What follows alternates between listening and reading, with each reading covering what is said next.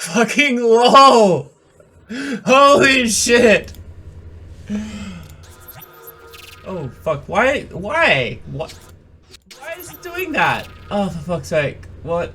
Oh, God. There we go. Fucking hell. Fucking hell. Everyone gets it. Everyone gets it. Hassan fucking Arby tweets out at his provider that his internet is wrecked, and then gets a fucking canned response. I love it. I love it. We're all the fucking same at the end of the day. Our apologies for any frustration or inconvenience. If you'd like to DM us your account details, as well as who this is we're speaking with. Oh my gosh. Imagine just being a Spectrum customer service agent. Absolutely tongue-tied. This is holy shit. This is amazing. This is the best shit ever. Oh my gosh. Oh, this is fucking hilarious. Sorry, I just the canned response there was just. Yeah. Sorry, that just cheered me up this morning. I mean, like, I'm sorry that Hassan's doesn't have internet. That fucking sucks. But the response by them. Oh.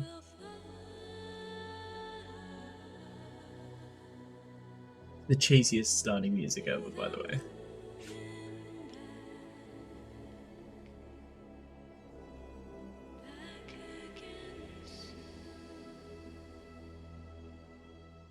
Yeah, I could do that. Alright. What was I doing? Basically, I'm tearing this ship up, I think, at the moment.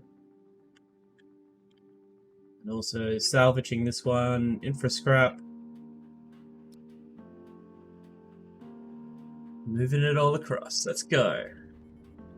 Hull breach. Oh, that's alright.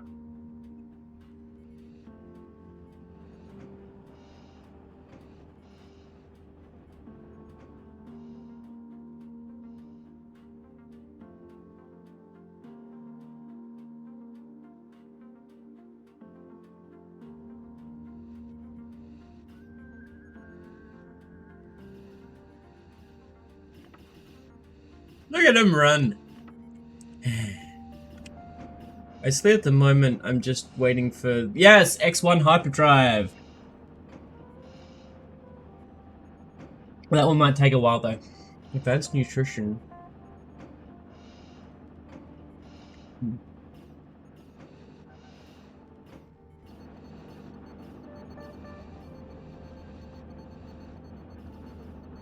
I could use some more, solar panels, though, to be fair.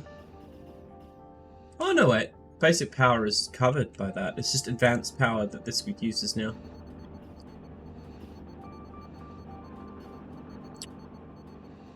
And poor Corey is suffering.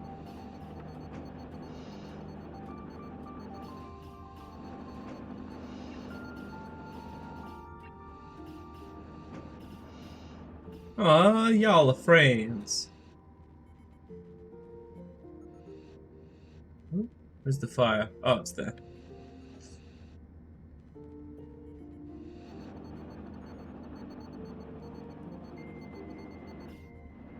Oh yeah, we are making some fertilizer. Fuck yes.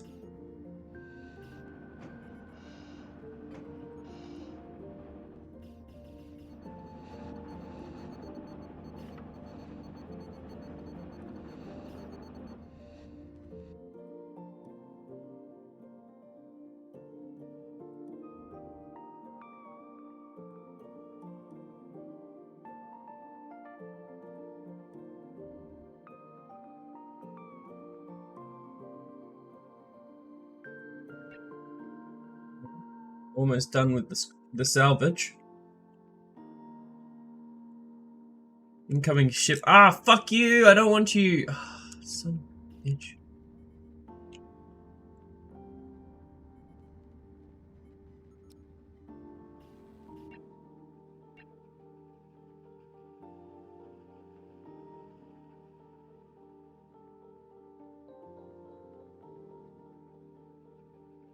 Ooh. Android Collective versus the Pirate Coalition.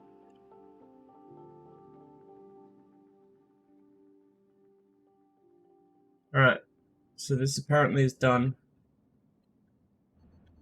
Alright. Now.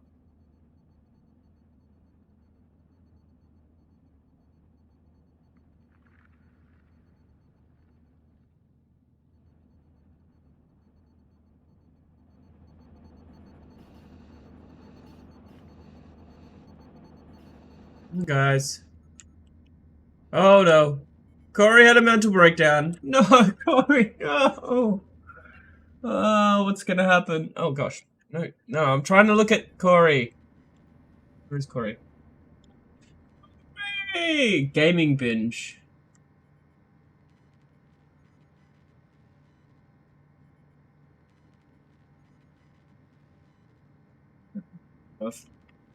I'm gonna allow him to play games.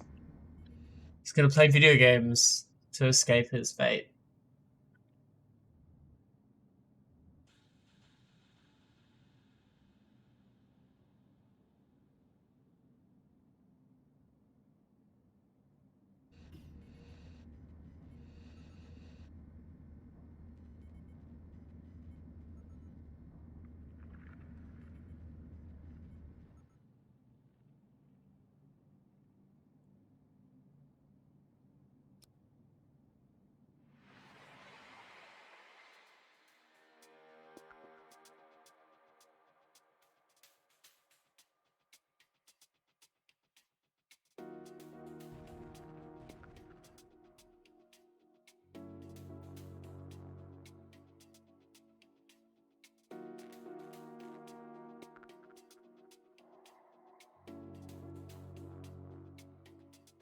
Are they shooting at each other?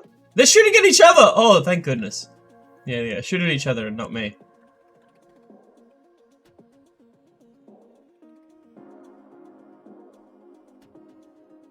Shit. Oh shit. Ah! Stop hitting me!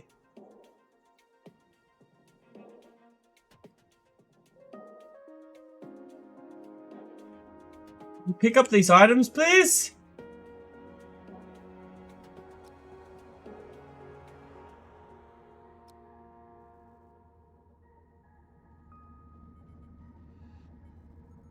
Yes, we can't.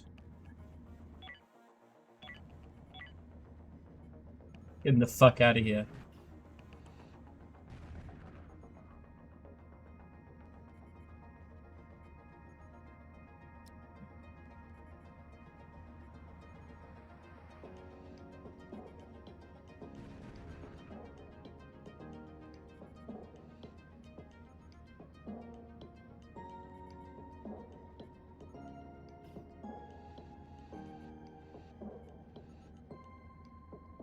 You are weak. Give us what we want or you will suffer the consequences. Surrender and pay a settlement? No, fuck off.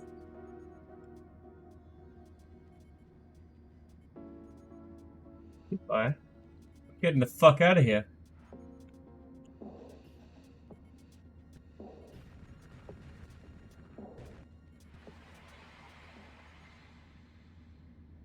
Wait. Oh, cool. They fucked off. Yay, I'm alive. Far out. That sucked. Oh.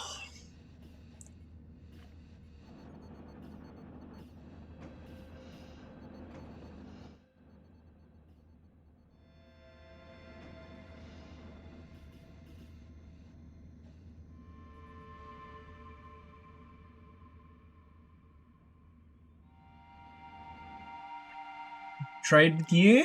Anything cool that they've got? Oh, they got some of those.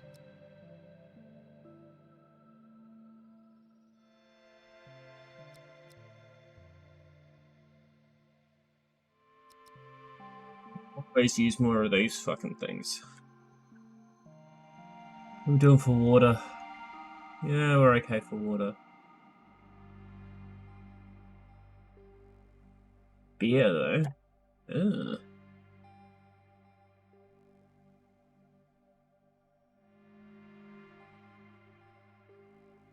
Yeah, that's enough for me.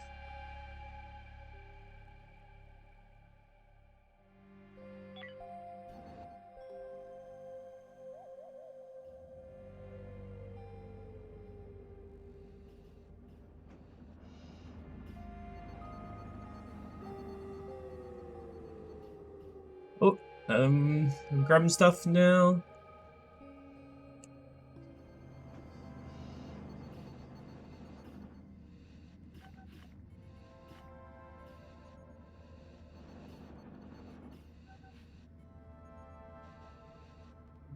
Resources.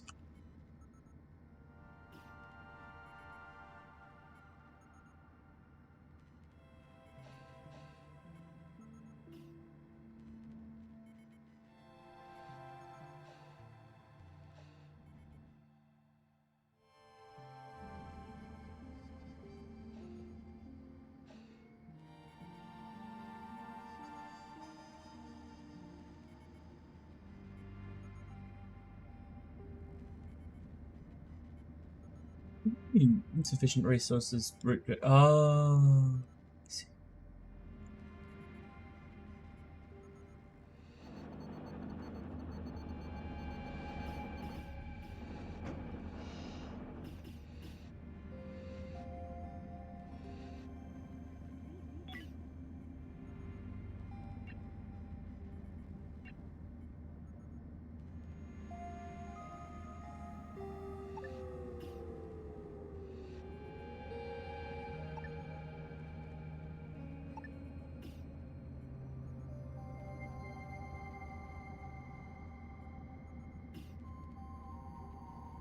Pardon me.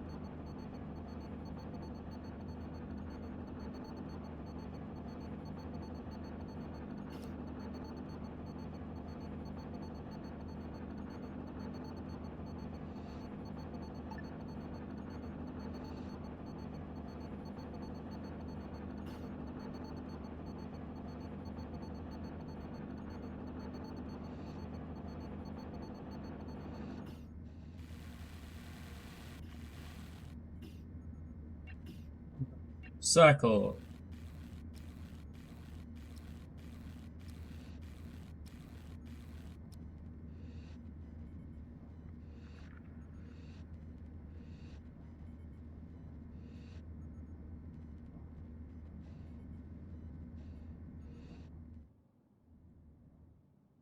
Still got a lot to do here.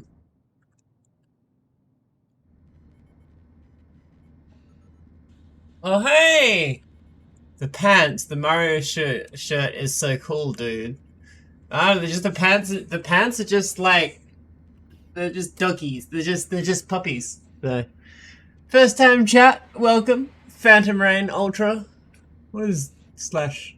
Listening only? How is that possible? Just the thighs.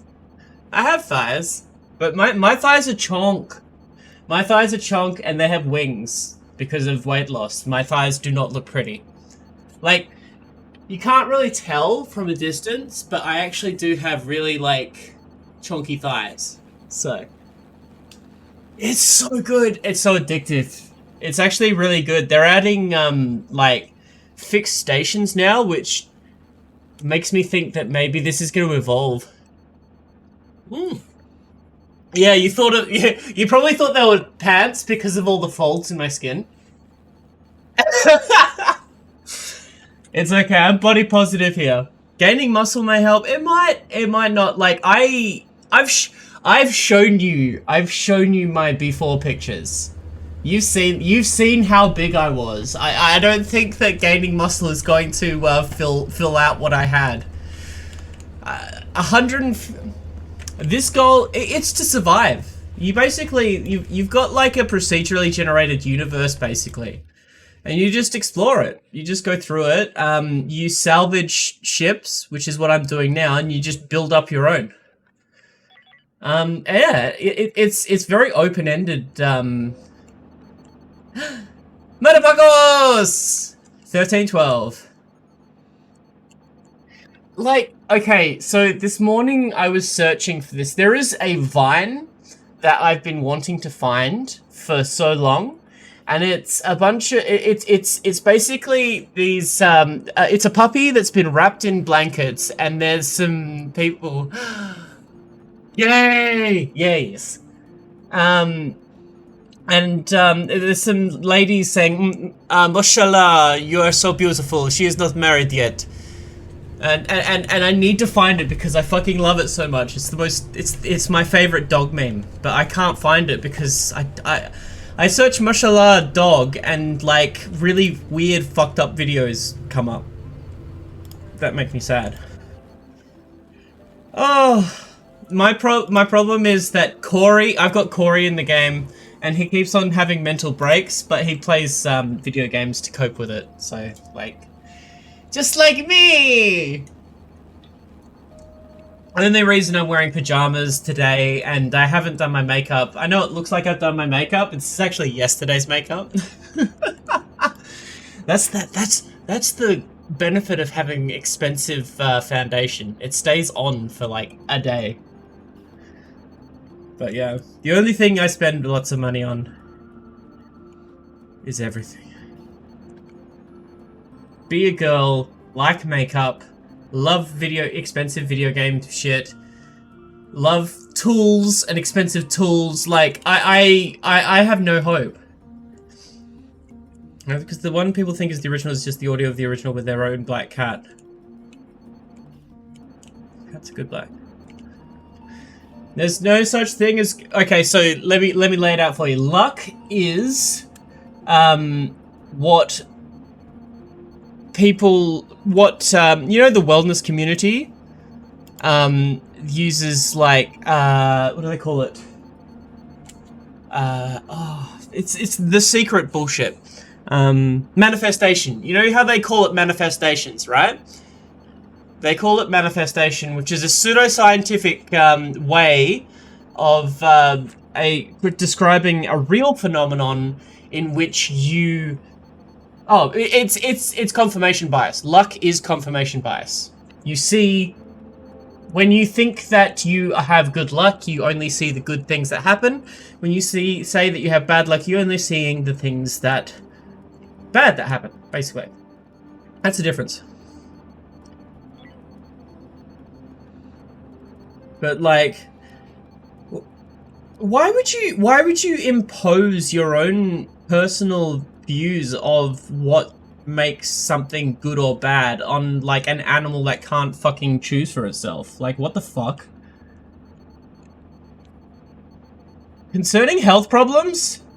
Corey, I'm so sorry. I do have enough hull to build some shit, but I'm waiting until I research. There we go.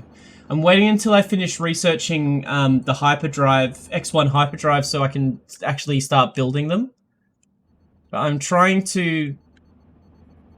Why are they not doing it? Hold on, let me just change their priorities to logistics. There we go. Now they're starting to get rid of the ship.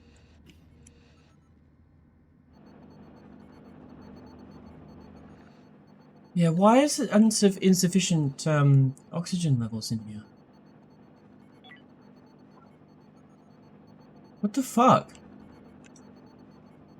Something's wrong. Oh, it's because of this shit. Oh, fuck.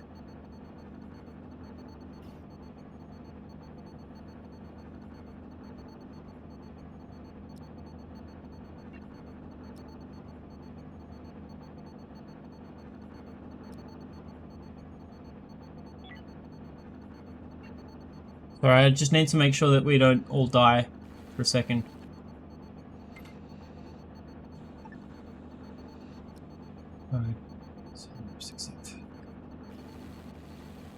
Alright, cool. Sorry, this section here is like I've made it so that it's like a vacuum because of it's actually highly dangerous work in here. Like stuff like consistently breaks down and explodes and shit. So it's actually safer to have them wear their spacesuit to avoid them getting injured. But that's meant that yeah, the oxygen levels have fucking just fucking tanked, which is not a good thing.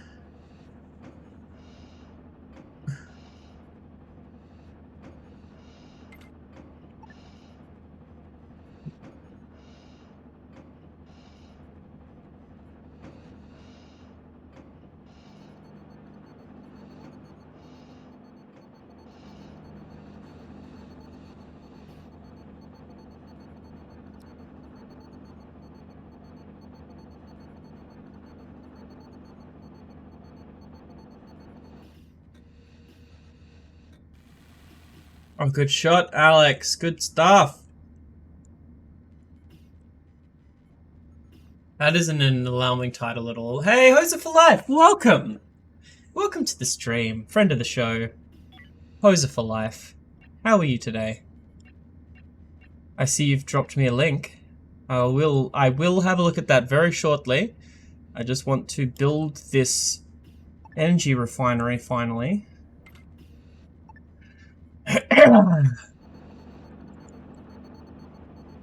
You're horsing as usual. I saw a video called like the Tech Canuck, and I didn't watch the video because I like instantly disagreed because it said do not buy any other wireless headphone, and I'm just like, you will not convince me that these aren't the best headphones I've ever had. You won't. I'm sorry. Sorry, not sorry. It would be interesting to see if I could get some, like, gaming, earphones for like, I wonder if Logitech did, like, earbuds. If Logitech did earbuds, I'd do that. I mean, I like Sennheiser, but they are not good for computers. Nor are they really designed for them. Really.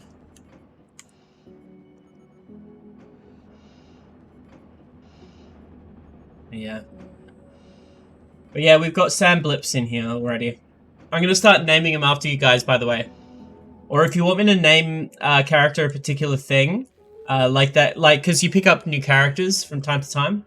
So if you want me to name them a particular thing, let me know. I do like Logitech. I am, what do you call? I'm a basic bitch. I like having things the same. I like having things, like, if I have a Samsung monitor and a Samsung monitor, I have a PC built almost exclusively from Asus ROG parts, all the same color. And even the parts that aren't the same the same brand are usually Corsair, and you know, complement the aesthetic. I'm not an Apple fan. I even have an ROG phone, which is going to be hard to see, but you can't really see it. Hold on, let me turn off that light. Turn off that ring light. All right. Yeah, see? Check that out.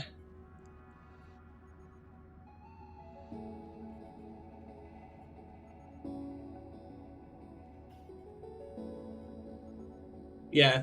So, like, I'm much more likely to buy gaming-related ROG stuff because that's my brand of choice. When it comes to peripherals, my brand of choice is, of course, Logitech, because I like having as few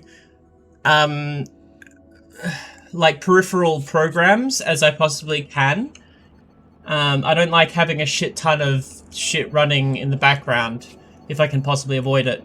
Actually, there are some background software that I've got which is really good that came with like the whole ROG stuff. Like there's Game First 6, which actually like alters the way that the internet runs for each program. So basically, it automatically prioritizes different programs. So I can set my computer to prioritize my streaming over my gaming, which is, you know, an important thing to do. It prioritizes downloads and uploads, basically. It's pretty cool. I'm pretty, like, pleased with the software, to be honest. But yes.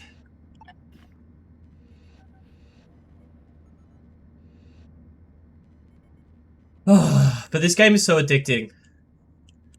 But yeah, I tend to stay away from what is it? Is it Samsung phones? What's the main competitor to Apple? I think it's Samsung. Shit, I don't even remember.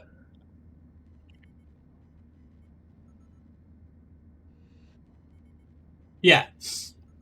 So I tend to stay away from Samsung myself because, to be honest, Samsung, unless it's a monitor, monitors are really cool. And the Samsung curved monitors are actually fairly well priced for what they do. So that's why I like having my monitors be Samsung. Also, Samsung tends to, their factories are where they, Samsung is I'm talking about, I'm using 10-year-old information, like back when I was working in a tech store. But Samsung was the company that supplied all of the other companies with their parts. That's why I like Asus, because Asus is the company that supplied all the other companies with their internal parts. But what's happened with Samsung phones is they've gone the same route as iPhone, and they have become such a big name that the name itself and the brand attached to it is what is so expensive. Like, Samsung phones are overpriced for what they are, as is not to the degree of Apple, but for me, I like weird phones like this. This is my first like expensive phone. Up until this, I stuck with Nokia. Nokia has been like a powerhouse in the background this entire time. When it comes to mobile phones, they have always built solid phones. Like the Windows Phone range that they had, I miss the Windows phones. Honestly, like the Windows phones were my favorite thing. All right. That would have been cool. See, stuff like that is cool. I have what is known as a gamer phone, but the only game I have installed on it is Roller Coaster Tycoon Classic, which is a combination of Roller Coaster Tycoon 1 and Roller Coaster Tycoon 2. Like the full games on your phone. And it actually works pretty well. But I'm not big on phone games because it's impossible. I can't find decent ones anymore.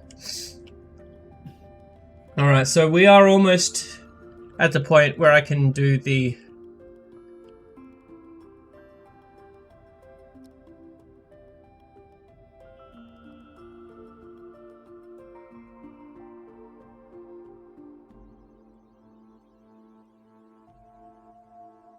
What's that? Oh, it's a toilet. I need to build a room, but at the moment there's in this game, it's hidden under the chat, but you've got a mass. So I actually need bigger hyperdrives, but I don't want to build more hyperdrives until I actually have the X1 hyperdrives, which at the moment Sam Blips is researching. We're halfway there almost, so like within a couple of jumps. And if we ever fucking pick up all the items here... Assholes.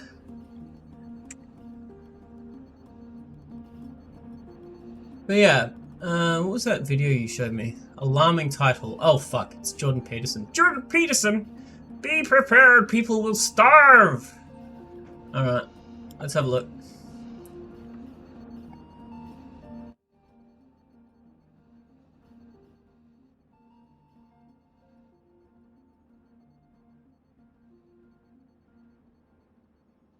Compulsion will result in the destruction of a substantial proportion. The whole agricultural section will stagger and fall. The first thing is that we've seen now a tremendous amount of unhappiness on the Dutch farmer front. So what? The judicial... Who gives a fuck about the Dutch farmers? Come on. Like, and if you have a problem with me saying that, look into the history of, like, the Dutch. Authorities in Holland accused the Netherlands government of failing to live up to its international obligations on the pollution amelioration front and required immediate action to be taken with regards to nitrogen pollution, which admittedly No can wonder be a where problem. the unhappiness came from. The plan that the Netherlands imposed by compulsion will result in the destruction of a substantial proportion of the Netherlands farming infrastructure. And the people who are promoting this say, well, we think the sector can be resilient enough to manage this. But the farmers know perfectly well that many of them are going to be forced out of business, as the politicians themselves have not only admitted, but are aiming for. And now there is this approximately 30% reduction in the Dutch herd and the associated farms. And the politicians who are pushing this seem to think that the whole agricultural sector in the Netherlands, which is the world's second biggest exporter of agricultural products, that the infrastructure there will be able to tolerate this forced and compelled reduction in supply and consequent increases in costs. But my sense is the whole agricultural section will stagger and fall, especially under the weight of these post-COVID supply chain problems. I mean, I can't see how you can take a whole industry that runs on about a 3 to 5% margin, force a 30% reduction in its inputs over an 8-year period, and expect the whole system to survive. They don't expect it to survive. Okay, we'll get into that. Now, just to add a little twist to that, now the Dutch farmers are out protesting. There's 40,000 of them with their big tractors, and they don't do that lightly because those tractors are expensive and they're very busy. And right in the bloody midst of this, our prime minister did exactly the same thing. He unilaterally announced a mandatory 30% reduction in nitrogen output, and on the farmer side, and he wasn't even willing to tie that to units of nitrogen used per unit of food produced. Because why is Jordan Peterson getting involved in, like, farmers shit? Like, this, I don't understand. Like, why is this, why is Jordan Peterson? Why is Jordan Peterson? At the end of the day, why is he? This guy is painful, I swear. Hold on, like, I'm just sketching for a sec. I'll get back to it, but, like, that's the webcam you have, huh? You've got a webcam. Pardon me. Oh gosh. I'm just trying to build a like a thingamy.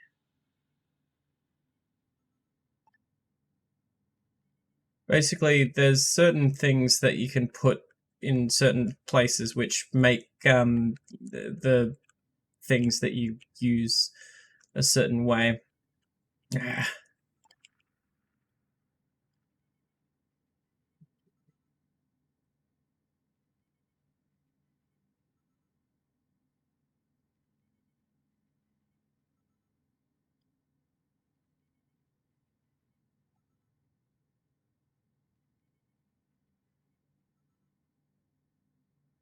There we go.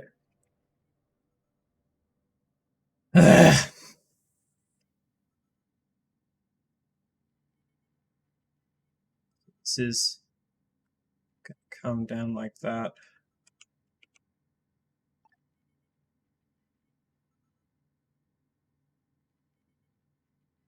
It's going to be one of them.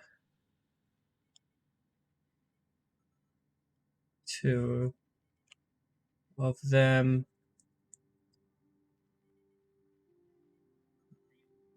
Okay.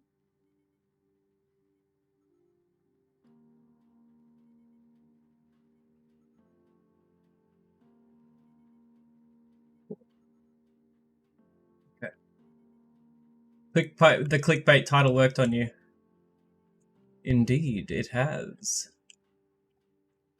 So, and then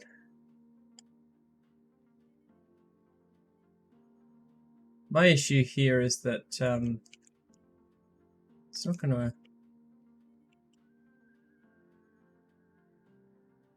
work in the way that I want it to.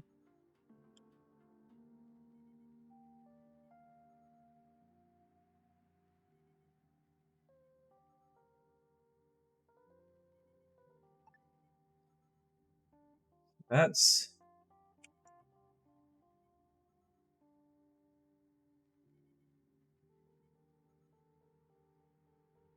8. That's 8 bedrooms there. That's 8 bedrooms there. Or there.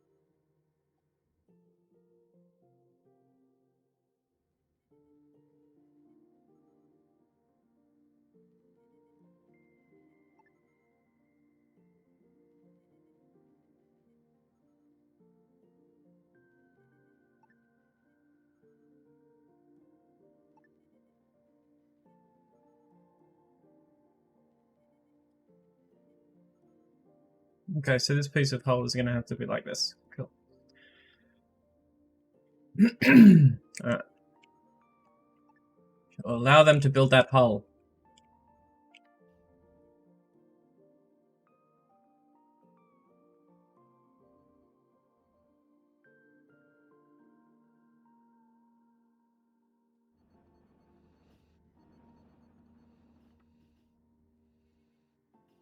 Yeah. Apparently to nitrogen pollution, which admittedly can be a problem. Now, this is what he always does, though. He's always talking about how things, it admittedly can be a problem, and then he never, like, talks about that. He never has any solution for these problems further than just saying that there are problems. It's just like, there's problems, but is there a solution? Who knows? Who knows?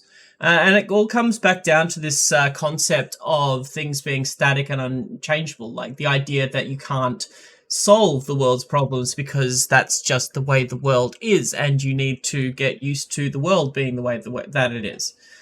Which, obviously, for obvious reasons, that's a very problematic view of the world and how the world works. It's not how the world works. It's very anti-scientific. It's just fucking brain dead. Plan that the Netherlands imposed by compulsion will result in the destruction of a substantial proportion of the Netherlands farming infrastructure.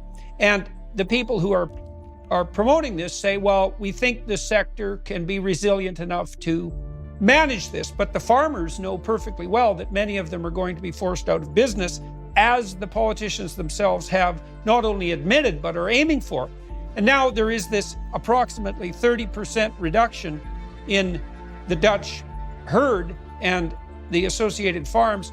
And the politicians who are pushing this seem to think that the whole agricultural sector in the Netherlands, which is the world's second biggest exporter of agricultural products, that the infrastructure there will be able to tolerate this forced and compelled reduction in supply and consequent increases in costs.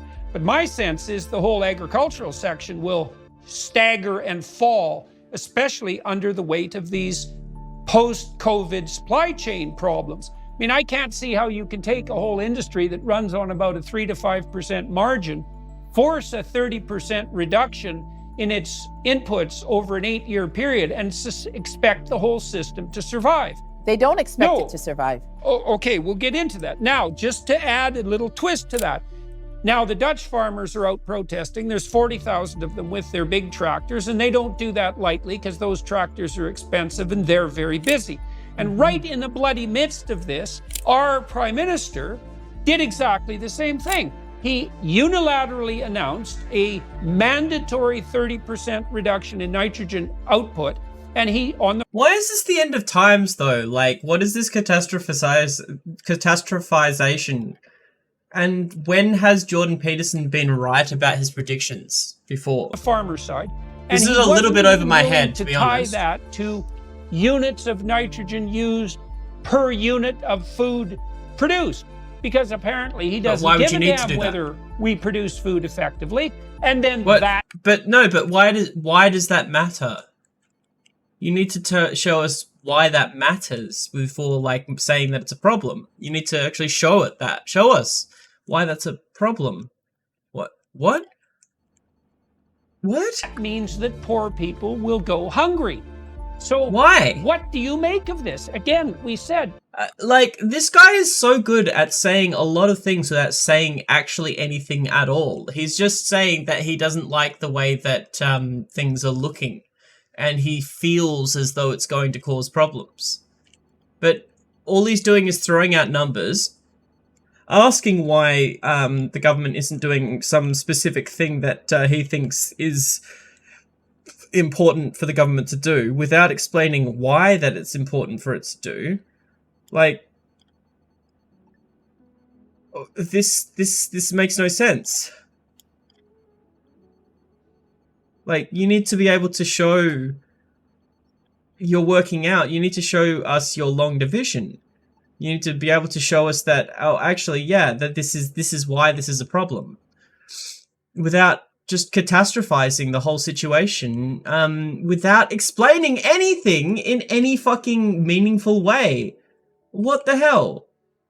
This doesn't make any sense.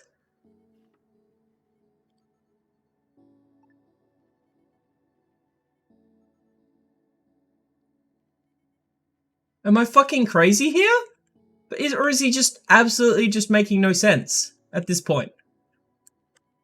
It's just ridiculous. People actually listen to this man. This isn't even good environmental policy. It's not going to work. And I don't know what's going to happen in Sri Lanka, but my suspicions are the people are going to be cutting down the forests and eating the animals, because what the hell else are they going to do? Exactly. I don't believe that they expect the survival of the system. And the policies are created largely because they don't believe that system is worth keeping. And they've said it to the farmers in the Netherlands. They've said that to them. In some places, the nitrogen reduction content is up to 90% if it's near conservation in the Netherlands, up to 90%. And remember, these farmers, including our farmers, they have been approached about this net zero before. This is not the first time.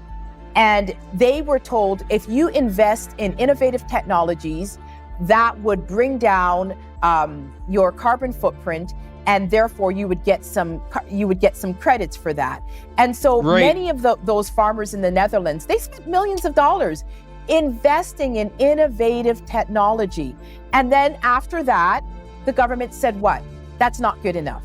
Then they brought in the nitrogen requirements. So then they imposed the nitrogen requirements upon an already fragile industry.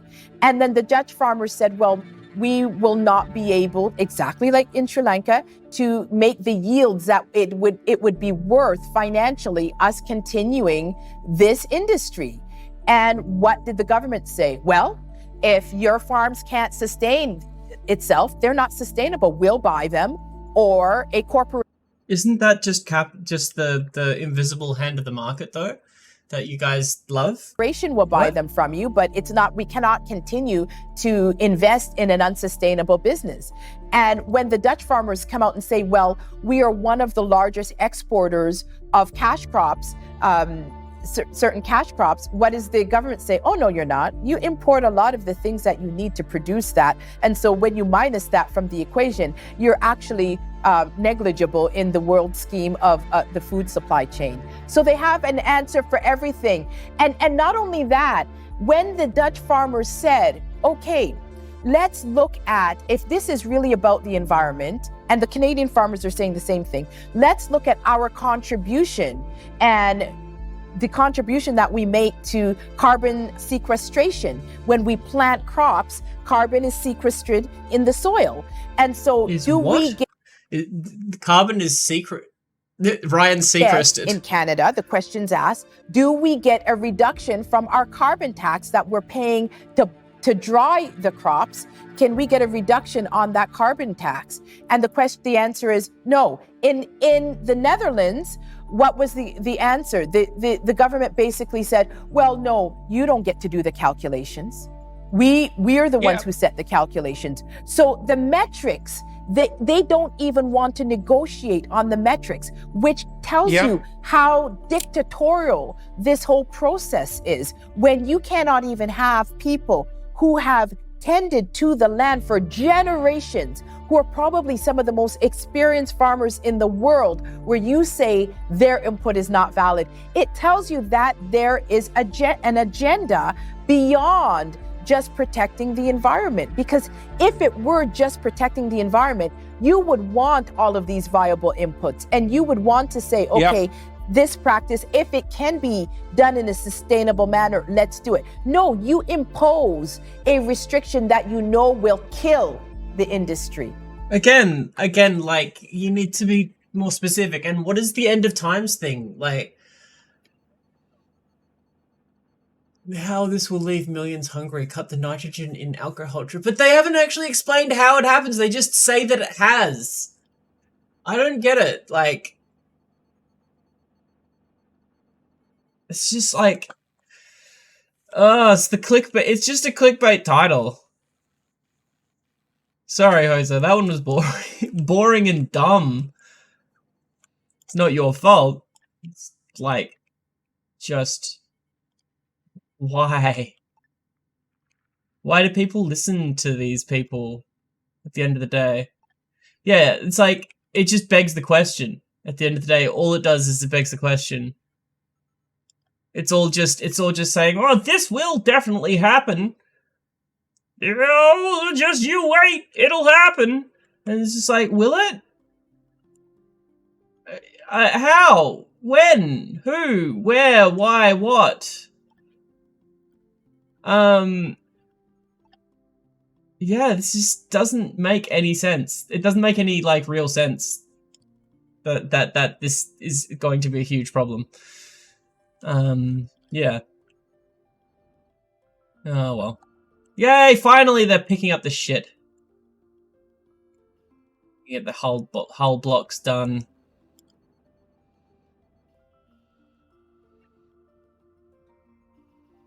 Oh yeah. Well, I mean, like, if they're gonna make clickbait shit, then they're gonna make clickbait shit.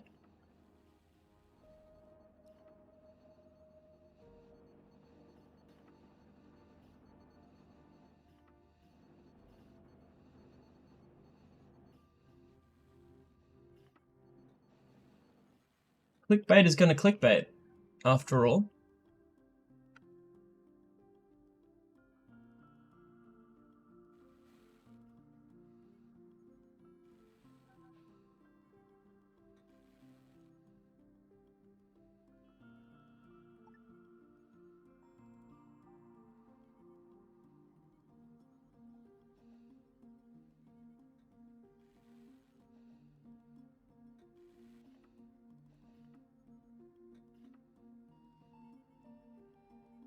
Excellent.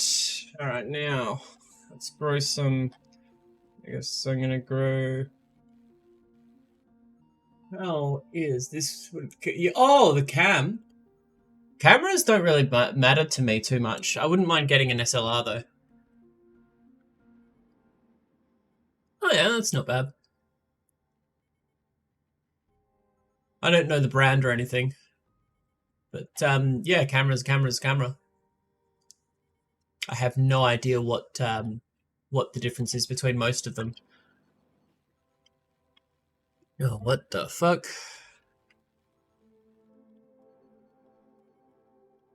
That's alright, Corey. I'm gonna make you some nice place to sleep and do things.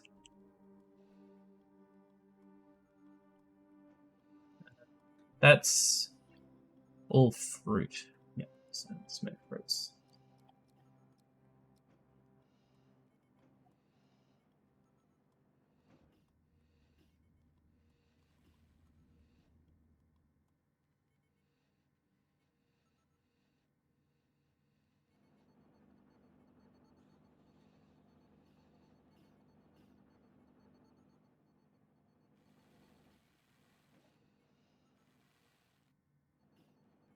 One's root vegetables.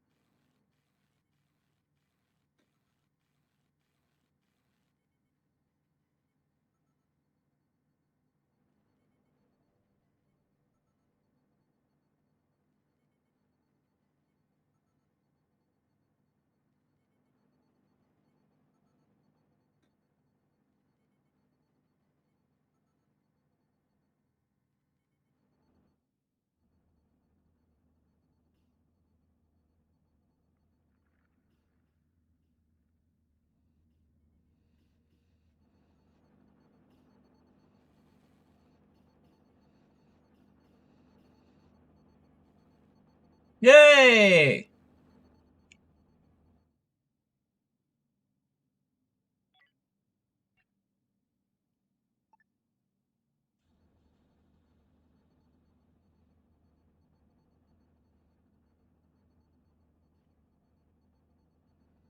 I haven't figured out exactly how I want these to look, but yeah,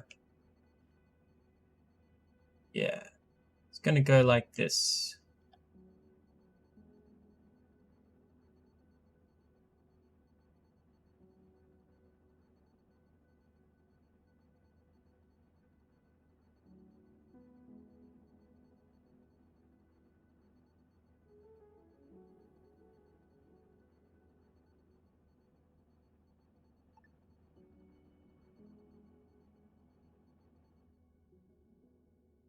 Three D printed cool. Yeah, that fucking confused the fuck out of me. What the fuck was that?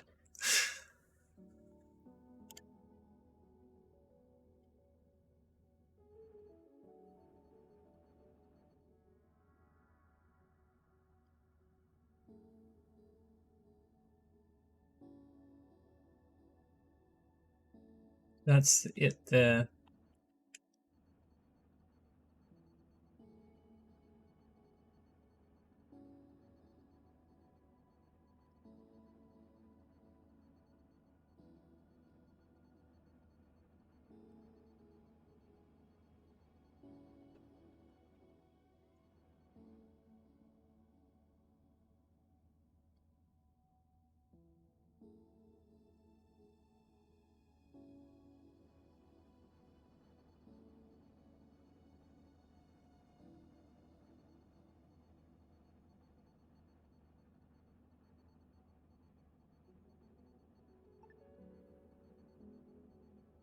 There we go.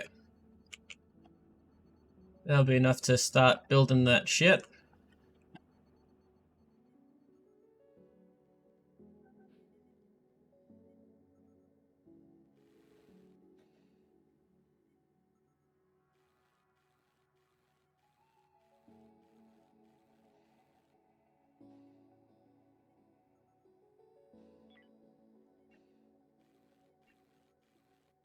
Decorations, tam and walls, wall lights, life support.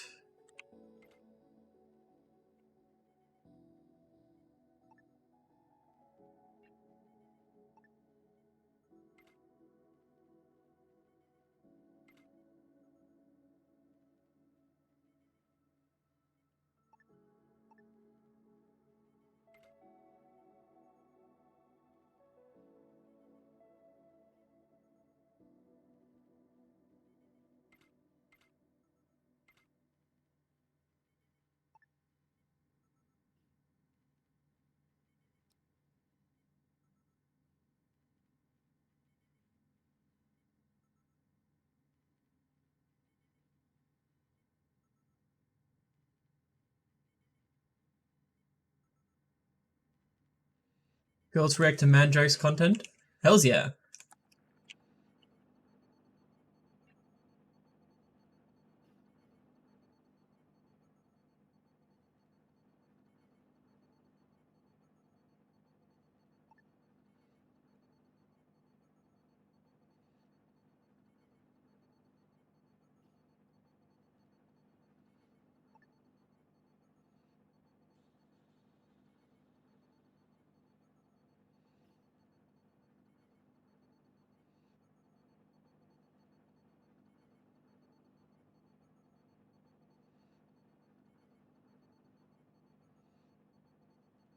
I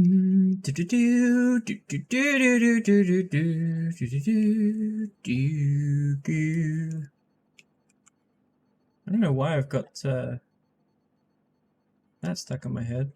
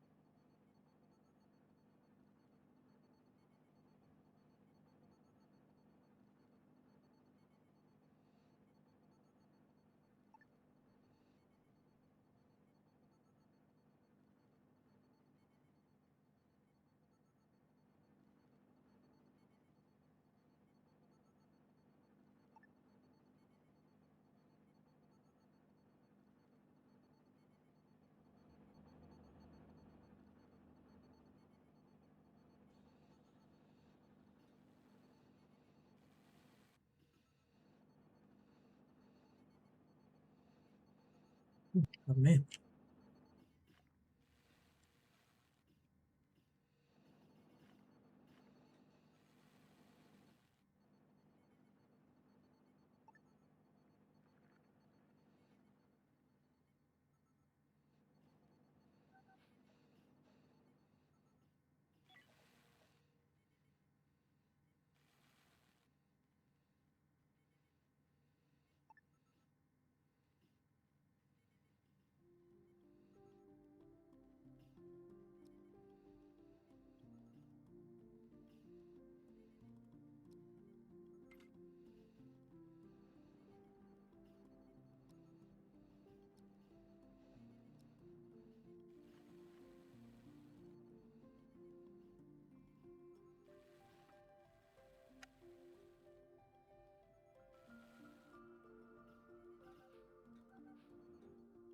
Alright, how are we doing here? I think I've got everything here from here.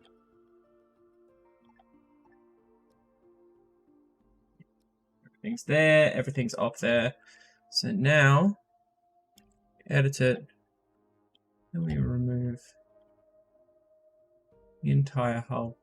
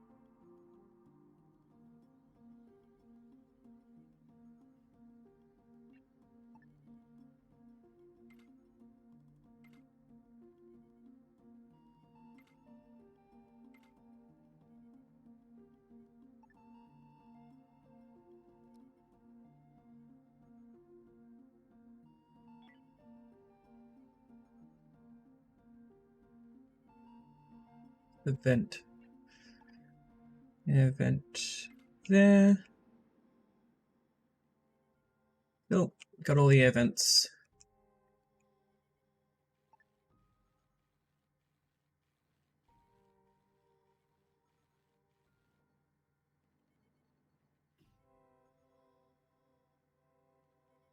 That bit's all done.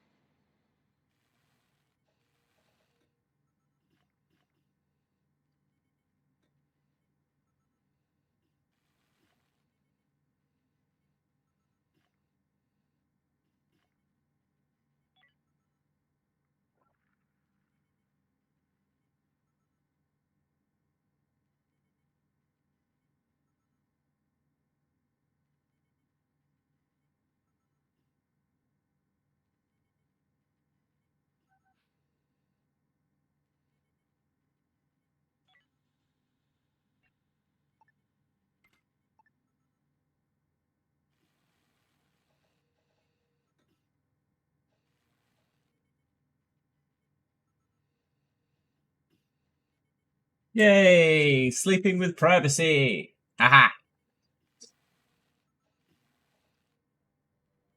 Oh, okay. They're still sleeping with privacy, apparently.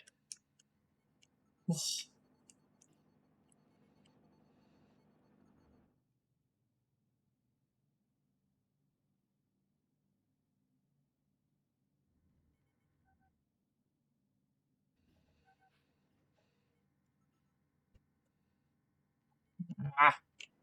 Running out of energy rods. Let's stop this one. Stop that one. Stop that one. Just leave this one go.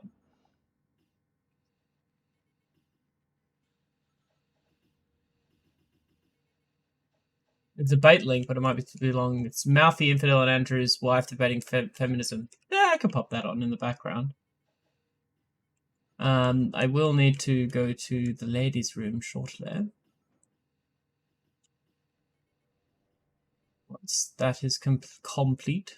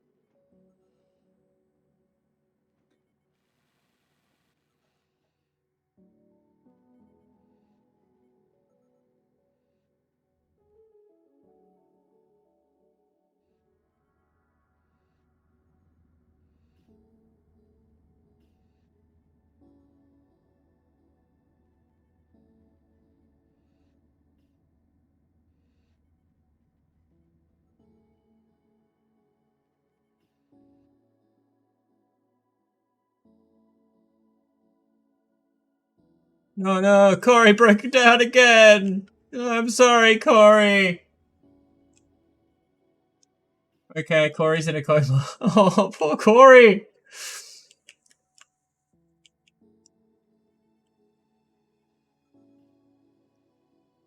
I'm sorry, Corey.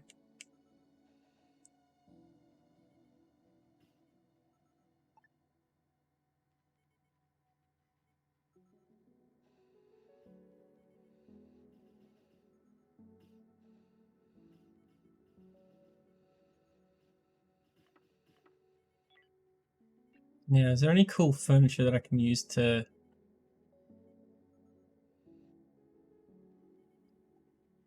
Decorations.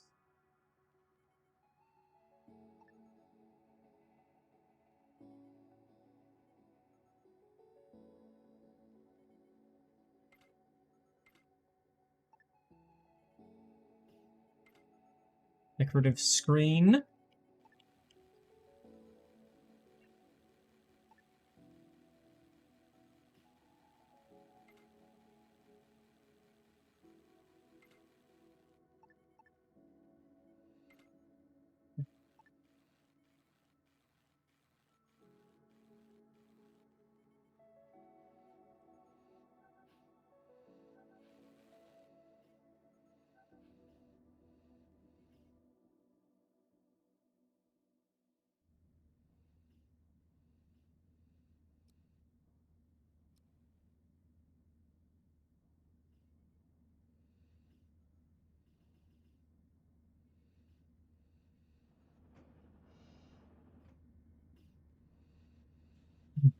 Starvation?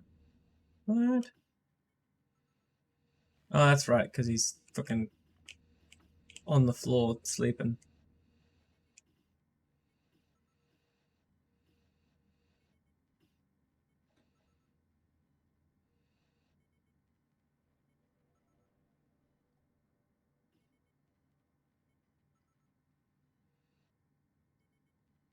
What's not mutually exclusive?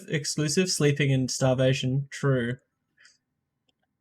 Although I would rather he didn't starve to death.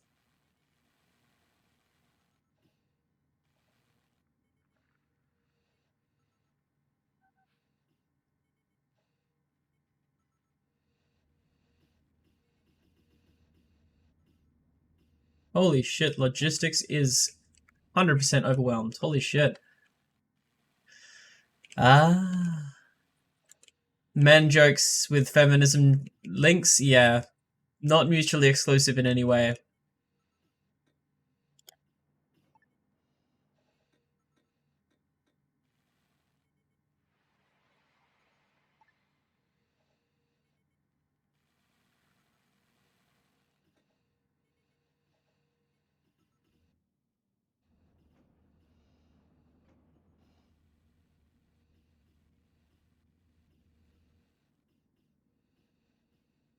Hey.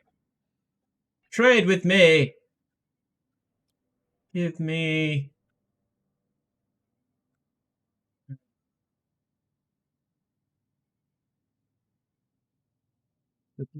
more expensive or less expensive to do it this way? Hold on.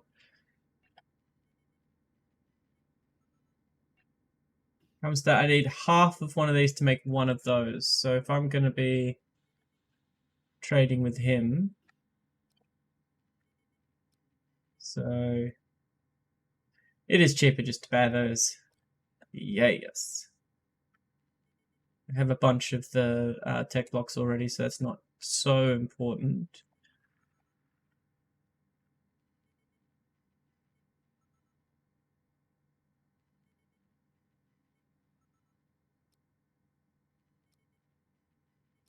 There we go.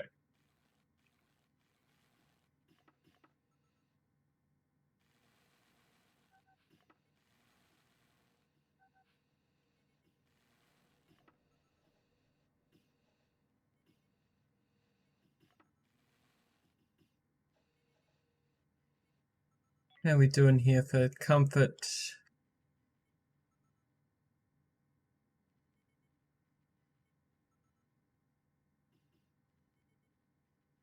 Comfort's pretty good over here. Sweet.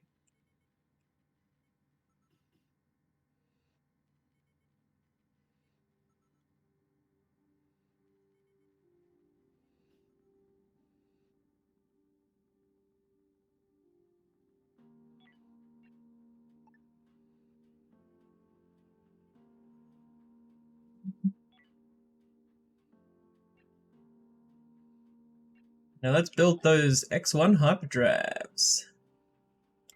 Oh, yes. Oh, what?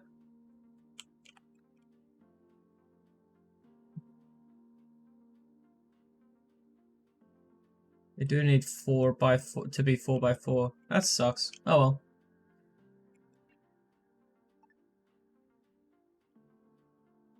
I have to rethink my design in that case.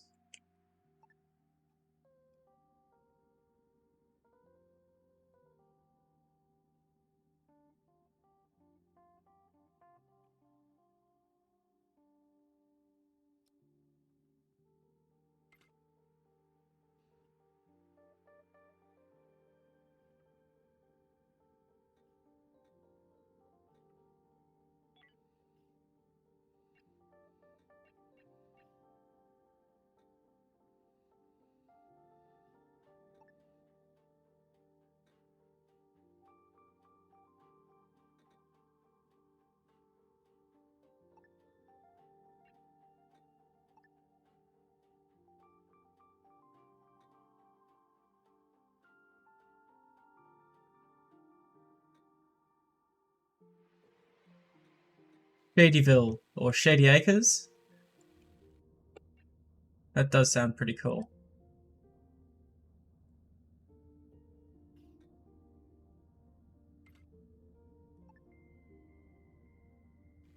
There we go.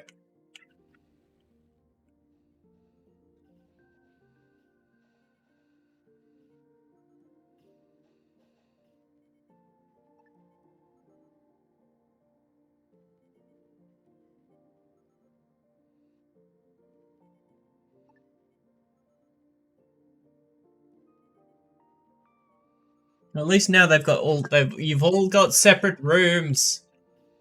Shadyville, Shady Acres. Oh yeah.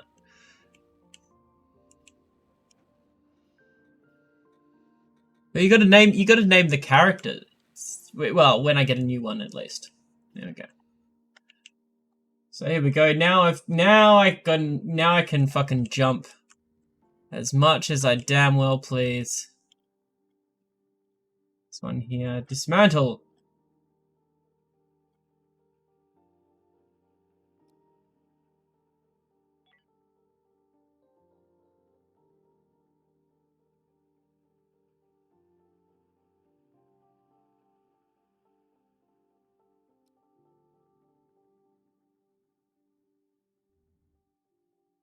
Delete the platform. Delete.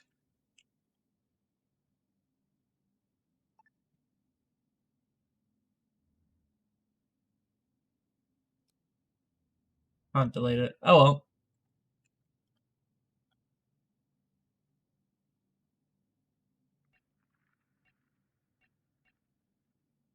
Well, that ship sailed, so to speak. All right.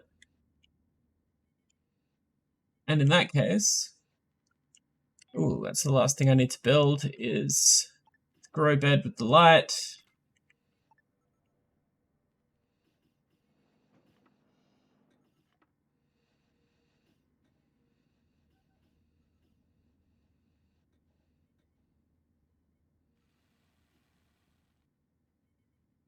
Hey, new technology. Growth rate plus 10%. Fuck yes. Now I need medical beds, and the hypersleep chamber is going to be very important.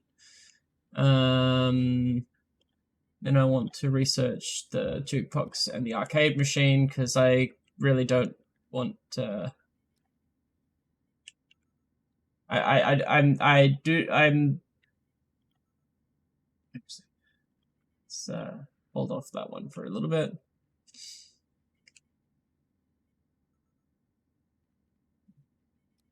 Search industry 2. What's industry 2 do? Nothing. The assembler.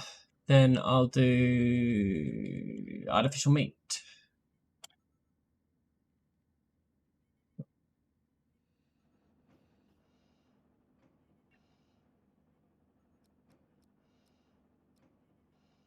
There we go.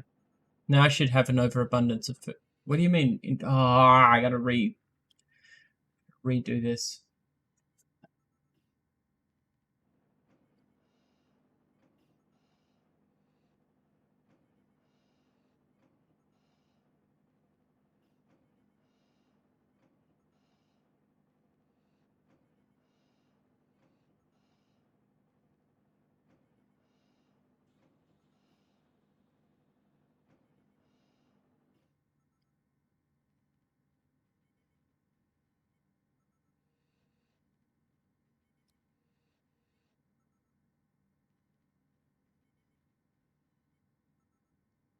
There we go.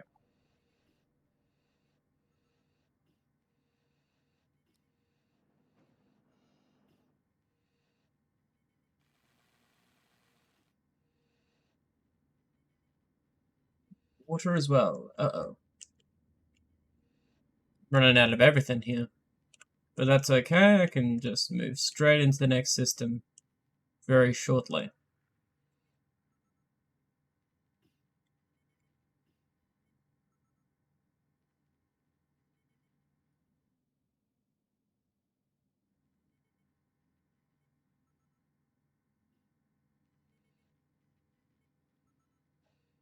Our mood.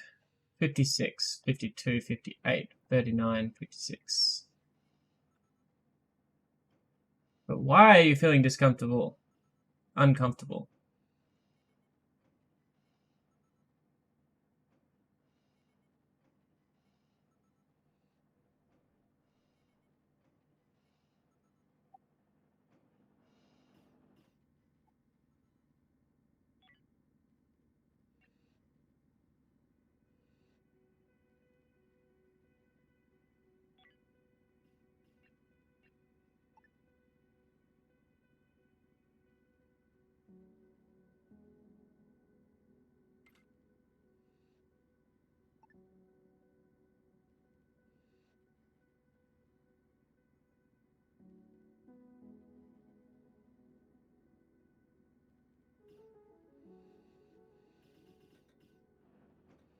Alright, now I can go into the next system.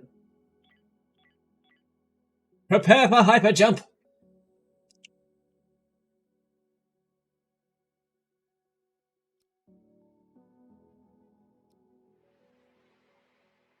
Yay! I think I've been to all of this one. Now I can go to this one here.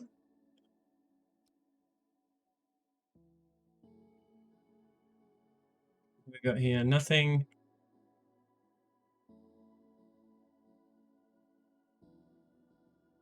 Bloody nothing again. Bloody nothing again. Holy shit, there's just nothing.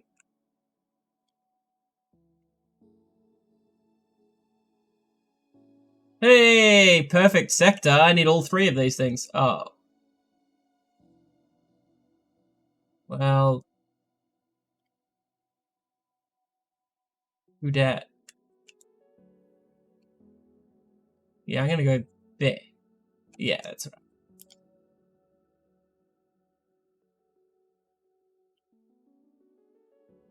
Yeah, I need a cannabis store. Definitely. Alright. I'm gonna take a quick break. Once I'm back, we shall have a look at this content that you have shown.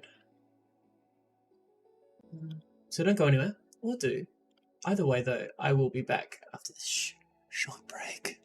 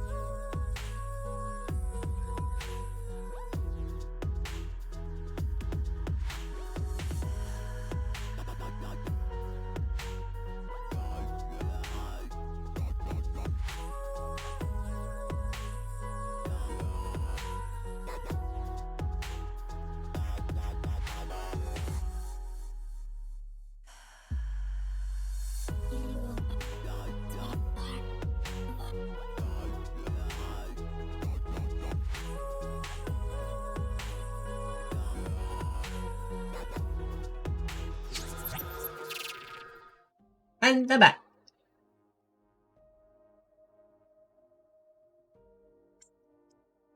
This is a fun game.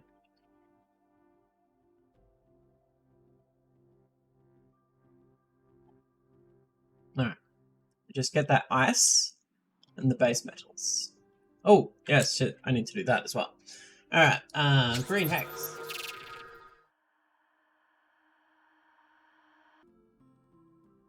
Whoopsies. These links. One link. Two link.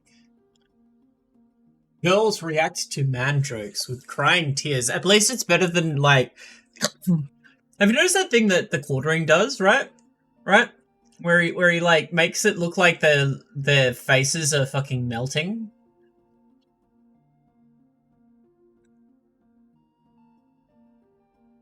I asked my wife why she never blinked during foreplay. She said she didn't have time. What? 1 week later. Why do women have smaller feet than men? So they can stand closer to the sink. Female Viagra has been around for years, it's called money.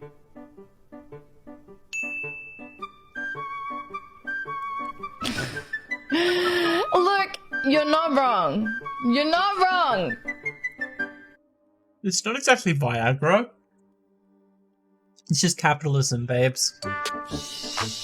A penguin takes his car to the shop and the mechanic says it'll take about an hour for him to check it. While he waits, the penguin goes to an ice cream shop and orders a big sundae to pass the time. The penguin isn't the neatest eater, and he ends up covered in melted ice cream.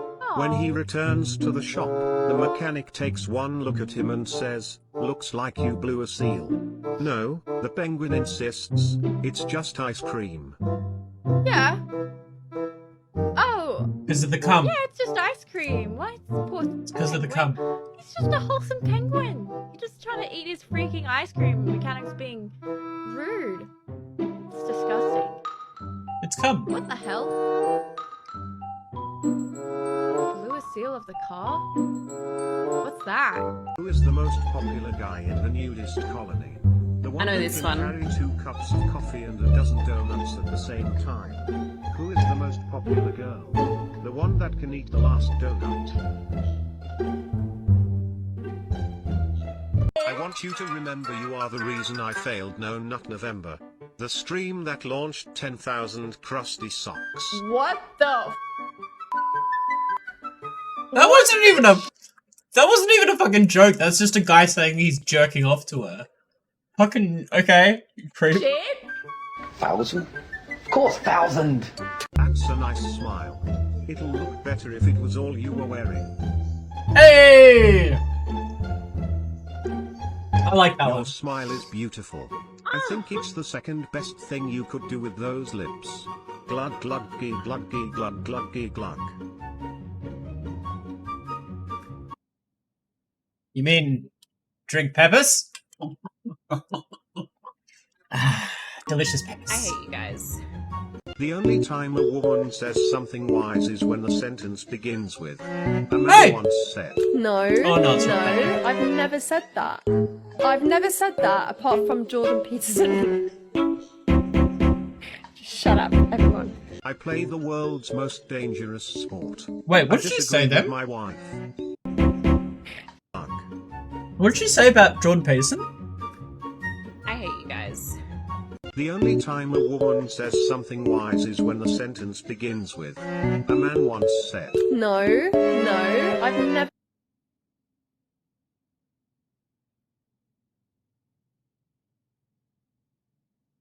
Ew! Ew! She knows her fucking audience. Lol. Holy shit. Female Jordan Peterson stan. What? The only wise thing a woman's ever said. Okay.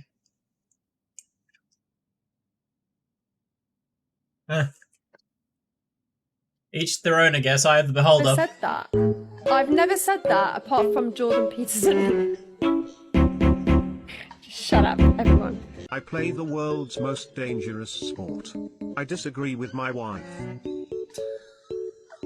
Amika, every time you That's a fucking game to you? Yo.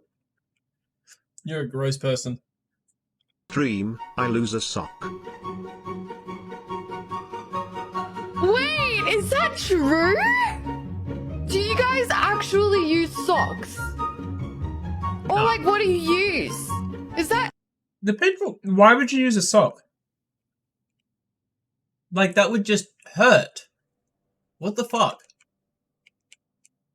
That would just be like scraping sandpaper over your cock. Why would you do that?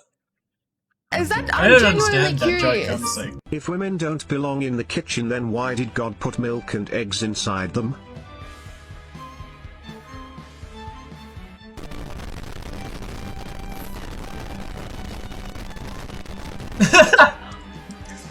Roses or daisies? I like both. Now I know what flowers to put on your casket when I murder that pussy. Fuck? What the That is fuck? not a funeral you'll ever be attending, sir. No. No. What? I'm sick of these millennials and their attitude. Walking around like they rent the place.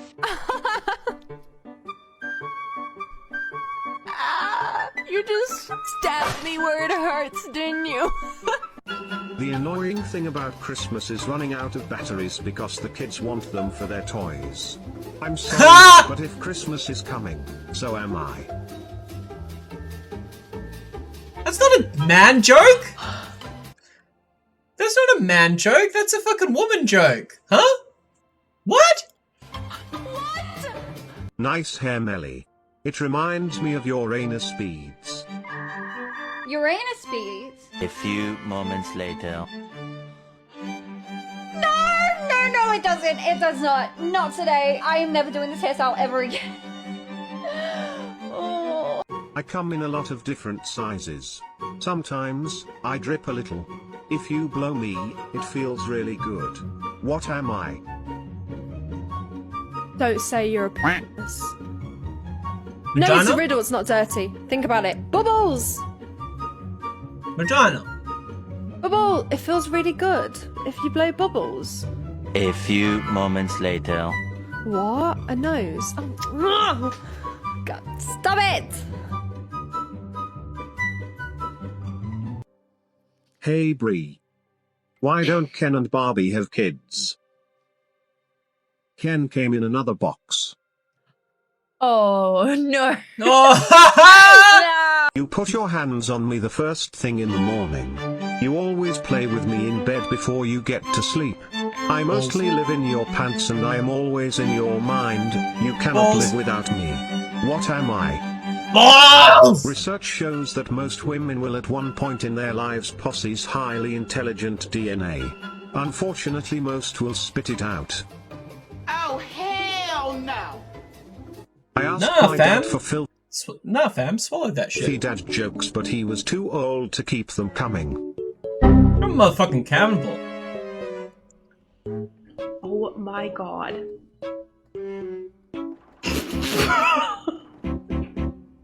It's not the size of the boat. I mean, if you're gonna use a boat reference, I don't really know how that works though. Because in the ocean, it really does matter about the size of the boat. Because if you have a very small boat and you get stuck in a hurricane, you're fucked. No pun intended. Did you see what I'm saying?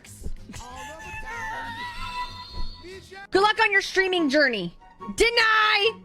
Da, da, da, da, da, da, da. Ew. Our table is broken! It fucking broke, bro! It broke! What is this? What the fuck? Alright, we're gonna take out this base area thing.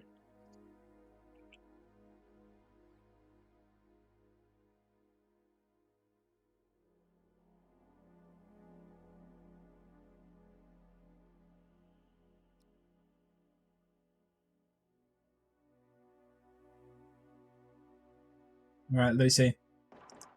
Oh well.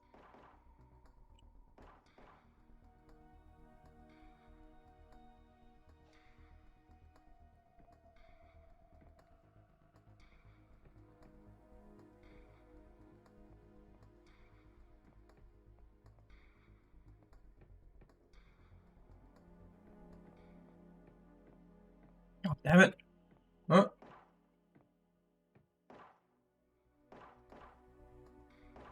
Die! Yeah, I did hear the Australians.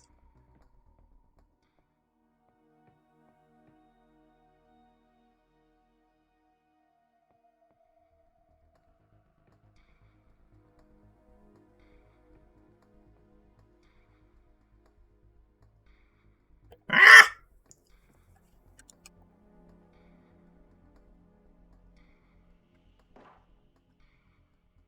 Come on, chase me out.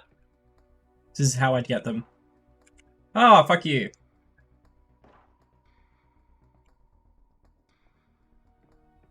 Ah! Spooky bitch.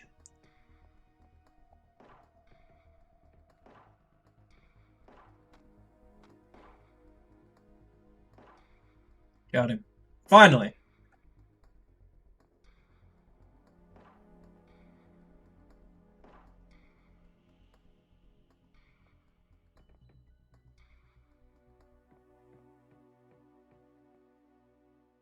Yeah, like, I don't understand the sock joke. Maybe because it's like a long thing, like, but you can put it in, but like, but why? You have hands. You have hands. Like, why would you tug it like that?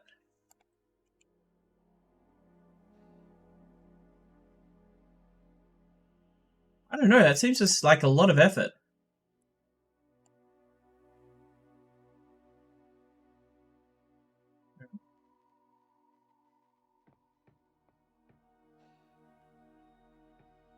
Ah, fuck you.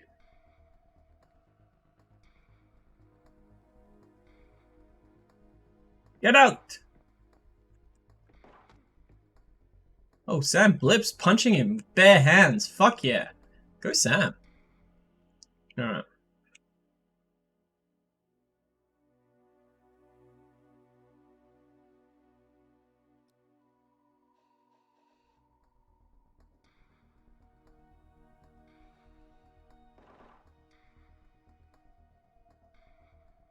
Alright, Sam, you're gonna be the decoy.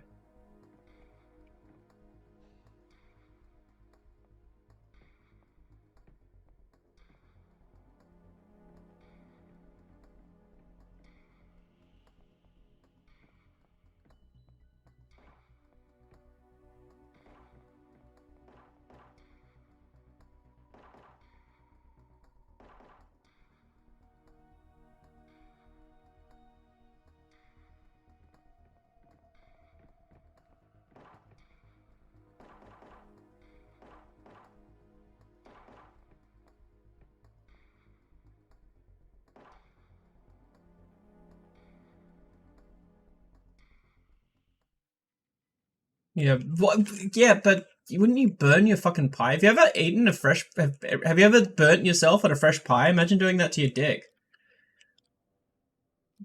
Why? I don't understand. Why use a fucking sock? If you have that little, like, sensation in your cock, you really need to see a doctor about that shit.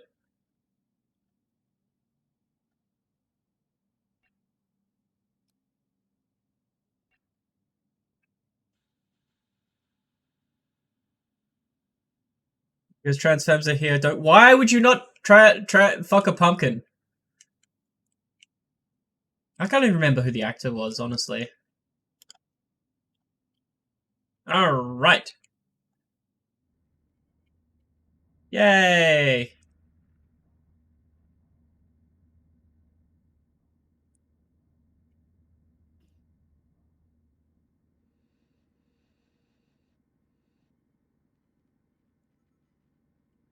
It's a meme for trans femmes to do a video of them fucking a pumpkin. Why?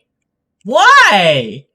Of all the things, why a pumpkin? Why? What the fuck? Why? The fuck is wrong with you all? Halloween still, but why fucking a pumpkin? What the fuck? What the fuck? Y'all are weird. I need to change the priorities on this. Now, you sent me a video about some sort of feminism. Okay. So this is Todd, Brittany, and 2 other people whose names are cut off on my screen.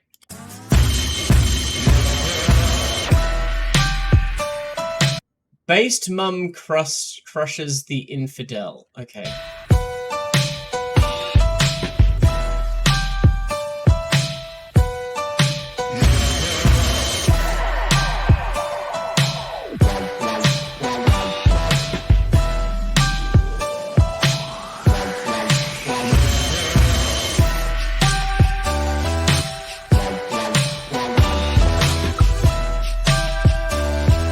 Oh, is it too loud? Sorry.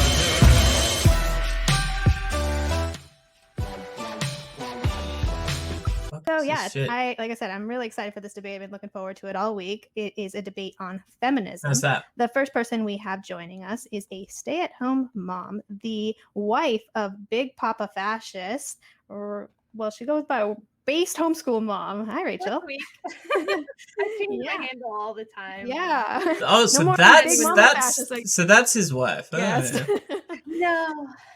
Yeah, so if you want to give Big a Papa brief Fascist, introduction, yeah. tell people a little bit about yourself, where you lie on the political spectrum, and where people can find you. Sure. So I am Big Papa Fascist's wife. Yes, that's true.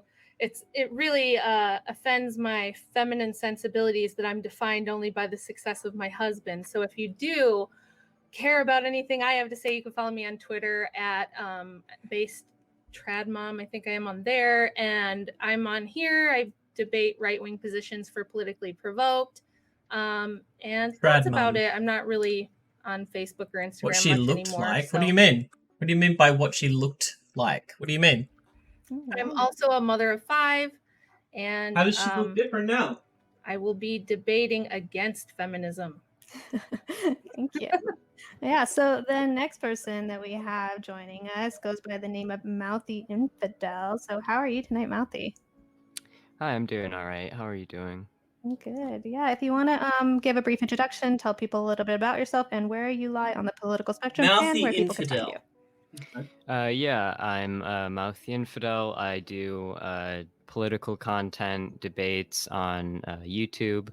That's pretty much it. I guess you could consider me pretty far left, and yeah. Okay. All right. So here is what we're going to do. Each person can give an opening statement. Oh yeah, I've never seen. Okay. Topic and Yeah, I've never seen it before. After that, we will open up the floor. After the debate is over, we're going to go into a Q&A portion. That's where we'll take questions from the audience. For those who do have questions, make sure to tag Politically Provoked and who your question is addressed to. Oh my gosh. I will jot them down during the debate at the end. That fucking wall though. There's a spot on the wall behind there her, are questions and it's not centered. What the fuck? But basically, let me pull up the rules real quick. I think we kind of all know it, but just in case, let's get them up. But basically, no constant interruptions and no personal attacks. I don't think that. I don't know. I thought you meant like she looks different now or something. I think we'll be good. I was confused. Right, so I think let's get started in opening statements. Rachel, since you are doing the opposition, why don't you get us going? All right. So my position on feminism is that it started with the intention of giving women political power equal to men. And it has over time achieved pretty much that purpose. Of course, the end goal of obtaining political power is to have cultural and social power. Otherwise, there's no purpose of having political power. And what has happened inadvertently, I believe, is that we've actually created less equity, less equality between the sexes. And now we have a situation where I believe that men are actually the ones who need advocacy and have the balance of power is shifted in favor of women. Now, that's in other areas besides just politics. So we have to look, this is a social justice topic, right? So we have to look at all those aspects of the culture when we're talking about this. And I think we should limit it to feminism in the West, because if you talk about feminism across the globe, you could go on for days and hours, and it means different things in different places at different times. So I think it would be smart to limit it to the West in general. And we need to talk about things like there was already an existing balance of power between the sexes, whether you believe that God created man or whether you believe that it was evolution that produced these differences. You had men with a monopoly of power on things like physicality, size, strength, force. You could even say perhaps like logic and reason. But like that's when you look at the bell curve, like there's more in common between men and women than there is different. There is a difference. Like it's just weird. They think they look at a bell curve of like general physical fitness between men and women. Most people are about the same, honestly. On average, yes. If you average everything out to a fucking mean, you're going to end up with men being on average more stronger than women. But like that's not how we organize society. We don't organize our society using binaries. I mean, like, it doesn't work well that way when we do that. It's just, yeah, a silly way of looking at things. It's like, oh yes, men were created to be like stronger than women. And you're just like, well, I mean, on average, but like that's just not how things always turn out. And we shouldn't structure a society on something which is not how things are. Why would you want to structure society on that? To close your eyes to every variance? It just seems ridiculous to me. I don't know. It seems dumb. And then you have women who, despite being weaker than men, have a monopoly on reproduction. So throughout history, and now we have not just historians and sociologists talking about this, but we have DNA evidence that proves that over history, about 80% of women have been able to pass on their genes through reproduction, and only about 40% of men have. So we each have about double the number of female ancestors that we have male ancestors in our lineage, and that's because women are the gatekeepers of sex. What? You're just jumping from one thing to another. You're saying you're bringing up a statistic and you're putting your own fucking opinions on that. Is that what anthropologists are saying, or is that what you're saying? Big fat citation needed on that one. You can't just fucking like say whatever the fuck you want and it be true. If you're going to bring up some science, you need to tell me what the scientists have been saying about the issue. But that's fucking dumb. Been in centuries ago when there were more arranged marriages. Of course, not all of them were. Most of them still were not. But even when there were. Okay, so do women have control over their bodies, or do, like, their parents? Like, make up your fucking mind. Women were generally it's gonna be one way or another. To have a wife and reproduce. So we had a monopoly on that, and we also have a lot of power given to us by our sexuality. So there was somewhat of a checks and balance system on the sexes before we did anything politically. Now that women have gained political power and social power, you see an extreme bias towards females in family courts. 70% of divorces are initiated by women. 83% of women get custody in divorce cases. Yeah, why? More men pay child support than women, even if you look at how many women are ordered to pay, how many men are ordered to pay. Men pay more than women. They pay a larger amount than women. And on top of all of that, women are in control of 85% of consumer spending in the United States. They now control 60% of personal wealth in the United States. And over that next decade, the boomer generation of women is expected to experience the largest transfer of wealth in U.S. history. They will have about Why? All the fucking hell. All she's doing is spouting off statistics without providing any context to them and expecting people to join the dots. She's saying nothing while spouting out statistics. Like, none of these things actually, they don't support your argument unless you can find a reputable article which supports your argument. You can't just like cherry pick numbers to do that. That's just shit. It doesn't make your point. Oh shit! Corey shat his pants. Poor Corey. Corey's not having a good fucking run. Personal wealth and consumer wealth in this country under their control, because a lot of them are going to benefit from a double windfall of inheritance from both their parents and their husbands. In addition to that, we have men receiving 63% longer prison sentences for the same crimes when they're both convicted. Women convicted of the same crimes as men avoid jail about twice as often as men. Why? And you can go on and on with that. Why? Yes, you can go on and on about that, but you can also like explain why these things are the way that they are, which you haven't done at all here. All you've done is just put your own, like, you're not even putting a spin on it. You're just saying these things as if it's self-evident that it's supporting your argument, when all you've done is just list a bunch of statistics which don't necessarily prove your argument. I don't know. Like, this doesn't say anything about what she's claiming. Disparity in crime sentencing is about 6 times larger than the racial disparity. And everybody is aware of the racial disparity in sentencing between black men and white men. But very few people realize the much bigger gap between the sexes when it comes to sentencing for crimes. Men also experience 90% of fatalities related to workplace deaths. So my position is that feminism has inadvertently turned men into the oppressed class, and that now we're going to need male advocacy to try to balance that out, since you can't put the... But let me put it into perspective. I could do exactly the same thing and read out the exact same statistics, because in every single one, I can see a way to spin it towards my point of view.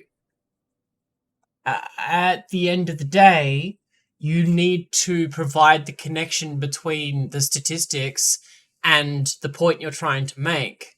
And that connection isn't through your own personal judgment and logic. That has to be done through a scientific consensus and exploration of what the studies say about the statistics. You're just a lady on the internet like me.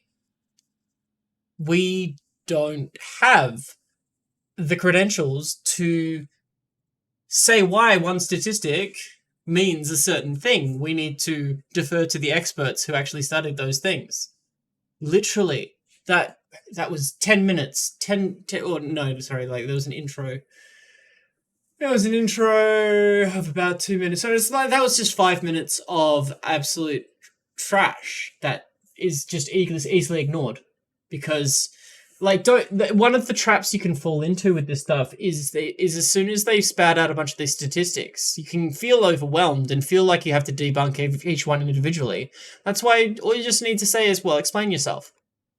Ask them why it makes sense to them that the statistics that they've shown serve the point that they are planning. Because they're prepared to tell you why they're spinning these stats in a certain way, but they're not prepared to tell you to explain like how that they're not doing that thing that they're doing. Genie back in the bottle. All right, thank you. So Malfi, you are up. Yeah, so I think sort of fundamentally what I'm talking about when I'm talking about feminism is essentially a movement to try and bring, social, cultural, political, economic equality between the different genders, obviously. And I guess fundamentally my argument for that position would be, I think that there's a lot of evidence to suggest that people are happier when they have more autonomy and more social freedom to choose whatever path in life that they want to choose. So I think women, you know, having the ability to, you know, find a job if that's what they want to do, or essentially live however they want to live. But is that though? The problem? The problem is, as soon as I point that out, how do we move forward from that when she's not? When what always ends up happening, like you saw with Fabian, is that they will continually try and bring you back to their spin rather than actually trying to create a point. It just becomes a circular argument. Like they'll say, "Oh, you disagree with the statistic," and I'm just like, "No, but that statistic doesn't necessarily say the thing that you're claiming it says." And it just turns around and around and around, and then they call you bad faith for not like accepting their, not letting them spin the argument their way dishonestly. Yeah, it just doesn't go anywhere. I mean, if you find that sort of thing fun, like I find it fun, but like I don't know if people would actually find that interesting in any way. You know, like it's just we're just doing the thing. I guess doing the same old song and dance, doing a song and dance, doing that song and dance. Oh yes.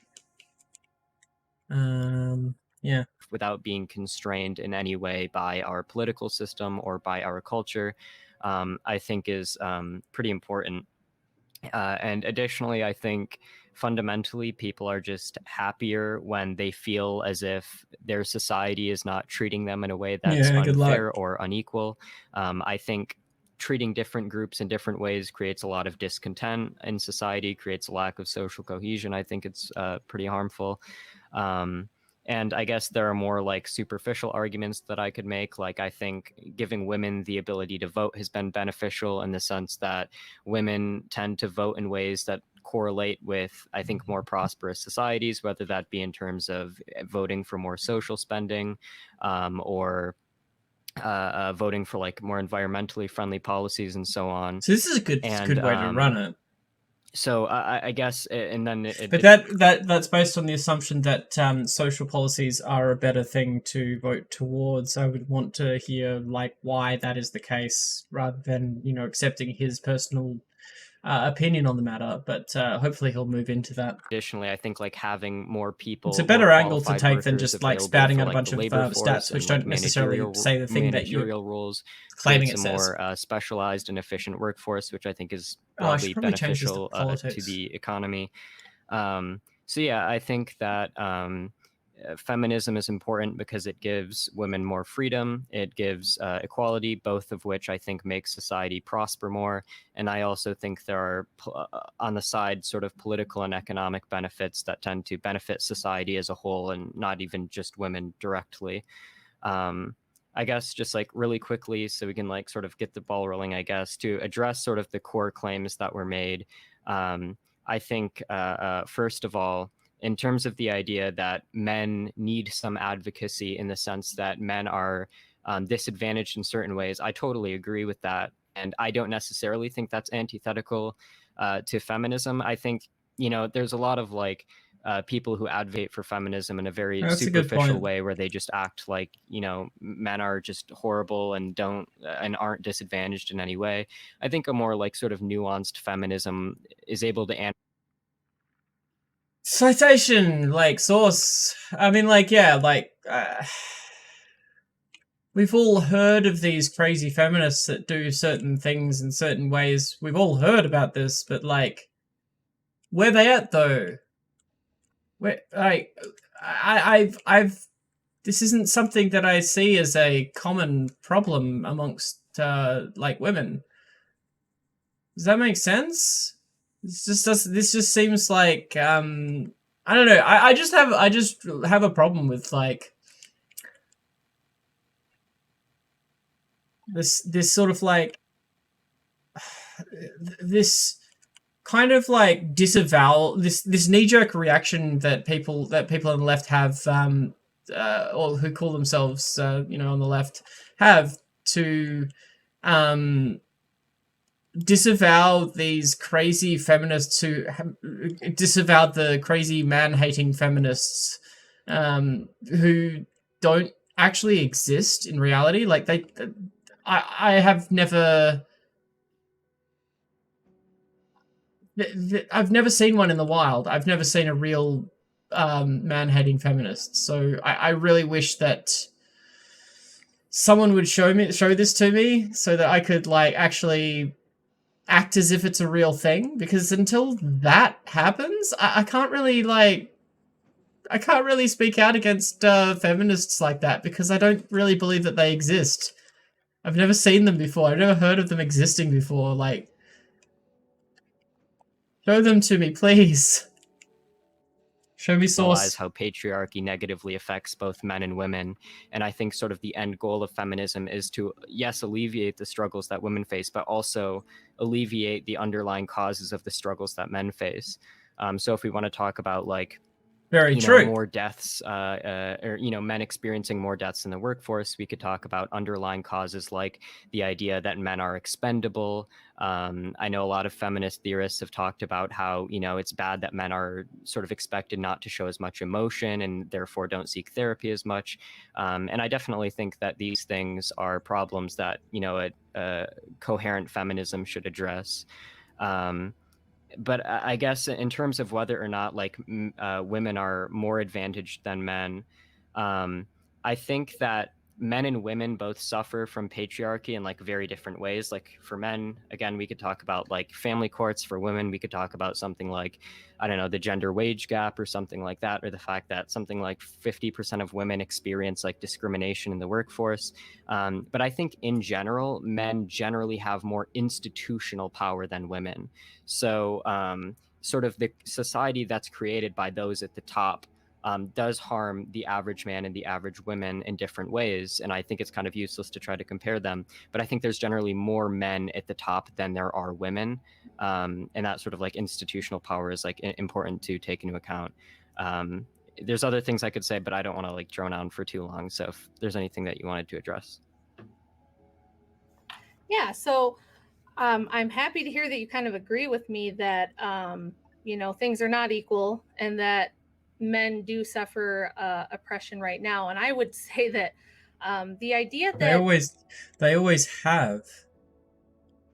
Like, nobody's arguing that men aren't oppressed under the patriarchy, but feminism serves to address those problems for both men and women. Like,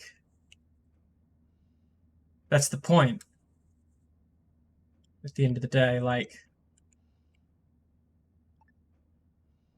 that's the point of feminism, is to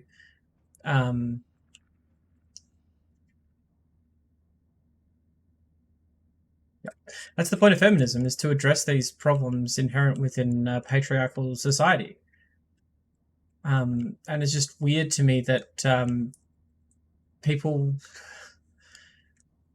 seem to have a problem with trying to break down a patriarchal system which affects both men and women negatively. It just doesn't make sense to me in the long run, I guess. It's just one of those things that just doesn't make sense to me as a woman. It's just like, well, as a feminist, I seek to remove the same problems that men face as well as women. Like, this is something I seek to like find a solution for men and women. Like that's the point of feminism. Feminism has not made things like swing one way or the other. It has, when it comes to the swinging of ways, you can put a lot of that towards, you need to be able to separate like feminist action from like the capitalist exploitation of feminism in general, because like that's a thing as well. It's important to remember that when it comes to feminism, when it comes to feminism and the things that people attribute to feminism, a lot of them have to do with the capitalism trying to perpetuate itself.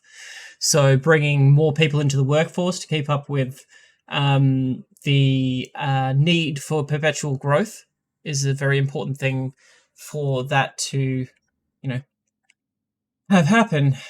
I feel like I'm like rambling a bit here. But we need to be able to separate between the positives and the negatives of the way capitalism interacts with feminism.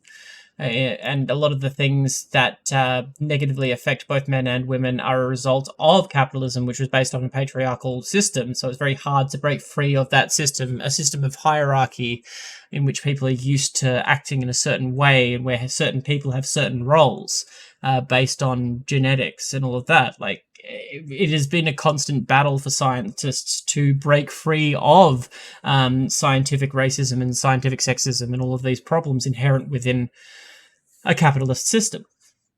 Yeah. So that's where I stand on that issue, at least. There's a patriarchy now is kind of laughable to me, because I just explained how generally the institutions of power do not favor men. So in today's society, a lot of men are not even dating or getting married anymore because they take all the risk for very little reward. Meaning, you are a young man, you have a good job, you're starting to gain some resources, therefore a woman's attracted to you, she wants to marry you. Whoa. How many assumptions did we fucking go through there? I lost count after the first sentence. Okay, so men aren't getting married or are being single more often now. And that's because they take all the risk and then they get jobs and and then women are attracted to them. What are you talking about? Where is she going with this? Marry her, you get married. Who? What? Probably Who's she? College debt with her. Suddenly there's a woman. Wait, are these men getting in relationships or not now? Lady, make up your fucking mind. The vast majority of college debt in this country is now held. College debt now. Holy shit. Jumping all over the place. Women. So she's probably going to bring some debt into the marriage. But if you want to have kids, you're going to have kids. Some debt into the marriage. You're either stuck in a position where, like, the average family pays more than 25% of. It's not a family. What are we talking about? This has been a wild ride. Men aren't dating anymore. Suddenly, there's a woman in their life with debt, and suddenly they've got a family. What are we talking about here? Are you talking like this? Sounds like super specific. Is she talking about someone in particular right now? Their income and childcare costs, or you're gonna have your wife stay home and be paying. They've got a kid now. We've gone from men aren't having relationships to now they have a kid, and I don't even know who they are. Suddenly there's a woman, and we still haven't like gone back to like the guy who wasn't dating. Like, sounds like he's doing pretty well for himself. He's got a good job. Off for college debt when she's not bringing in any income. So that's something that's kind of going against men and women being married right there, especially men, because if he's the one working, he's going to either have to pay the childcare costs or pay the college debt. So he's a little bit screwed out of the gate with that. If he has a couple of. What are we talking about? Like, is this a specific thing, or is this just something she's made up in her head? Can she please narrow this down to like something that exists outside of her fucking head? And women are known to be hypergamous. It's biologically built into us that we are.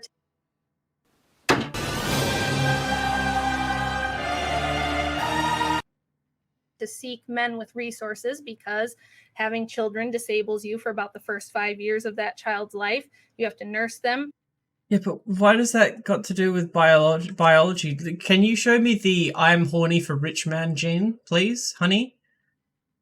You're talking about, you mentioned biology. Do you know what you're talking about right now? You're talking about sociology right now. You're talking about anthropology. You're talking about archaeology. You're talking about systems. You're talking about things which are not biological. You're talking about social constructs. You're talking about, and like, these things are real, sure, but you just said that it's biologically built in, and then you came up with sociological arguments to back up your point. I would agree with you if you said that women biologically, like people with biologically speaking, people with working female reproductive systems, working wombs, working vaginas, all of that shit, biologically, they are the ones that give birth. But everything onwards and forwards from then has to do with the systems we have in place to take care of those women. And if they require support because of something that is biological, and we are not, as a society, supporting them in that and expecting men to do all the hard lifting for them, then that is a problem with the system, which perpetuates the idea that men are required to be breadwinners. Which system is that? It's the patriarchy.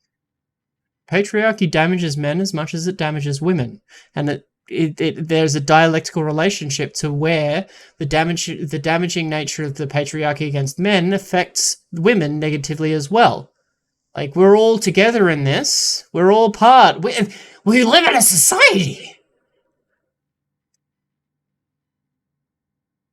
But it's not biologically built in that women seek out rich men. That's not biological. That's got to do with a broken system which requires women to have to find in which women are not treated well enough in society to not have to worry about that shit. And it seems to me that having more single men and women and, you know, the increased divorce rates are more of a factor that we are starting to treat men and women better now, and they are not staying in toxic relationships, and they are caring about themselves more. I don't know.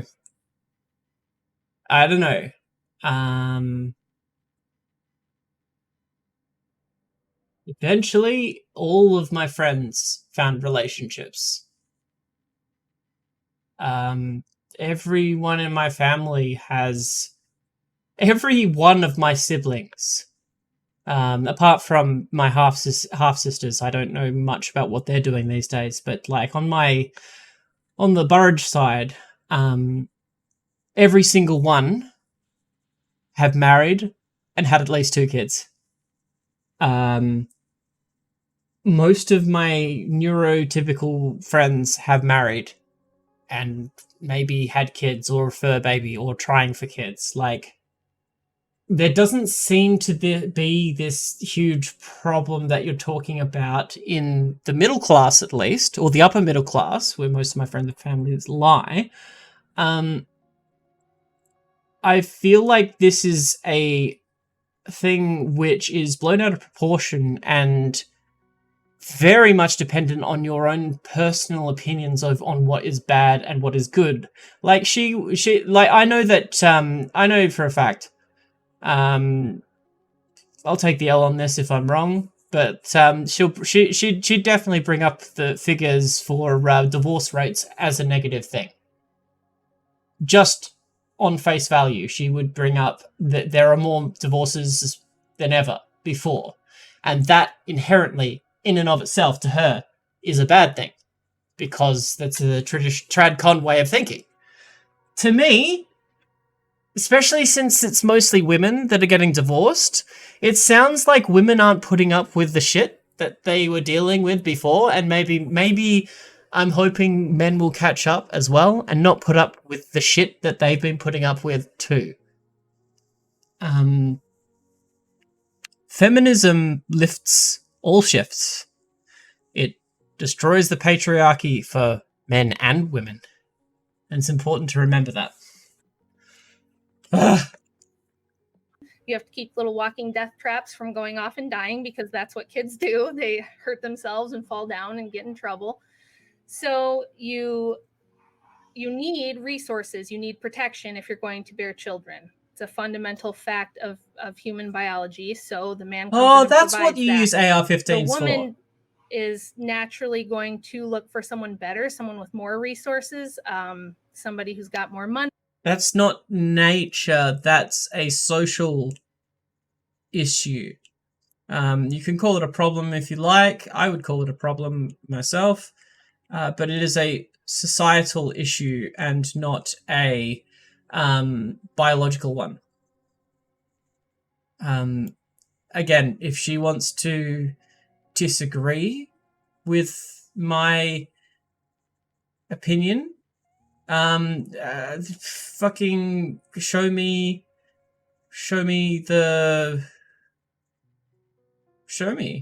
Yeah, just show it to me, I guess. I don't fucking know.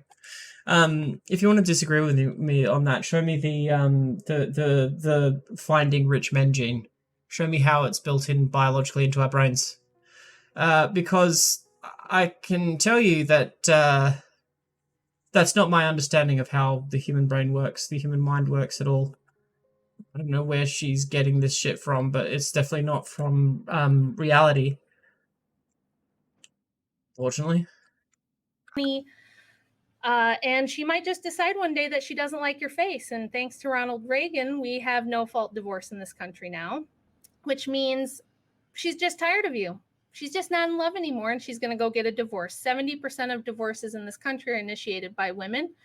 And because of the slant of the family courts, 83%. Wait. Did she? Wait. You brought up a stat there, but then you made the claim that women just like divorce because like they don't like your face. What? Where did that come from? Huh? That's completely out of left field. What are you talking about? He's going to get custody right out of the gate. You're going to end up paying child support. If you don't pay child support. Again, she's brought up all of these stats, but she hasn't actually shown how they interact with her logic. So the truth is that until she's able to show from the point of view of the researchers into this, until you're able to actually show, yeah, well, actually, this is what's happening. This is why things are this way. Unless you can do that, you're really just making shit up. At the end of the day, you're just making shit up, which is kind of scummy, to be honest. Really kind of scummy. Sorry, I'm just taking a break with my head right now, trying to figure out the best way of doing this.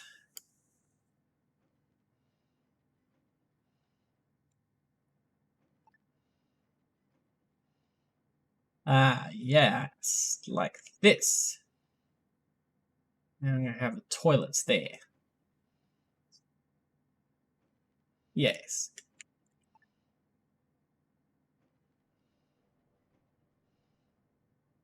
There we go.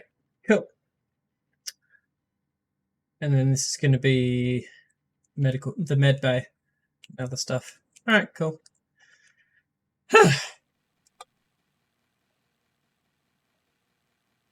Surprised there aren't more peeps in chat. Yeah, me too. Taken away, I don't know. You can go to jail. Maybe I dropped off. I fell off. You're likely not going to get much parenting time. Women get far more parenting time awarded to them than men. So she may also get, in above and beyond child support, half of everything you own. And so men are looking at this and going, why on earth would I take this deal? Here's the thing. Are men looking at things that way? You are saying that they are, but you haven't actually shown any form of statistics which back up your claims. You haven't shown you're working out. None of this seems to be like proof of any of your claims. You are simply just making claims. Is all you're doing is making claims, which is really fucking scummy, honestly. It's just sounds like a really terrible deal, and I think that they're right, and I think that not only do who's right? Who's they? You're just like who is the they? You're talking about these men. Like, but you've brought up every statistic, but the one that matters is the statistic of men who feel this way and who are looking at these stats and thinking in the same way as you. You're just imposing your own opinions and backing it up with cherry-picked statistics. Suffer because of that. Children suffer tremendously because of that, and women suffer because of that. Women, single moms who are divorced, take up the most welfare resources. Births out of wedlock have gone up in lockstep over the last 50 years, right along with welfare spending. If you look at a graph, which I think I have the source, I dropped a ton of sources in the chat here. If anybody wants them later and you don't see them or whatever, I can send them your way. If you look at a graph of welfare spending and out of wedlock births, they just go up just like this together. So what we've done is kind of replace fathers with the state. And on top of that, we know that children who end up on anxiety meds, depression meds, ADHD meds, having trouble in school. She's just going crazy with this. She's throwing out, like, not one of those statistics. Not one of those statistics prove anything. They're just statistics, and she's, like, claiming that they make her point in the inherent fact that, oh, okay, so welfare payments going up is a bad thing, without exploring why. Why is it a bad thing? Why are these statistics bad, and how do they interact with your argument? Substance abuse problems, the vast majority of them come from homes without both biological parents living in them. I have a reference of studies that were done on that as well. They looked at a children's psych ward and found that... Yeah, those studies include a lot of studies which talk about how it's, hey, she's trying her best to make up bullshit. Yeah, agreed. Also, welcome back. Oh, where's music?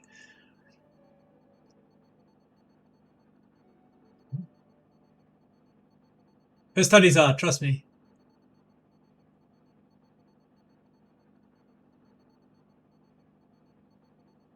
Involving the people.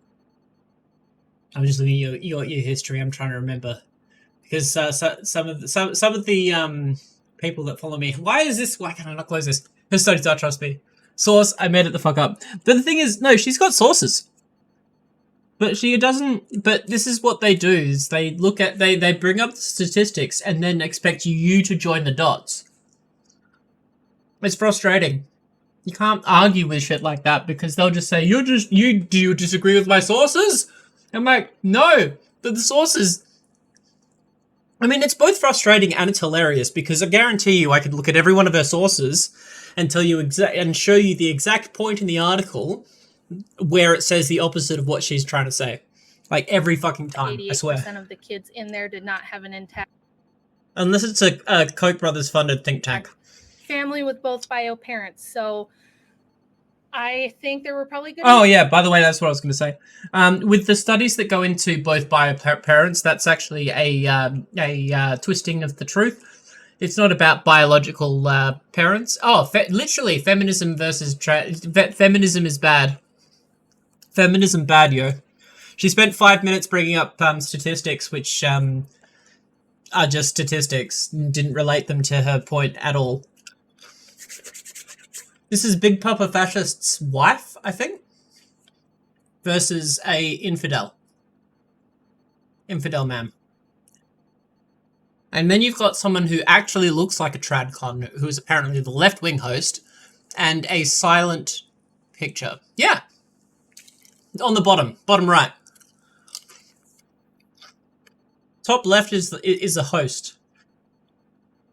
And she looks like a tradcon. But she's not, apparently. But I've never actually heard her views. Isn't he like... Yeah. Yeah, he runs the Crucible. I've been on it once. I want to be on it again. It's a lot of fun. I debated Fabian. Fabian Liberty. He's an anarcho-capitalist, whereas I'm an anarcho-communist. Thumb. Tensions with first wave feminism, but I don't even think that first wave feminism was good. I know it's very popular on the right to argue that first wave was fine, but it's just gone too far. I disagree with that completely. I don't think that. You want to say something funny? I don't know if it'll work. I think I downloaded it. Hold on. Let me find it. Let me see if I can find it.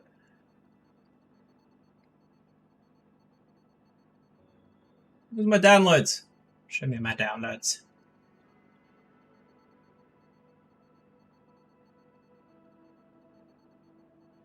Yay! I found it. Make it circular because some people may choose to not identify as woman. That's not what. I was watching this debate, and I basically won the debate for poly people who was debating Fabian Liberty on transgender people and that sort of stuff, and like he was claiming that it's circular logic to say a woman is just a woman. What is a woman? A woman is what you believe a woman is. Like, or it's not circular by virtue of the fact that every adult human female doesn't identify as woman. What makes it circular is that when you're trying to define the word, if you get to the same word, then you have to start over at the beginning because the definition has no utility if the word is in the definition. Okay, well, how about this? How about this? A woman is somebody who identifies as fitting in a particular role, which is recognized by adult human females. Yes, by the way, CGR 7th. Is that non-circular now because I changed a word? Okay, so, then Jesus Christ. So let's write so this like out. you're being so your new definition. Yeah. It's funny fucking with them like that because they'd say it's circular logic and no, it's dialectical. It's a dialectical relationship between the individual and society and what society perceives a woman as and what the individual perceives a society as, perceives a woman as related to how they've grown up in a society.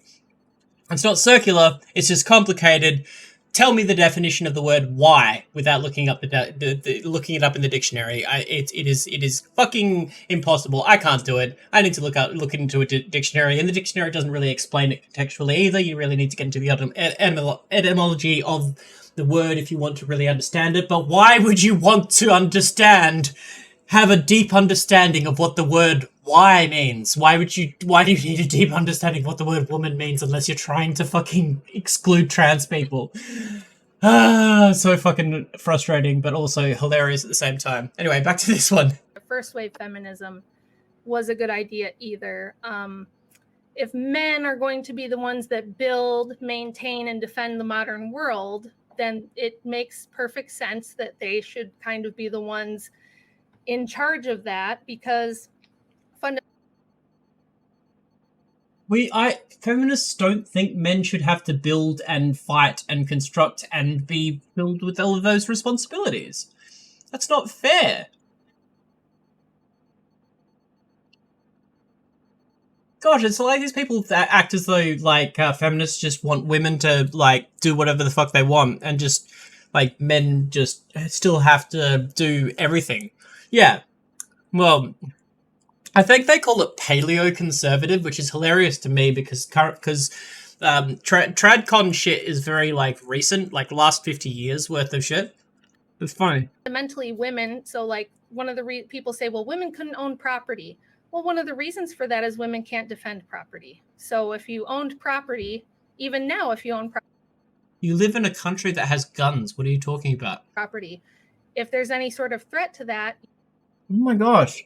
This is why we don't live as individuals. We live in a society. You generally have to get men to come in and put up the defense for you.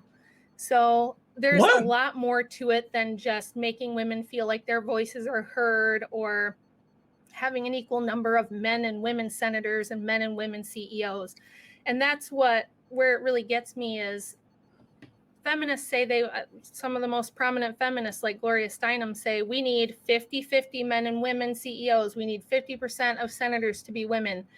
But you never hear them argue that 50% of trash collectors should be women, or that 50% of oil rig workers or deep sea divers should be women, or any of. Yeah, they do. What are you talking about?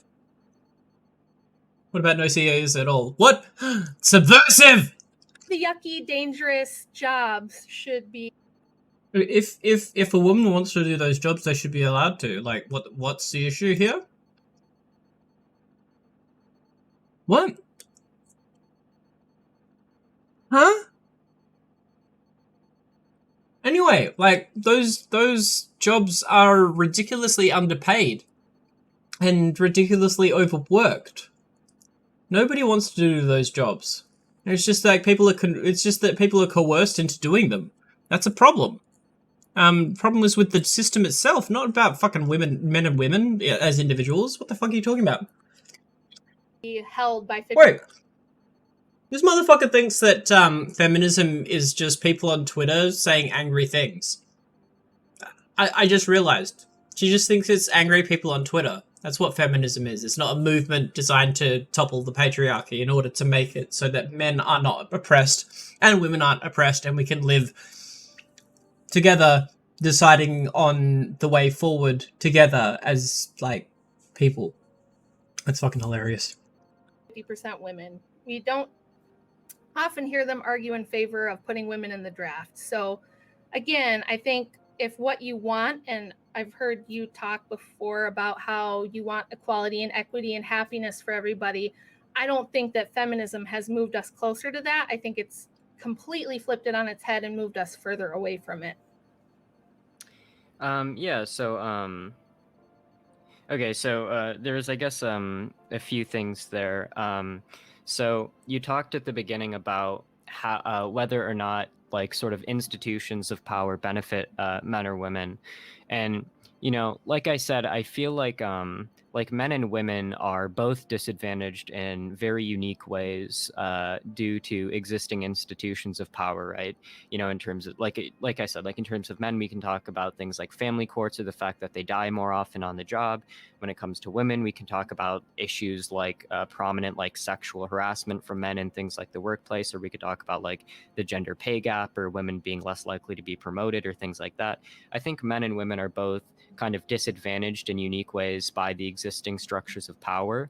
And I don't know if I would try to like, try and compare who has it worse or not. I don't know what value that sort of has, but or that sort of thing has. But I do think that the reason I talk about like patriarchy is because while the average man and the average woman are both negatively affected by existing institutions of power, the existing institutions of power that we're talking about are disproportionately represented by men, right? Men are disproportionately represented in government power in terms of like Senate or the House of Representatives. There's never been a woman president.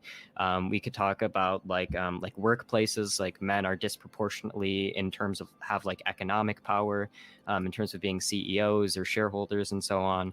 So it seems like whether or not institutions of power benefit men or women more, on average, the institutions of power that are constructed are largely constructed by men. And that's why I think it's useful to talk about like patriarchy.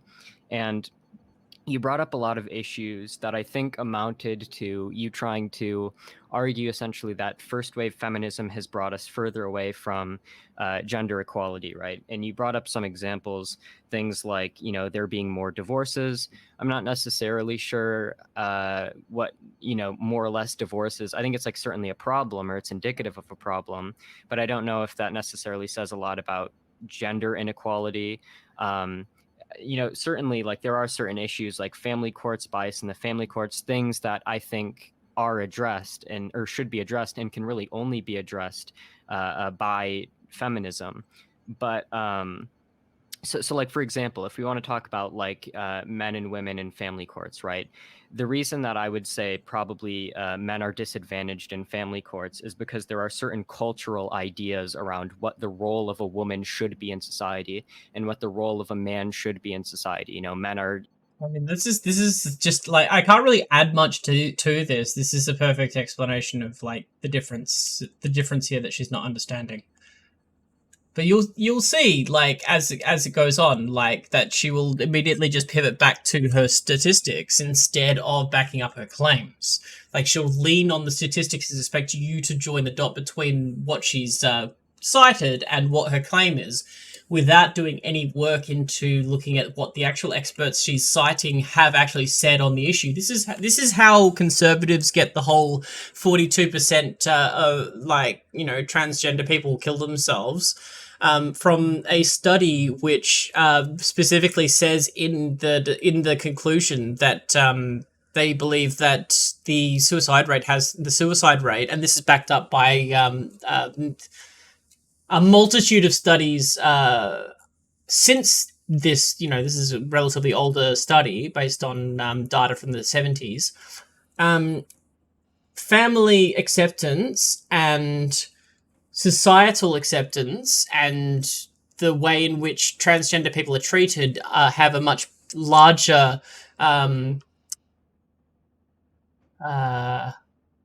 impact on the mental health of transgender people than being transgender in and of itself.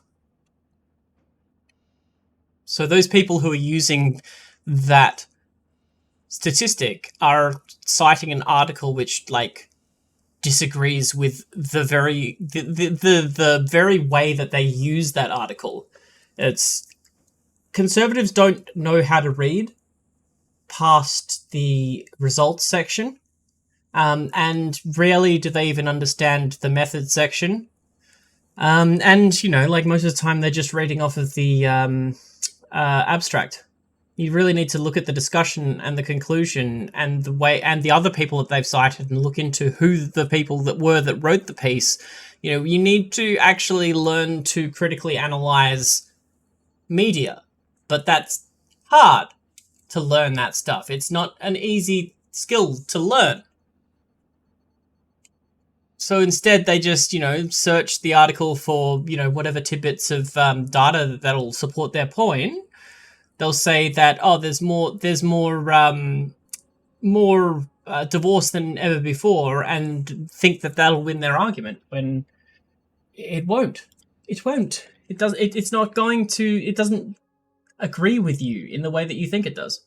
Considered more expendable. Men are considered like the providers, the powerful ones, and women are considered like the ones who ought to be at home taking care of the children. And that's so a problem. And so if you want to get rid of those sorts of biases, then you should be advocating for the sort of feminism that I'm advocating for, where you get rid of those sort of cultural roles and expectations around what the role of a woman ought to be in society, and what the role of a man in society ought to be. Yeah, Who would have I thought, guess, huh? and I guess I reject the idea that first wave feminism brought us closer to or further away from gender inequality. I think, like, women just straight up not being able to vote or own property or any of that stuff was probably more severe inequality than, like, family courts biasing men and, like, the other stuff you brought up. But ultimately, I think the main point is that my biggest advice is don't go into the whole family courts thing. Because as it stands, at the end of the day, the problem with the family court is as much a part of a problem with the patriarchy as it is with anything else. At the end of the day, it is the patriarchy which has caused these problems. What does that mean?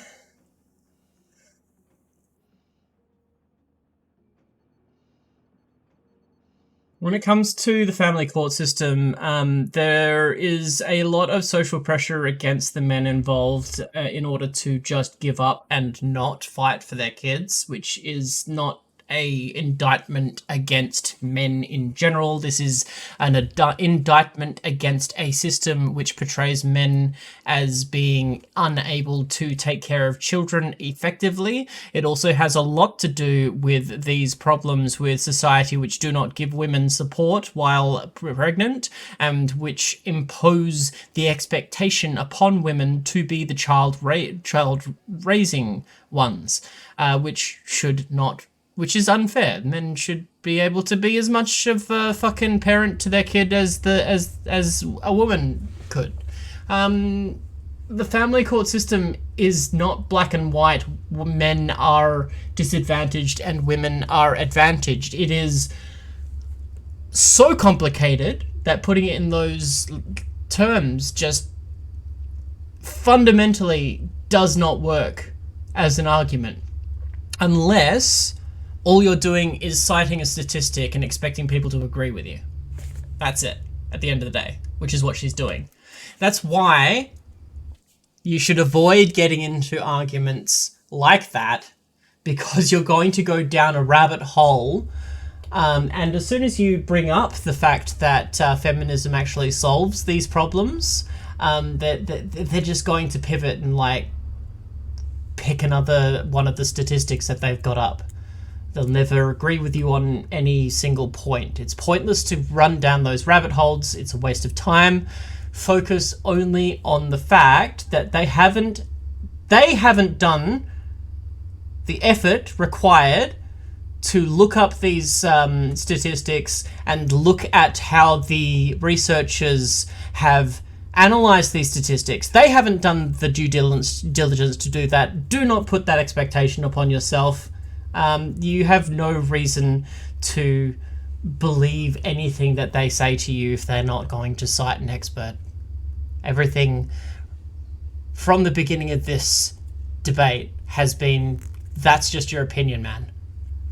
You can bring up all the statistics you want, but if you do not show me how the experts relate these statistics to the problems at hand, that's just your opinion, bro. You're just giving your opinion on the statistics. You're not showing me how that they relate to your point at all. And that's the shitty thing. What inequality still exists is best done away with by the sort of feminism that I'm advocating for. And I guess one other thing you said was if men are, going to be the ones defending the modern world, and so I mean, it's easier just to say, yeah, there's a problem with the system there. Yeah, feminism will solve that, because they're not expecting that. They're not expecting you to agree with them and then say, yeah, that's a problem, and the solution is communism. I mean, feminism. I mean, both, but yeah. They should be the ones who are in charge.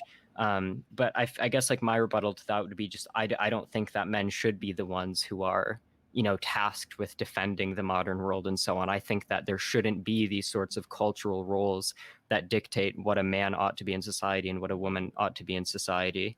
And I guess I'll just end by agreeing with you that there are a lot of feminists who are willing to say like, oh, women should have equality. This is the issue that I have, though. You don't have to do this whole I disavow bullshit for feminists who don't exist. Like, the kind of feminism that you're talking about here doesn't exist. Yeah.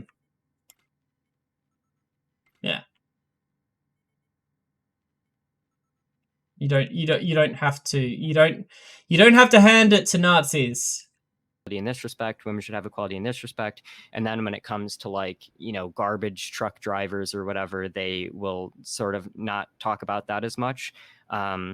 Who's they? I guess to sort of defend the person that you were talking about, I think that saying there should be more women senators is a lot more important than saying there should be more women garbage truck drivers, because I think that senators are like, the Senate is a place of massive institutional power. So I think the gender balance in the Senate is much more important or indicative of gender equality in the society at large compared to the gender balance of garbage truck drivers. But I do think that in a totally feminist society, there would be more female garbage truck drivers relative to men, because sort of the cultural roles and expectations around that would sort of dissipate. And I think that's fine.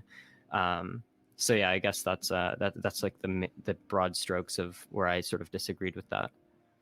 Okay, so something you said was you'd kind of just like to do away with the whole gender roles, and that you think that really the stem of the problem is expectations for certain gender roles, and that if we got rid of that, that it would help the problem.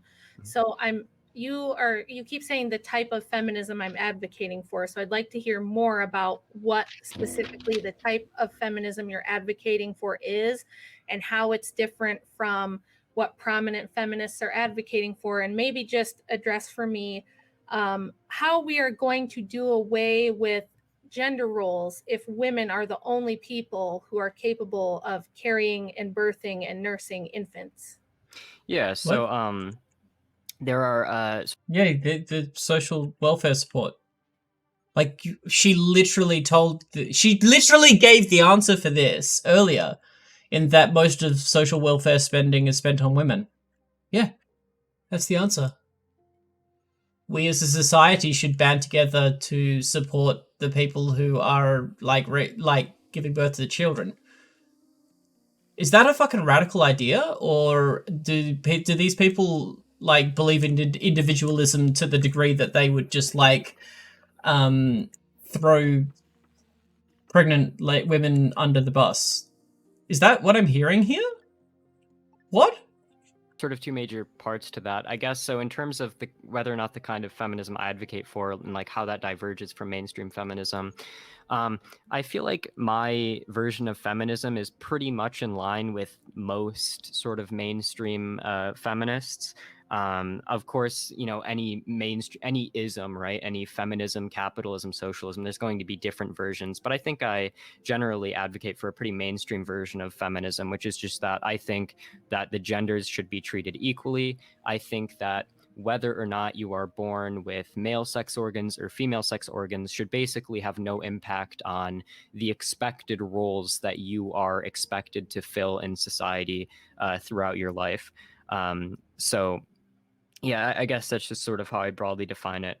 And then in terms of gender roles, I guess, so like, of course you can't do away with the fact that women give birth and men don't give birth, right? I mean, that's just a biological difference. And when I say get rid of gender roles, I'm not saying that we need to get rid of the biological differences between men and women. I'm saying we need to get rid of the sort of cultural expectations around what those biological differences currently entail. So like, you know, when a woman is born, they say, okay, this is a woman, she has female sex organs, she can give birth, therefore she ought to be expected to fulfill this behavior and this behavior and this behavior and this role, and this is what Bailey welcome she back. ought to function in society. And then for men, it's the opposite. But I mean, like, but men aren't the opposite. Like, when it comes to that, like, men should not be like not expected to take. I like, she's had kids, right? She's had kids, right? Has she not had? Have these people never like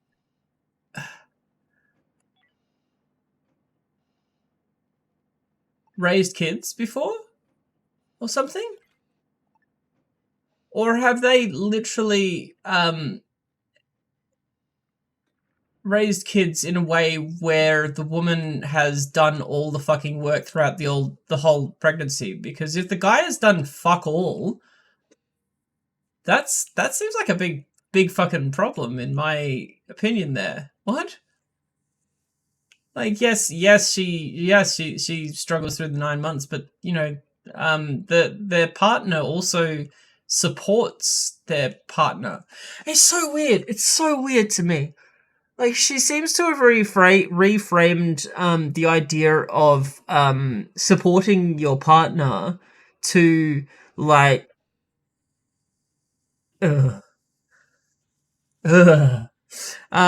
supporting your partner to being this like a bad deal for men. It's just a weird framing of like what we shouldn't just expect individuals to support each other. We should expect the society to support each other as well. Or am I completely fucking brain broken or something? It just seems so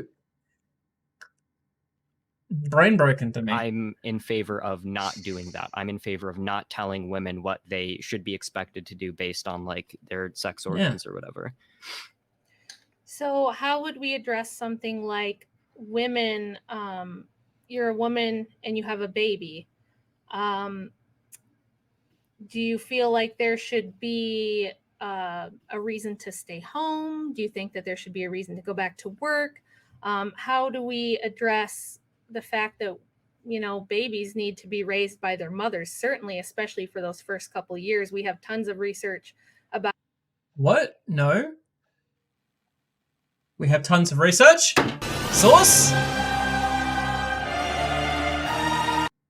Like we also have articles which have shown that like gay men raise kids if not like the same but perhaps even better than like cisgender people. Like what studies is she talking about here? About breastfeeding and how important it is for the development of the infant. We have a lot of research showing that separating tell us more about babies anywhere in that first 2 years puts women at very high risk for postpartum depression, not just because of, you know, the sentimental and emotional reasons of having to leave your baby with someone else for 10 hours out of the day, but also because it impacts Was it trust the circles? Bonding hormones, nursing hormones, female sex hormones, and also tends to produce. What is this, a Vorsh clip or something? Nice argument, Senator. Why don't you back it up with a source? My source is that I made it the fuck up. I'm sure she's citing something here, but like it's not anything I've read. Separation anxiety in infants. So it. And who fucking what article? Can I look it up? Can you tell me what article it is? Who was at least give us the scientist's name that worked on the paper. At least like tell me what it was like published in, so I could like even try to look it up. To say we should just do away with all these expectations. However, I don't understand. You're right. Is and super secret sauce. It's like my barbecue meatball pizza sauce that I made the other day. Definition of femininity in and of itself. It is literally what separates us from men. So it's fine to say we can just say we don't expect you to behave a certain way because you're a man or a woman. But what do we do about the practical side of trying to have a family? Honestly, like, again, those sources may or may not exist, but until I can look them up and you can show them to me, like, I'm going to say, based on everything else that you've set up until this point, yeah, just pick one of these. I said source because instead of say because you with the pizza. I love pizza. Furry pizza. Furry pizza is the best. 4 hours. Sure. So, in terms of like the practical side, insofar as like for a little bit, like the woman watching the baby as opposed to like the father or something is absolutely totally necessary. I don't think most people would say that like a woman should just like leave her baby insofar as, and I will admit, okay, I'm not super well versed in the sort of science of like parenting or whatever. Also, here's the problem. Oh, don't look it up. Don't look it up. Don't look it up. It's not safe for work. That poor pizza. But like, also, okay. So that argument that she just gave there, though, what about the partner being not around? Are we gonna act as if that's not the case either? Like, literally, like, it could be exactly the same both ways. It might not even have to do with the mother itself. It could be like the person who birthed the child not being around, but like, I don't. Show me the mother postpartum depression gene that she's talking about. Like, again, this is why you shouldn't go down these rabbit holes with these people, because at the end of the day, you end up with more questions than answers. They're expecting you to listen to the source and unquestioningly agree with it because it's a source. But at the end of the day, they haven't actually brought up any real proof. At the end of the day, they've just brought up the source as if it's self-evident that it's correct. That's it. That's all it is. And that's just fucking dumb and gross and annoying and irritating, and I hate it.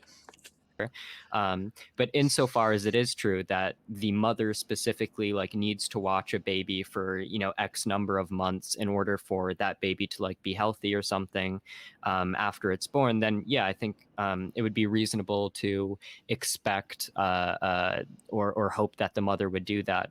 I think when I'm talking about feminism, I'm not saying that literally every single expectation should disappear for everybody in society, right?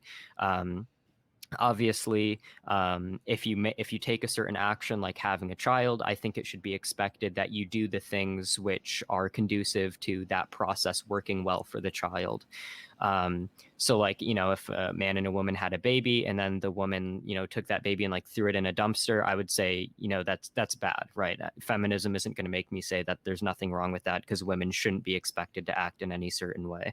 I guess when I'm talking about feminism, I'm more so just talking about like this sort of needless cultural expectations we ascribe to people based on certain biological characteristics. So like, you know, like I mean, that's a women... decent way of sidestepping the point. At least he's not really getting sucked down to that. Like, at the end of the day, arguing the point with that is going to go down the way of, oh, you haven't read this study before, educate yourself, basically, from her, like that sort of thing. So like, yeah, just ignore it and move on. You know, I guess what toys they should be expected to play with, what colors they should like, what activities they're expected to engage in, whether or not they should be able to like get a job or achieve political or economic power. I think that those sorts of expectations are the ones that I would like to address. So yeah, I guess I would just say, like, insofar as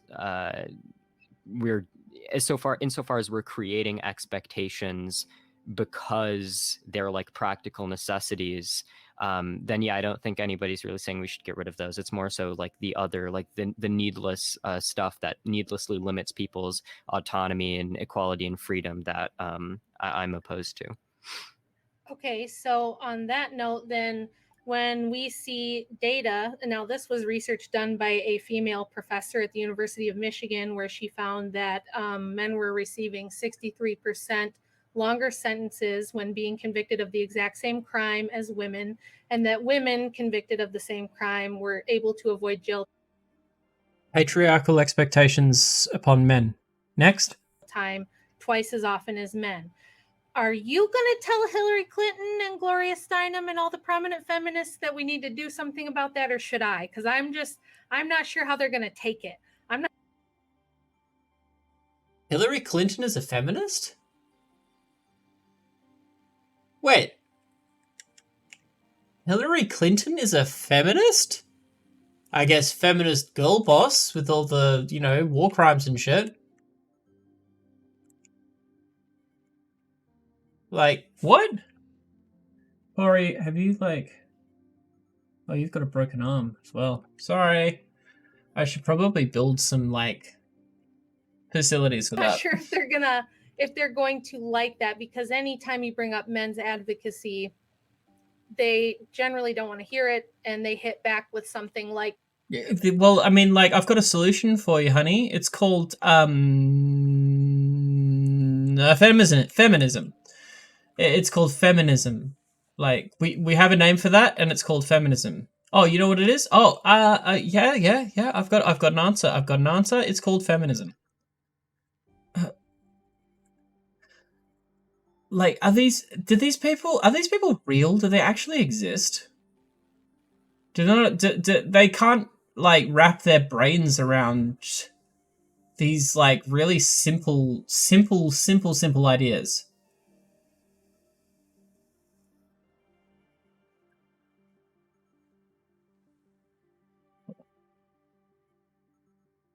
Give me a second.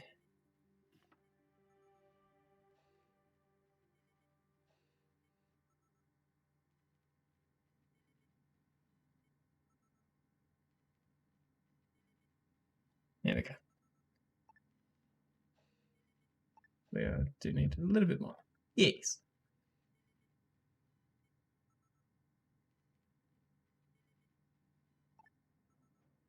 This doesn't make sense. It's so fucking weird. Wage gap, which has been debunked a million times. Wage gap now is not. It has not been debunked at all. Due to anything other than women's personal choices in what careers. Yeah, then that has to do with societal expectations and also like choosing whether to go into a toxic environment.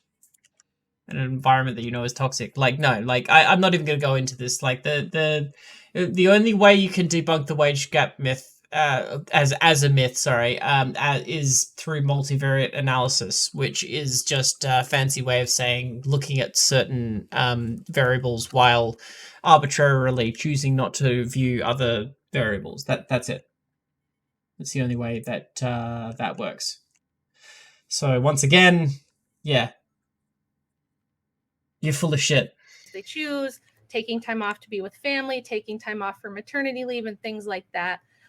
We've tried to do programs to try to mitigate that with the childbirth thing. California had a law that they passed in 2014 that paid women 55% of whatever they made for the first 6 months, I think it was, after giving birth, and it did almost nothing at all to get women to go back in the workforce or sooner. Yeah, maybe that's because work is shit and they should have a better something like they should have more incentive to go back to work than that. What the fuck? This is like the COVID thing. Like, why aren't people going back to work? Well, you know, they've realized after being actually having a living wage without having to work as much that, you know, life is about more than just fucking work and that workplaces are paying you shit. Stay in the workforce after having a baby, and when they did a survey to try to figure out why that didn't work, it's because women's priorities change once they actually have that baby.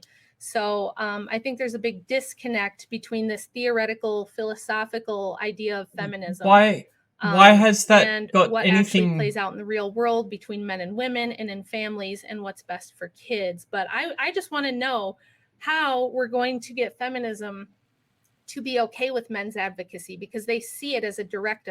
Because feminism is advocacy for men. You're still acting as though feminists just want everything for women and nothing for men, which Mouthy Infidel has already fucking debunked that point. You're arguing something that has already been debunked. Like, Mouthy Infidel is a feminist, and he does not subscribe to that. So, what's your point? Front to feminist goals to even advocate for men whatsoever. So what do we do about something like the fact that men are seeing such drastically longer sentences for the same crimes as women? Yeah, so I think that I don't want to speak. We tear down patriarchal expectations on men. We tear down this toxic masculinity against men. Like, we tear down these ideas that men are inherently violent and look at the societal problems that cause these things. We maybe reform the police system entirely so that this becomes less of a problem. Like, there are definite ways that feminism talks about how to deal with these issues. Like, who is she talking to about feminism? She's talking about a straw man that doesn't exist. Too, because I know that when we're talking about any political ideology, I feel like we can bring up any number of examples of people who advocate for that political ideology in a way that's maybe superficial or not super representative of the discipline as a whole. I will say that, like, in terms of like the feminist literature and the feminist theory that I've engaged with, it does seem that most feminists do acknowledge that there are ways in which the patriarchy affects men. And in fact, even if we want to talk about like more mainstream thought, you know, one of the common terms that, you know, I was around for the whole 2016 anti-SJW wave with, you know, people like Sargon and people like that. And one of the constant hot button issues was this concept of toxic masculinity, which is the feminist theory of how patriarchy negatively impacts men and feeds into things like biases, yes, and understandings of men's roles, which creates the sort of disparities and biases that you're talking about.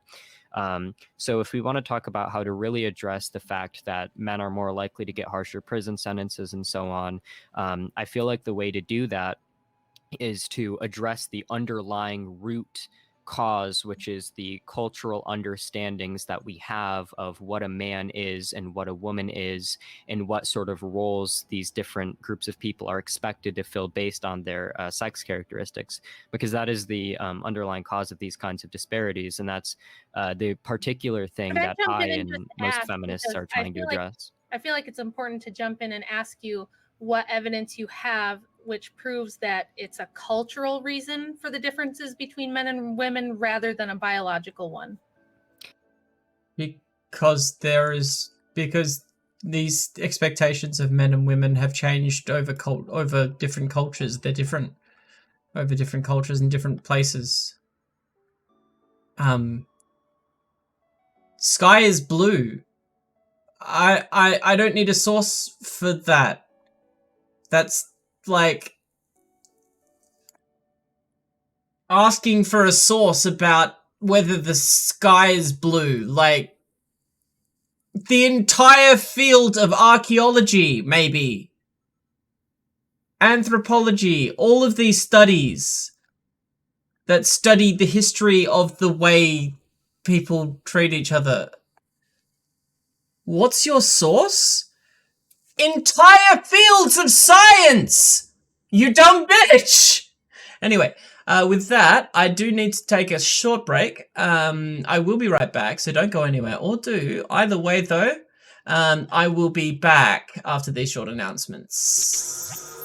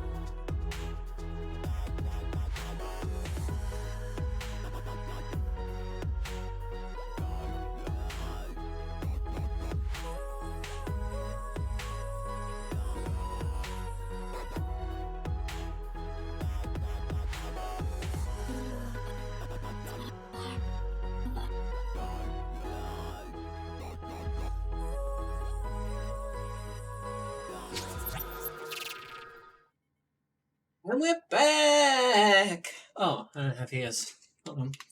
Da-na-na-na. Da-na-na-na-na. Oh, yeah. Get some sounds. Do-do-do-do. Do-do-do-do. Do-do-do-do-do. Sound.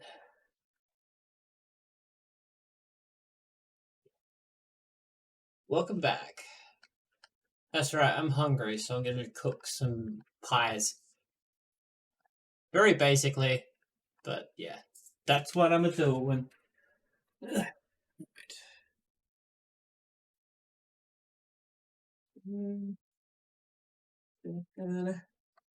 Just trying to do this in a way which doesn't make the whole house look messy. But basically what I'm doing is I'm taking this motherfucker here and turning it into a delicious meal for me.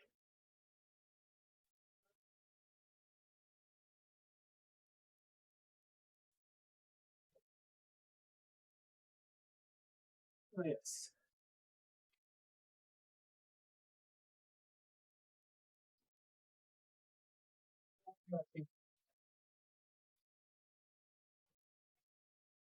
Yes. I like pie. So, we are going to do here. Let's turn this chicken curry into pies with this pie cooker. It makes little mini pies. So, apologies, it is very dirty, but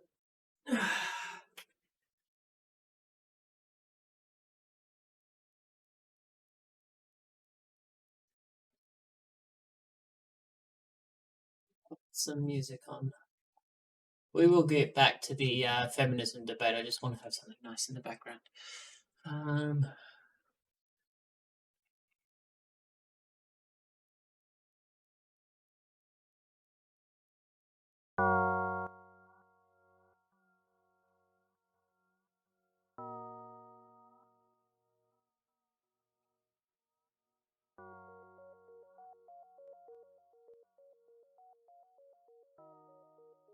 Totally playing FTL. A game which I both own and play. Oh my gosh, it smells good already. Like cherry pie. Yeah, I prefer lots of cheese and whatever's left over in the fridge myself. But we're gonna cook up some politics with this one. Alright. Oh no. I don't want to stop that one, I want to stop this one. Yeah, that's a good question, and there's sort of two ways I could go with this, because I think that there's a lot of differences that we generally see in society. Too bad you don't have an apron that says "kiss the cook." Nah, this is the best apron ever. I love this. I found it in the shop. I'm like, oh my gosh, it's so cute. Between men and women, and I think some of them you could say are largely cultural. Some of them are probably biological and have some like natural evolutionary element to them.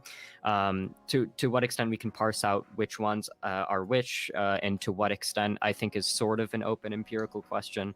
But either way, so like the idea that we have a sort of natural inclination to do a certain thing. So let's grant the premise that it is sort of evolutionarily ingrained within us that men are naturally inclined to like dominate over women, and that's sort of like where our natural tendencies would lead us. Even that I don't think implies that this sort of male domination over women necessarily has to be the case or should be the case, right? Like it's kind of like the is-ought gap, right? Like you can't directly get from a That's a spicy fucking take when you think about it. Now think about it for a second, right? He's saying that even if it was biological, it doesn't matter. Which is a fucking brilliant argument. We evolved. And we got as far as we did, not because of our biology, but because we developed the ability to communicate.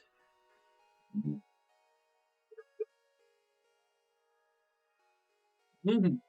That's brilliant. It's brilliant. It sidesteps her fucking question entirely. It destroys her argument. That's based as fuck. I like that. Statement to like a prescriptive statement. So for example, I mean, I'm of the belief, I don't know if you, I know you're religious, I don't know if your interpretation of your religion is compatible with like evolution. Generally, I'm of the belief that our natural tendencies are ingrained in us by evolution. And so we have certain tendencies, but we can also abstain from those tendencies. And it's often in our interest to do so. So like, for example, we human beings evolved to enjoy foods with like high levels of sugar when those kinds of foods were like super rare in the environments that we evolved in. However, you know, obviously this through is some great. degree of self-constraint, self-control, this is amazing. We can abstain from eating yeah. sugar, and it's often in our interest to do so. Because evolution is fundamentally concerned with just propagating genes, not necessarily instilling in us the tendency. But the only problem with this argument is that it does not answer the question, does abstaining from these natural, assuming these processes are biological and natural, does abstaining from them benefit humanity as a whole? And that's the problem with this argument. I mean, yes, it does basically step on her whole biological essentialist argument, but it doesn't actually answer the debate question itself. You need to be able to show, on top of that, that feminism does, like, as a consensus of scientific study, of which, you know, feminism is that study, does that benefit men and women? And I am of the belief it does, because I believe that studying feminism and the ways that patriarchy tramples on men and women is a way of moving forward. So, like, this is arguments basically, it doesn't matter whether it's biological, but you need to go a step further, and I want to see if he does. Which make our societies successful and as flourishing as possible. So I think we can see that we can do away with like we can do away with like evolutionarily inclined things like gender differences. It's often in our interest to do so. And then the question is it actually in our interest to do away with these evolutionarily perhaps inclined gender differences? And I would argue that it is, for purposes of, you know, strengthening equality, strengthening freedom, etc.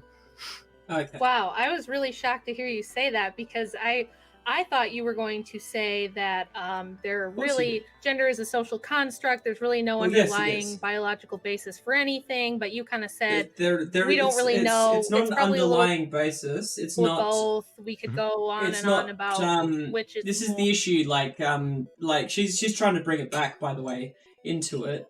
Into a point and make herself seem right without engaging with this concept. So it'll be interesting to see how she weasels out of this one. But at the end of the day, it's important to realize that gender is a dialectical relationship between what sex is and what our society has grown to expect of biological traits.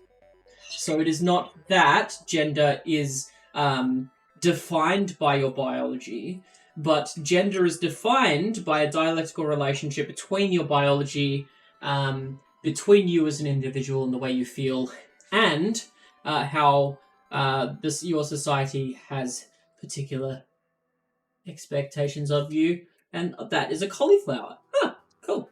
Sorry, I just didn't realize there was cauliflower in there. There is a cauliflower. A whole ass cauliflower. Delicious. Cauliflower's yum, by the way. But yes, let's chop up that cauliflower as well. Yeah, there we go. Yeah.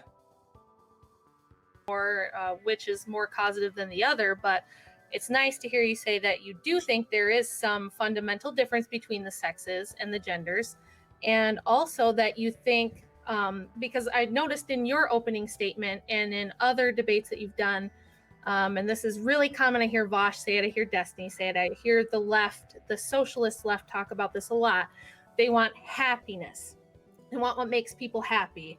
Yet you just admitted that oftentimes what makes people happy is not what's best for them, which is kind of a fundamental Christian argument for morality and restraint. So that's interesting to hear you say, because it kind of dovetails nicely into what I was going to talk about, which is that yeah, what makes us happy is not always what's best. So, I mean, if you give a heroin addict heroin, it makes them very happy, but it's not good for them. So, this is something that we've seen happen with feminism, where it was an assumption made in early feminist circles that if women just had equal political power, if they had equal voting rights, equal property rights, things like that, that it would produce greater happiness for them. Yet what we see among my generation, I'm a Gen Xer, and among the boomers and even millennial women, is that we have much higher rates of depression, substance abuse, alcoholism than we had pre-1960, which is when really the second and third wave feminism really hit the culture and started to change the culture. So correlation equals causation, I see. Yeah, like show source. Like, you're basically saying that we were happier back then. Okay, show a source for that, and how the and explain how the researchers came to the conclusions that they had, and then we're unhappier now. Okay, show how the researchers have related that. And also, for good measure, show how researchers have found a link between feminism and rates of happiness between now and then. You can't do it, by the way. Like what I just explained there. Like, you can't do it. Like that'd be the only way that you could actually prove a link between feminism and depression. But all you can do is just say, oh, people are is make the claim that people are less happy now. than they were back then based on depression rates. Okay, so you need to really like double down onto that and actually explain how those double depression rates, why those depression rates have increased. What rates are we talking about? Are we talking about overall numbers? Are we talking about per capita? Like, it's a fucking rabbit hole again. At the end of the day, sources, you are talking shit. She is, her source, her source is she made it all up. At the end of the day, like, she's slipping in her own ideology around statistics which don't actually prove her point. They just sound like they do to people within her sphere. And they'll be like, oh yeah, she made a fucking brilliant point. I'm just like, well, no, she didn't. The statistics, she is apparently citing statistics, apparently, but you know, she's only really mentioned one researcher, and I would be interested to actually look at that and see whether it actually has anything to do with the point that she's trying to make, and what that researcher has to say about people trying to make that point out of it, because I've heard about that particular study before, and I believe that that researcher has spoken out against people using the statistics in that way. Could be a different one, but yeah, that's usually what happens. So yeah, I need sources. Sauce! So it does not appear that women are happier despite having, like I mentioned in the opening, far more control over money, purchasing. Like, she's gone from who they marry, they can leave. But like, this is so scummy. This is so scummy at the end of the day. She has made the presumption that people on the left just want people to be happy overall, right? She's made that assumption, then and the only two things she said is, oh, I've heard Vorsh and Destiny say this. Now, first thing, Destiny is not on the left. Second thing, Vorsh is a piece of shit. And yeah, I'm not willing to fucking come to the table with like his beliefs in any way. Like, debate me, Vorsh, if you want, but like, you know, I'd rather Vorsh debate me and send his followers to brigade me instead of like another, you know, African American woman.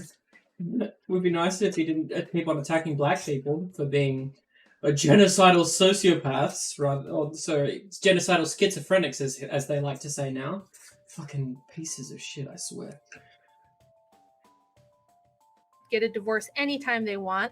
They have as much agency as they could really have as human beings. It's very hard to argue that women are still oppressed. You know, we have the same rights as men, fundamentally. If you would like to tell me how we're still oppressed, I'd be happy to hear it, but I have a lot of hard statistics and data that prove that men are actually... It's a trap! Don't fucking fall for this trap. They're trying to get you to tell them how they're oppressed. Like, this is what they want. This is the straw man version of the left. They're basically saying, hey, you know, I've got this preconceived notion of what the left is like. Fit that bill for me so I can point out your thing. Don't fucking fall into that trap. Does he fall into the trap?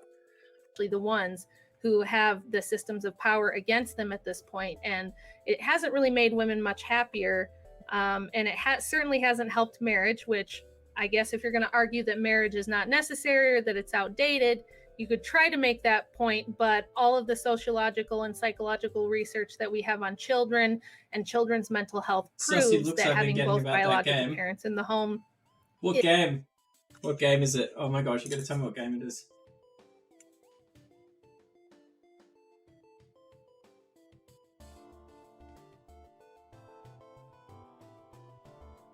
The game you made. Ah! Oh, I mean, there's some sexy ass pictures on that game. They just jealous. That's what it is. Is far and away the biggest factor in determining how well they do in school. If they're going to have substance abuse issues, if they're going to have problems. When it comes down to it, it's not about having a man and a woman in the house. It's about having two incomes in the house. And in fact, the more income you have, the more you're likely to succeed. And a lot of it has to come down to location. So if you are in a certain postcodes, you're more likely to succeed based on, you know, the likelihood of your family's wealth being a certain way or another. Like, this is just a ridiculous point. It's a moot point that's been made over and over, and it really has nothing to do with why kids succeed. It's dishonest framing of an actual phenomenon, and it's really stupid how they keep on doing this. It's racist and it's fucking bullshit. And I'm just gonna say that, like, this whole shit is the whole fatherless discussion in amongst the black community. It's racist as fuck. And stop doing it, white people. Seriously. Fucking look to yourselves. Mental problems like dissociative identity disorders, the banned depression, content sheets. anxiety. Is it safe for Twitch? All those kinds of things, even gender dysphoria. So it's very interesting to hear you argue on the one hand that not everything that makes us happy is good for us and that we should. There's some times that we need to overcome. He made the point he made was about biology not being the determining factor in our behavior. And she's just completely moved the goalposts, basically. Has completely avoided the fact that she got absolutely destroyed in that argument about whether biology matters. And is making her own. She's very good at twisting the narrative to suit her personal opinions about things. I'll give her that. But yeah, it's scummy. It's scummy, and it's very noticeable.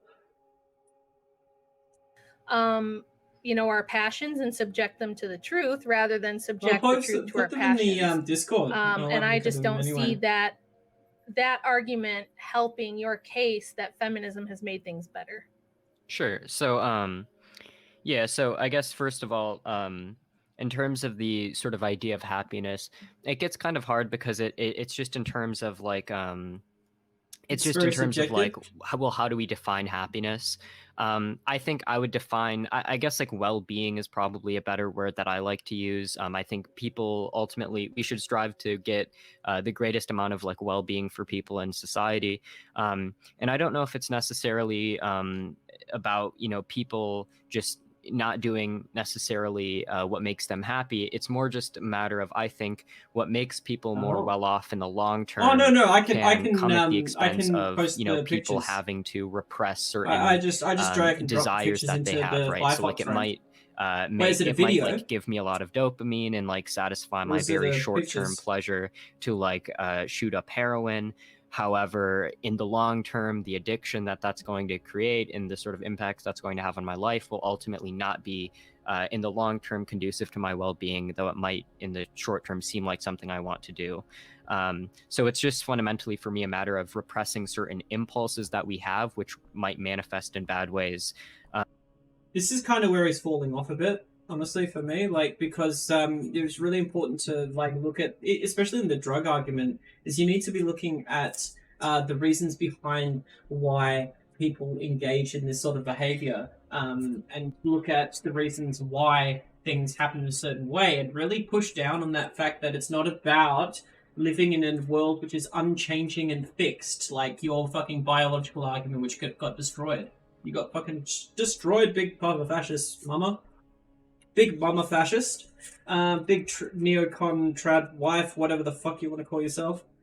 Like, you got destroyed in this argument, and you don't even realize it. It's fucking hilarious. Oh my gosh! This is that. This is that. This is basically that fucking meme.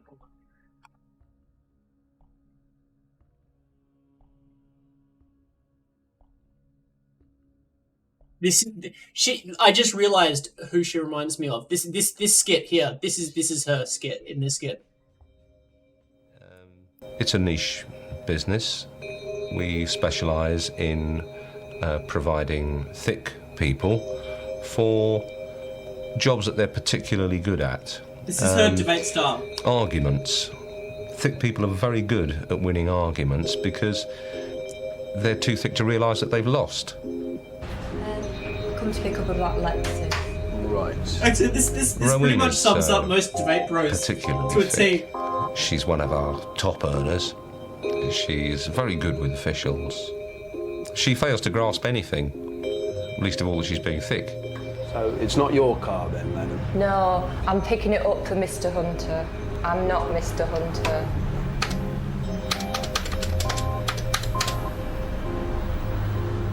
Okay.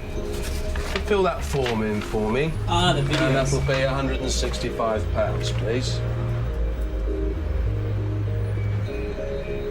It's worth more than that. It's worth about £12,000. No, £165 is the fine you have to pay. Don't see why I should pay £165 when Mr. Hunter's already paid £12,000. No, you're not. Look, I know Mr. Hunter owns the car, but it was parked in a restricted area. Right. Do you know what a restricted area is? No. Well, it's an area where there are parking meters, right? This is every debate ever. You know what parking meters are? Yes, I know what a parking meters are. Right. And your Mr. Hunter's parking meter was over time. He hasn't got a parking meter. The one he was at. He was at a meeting. Yeah, well, his car was at a parking Seriously, meter. it's just debate bros. Just do this. This is what they do. They're just like always talking like the most mundane shit that's beside the point to try and get out of being fucking paying a fine for their fucking bosses, for their capitalist fucking overlords. Amazing. I didn't realise how big this is. He puts his money in the car. He should have put it in the parking meter. You put money in the parking... No, he puts it in a tray. I'm saying he didn't put enough money in the parking meter. And I just said he puts his money in the car. I'm not talking about the car, I'm talking about the parking meter, all right? What? Because he didn't put enough money in the parking meter. It's not a parking meter, it's a car. I know it's a fucking car, you stupid woman! For Christ's sake! And that's how they win! That's how they win! They just say stupid, inane shit until you get angry at them, and apparently because you fucking yell at them, that makes you the loser. That's it. I can take the car? Yes. Ooh. Thank you very much. Right. You didn't have to shout at me like that. Yeah, could you leave, please? Holy shit. Holy shit. Jam is amazing. Do you do car washes at all? Go away.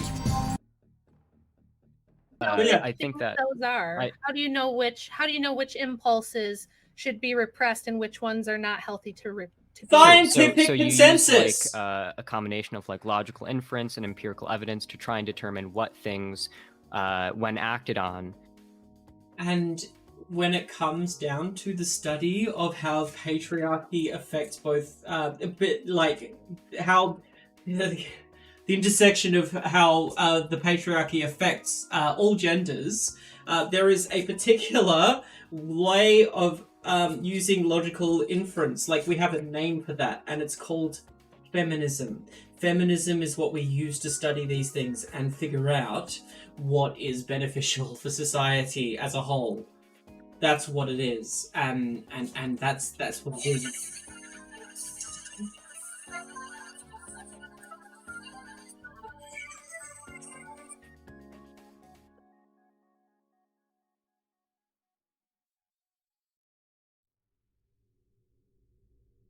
Creepy.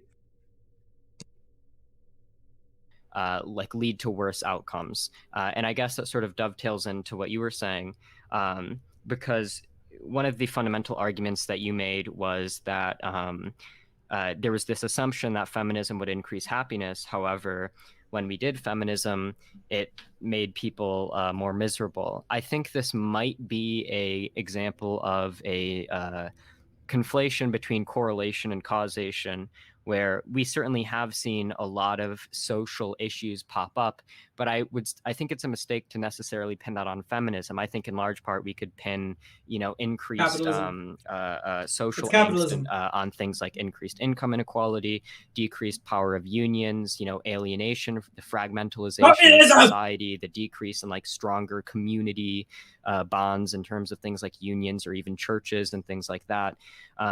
So I think to say that, feminism makes people less happy because of, the US has become less happy while it's become more feminist. I don't know if I would necessarily make that argument, especially when we can look at like the Nordic countries, right? Finland, Denmark, Sweden, Norway. These are, in Iceland as well, these are by and large the most gender equal societies on the planet, and they're also the happiest societies on the planet. So I don't think that, I don't necessarily buy the idea that feminism makes us less happy, or that's the reason why the US has become less happy, because when you look at it from an international...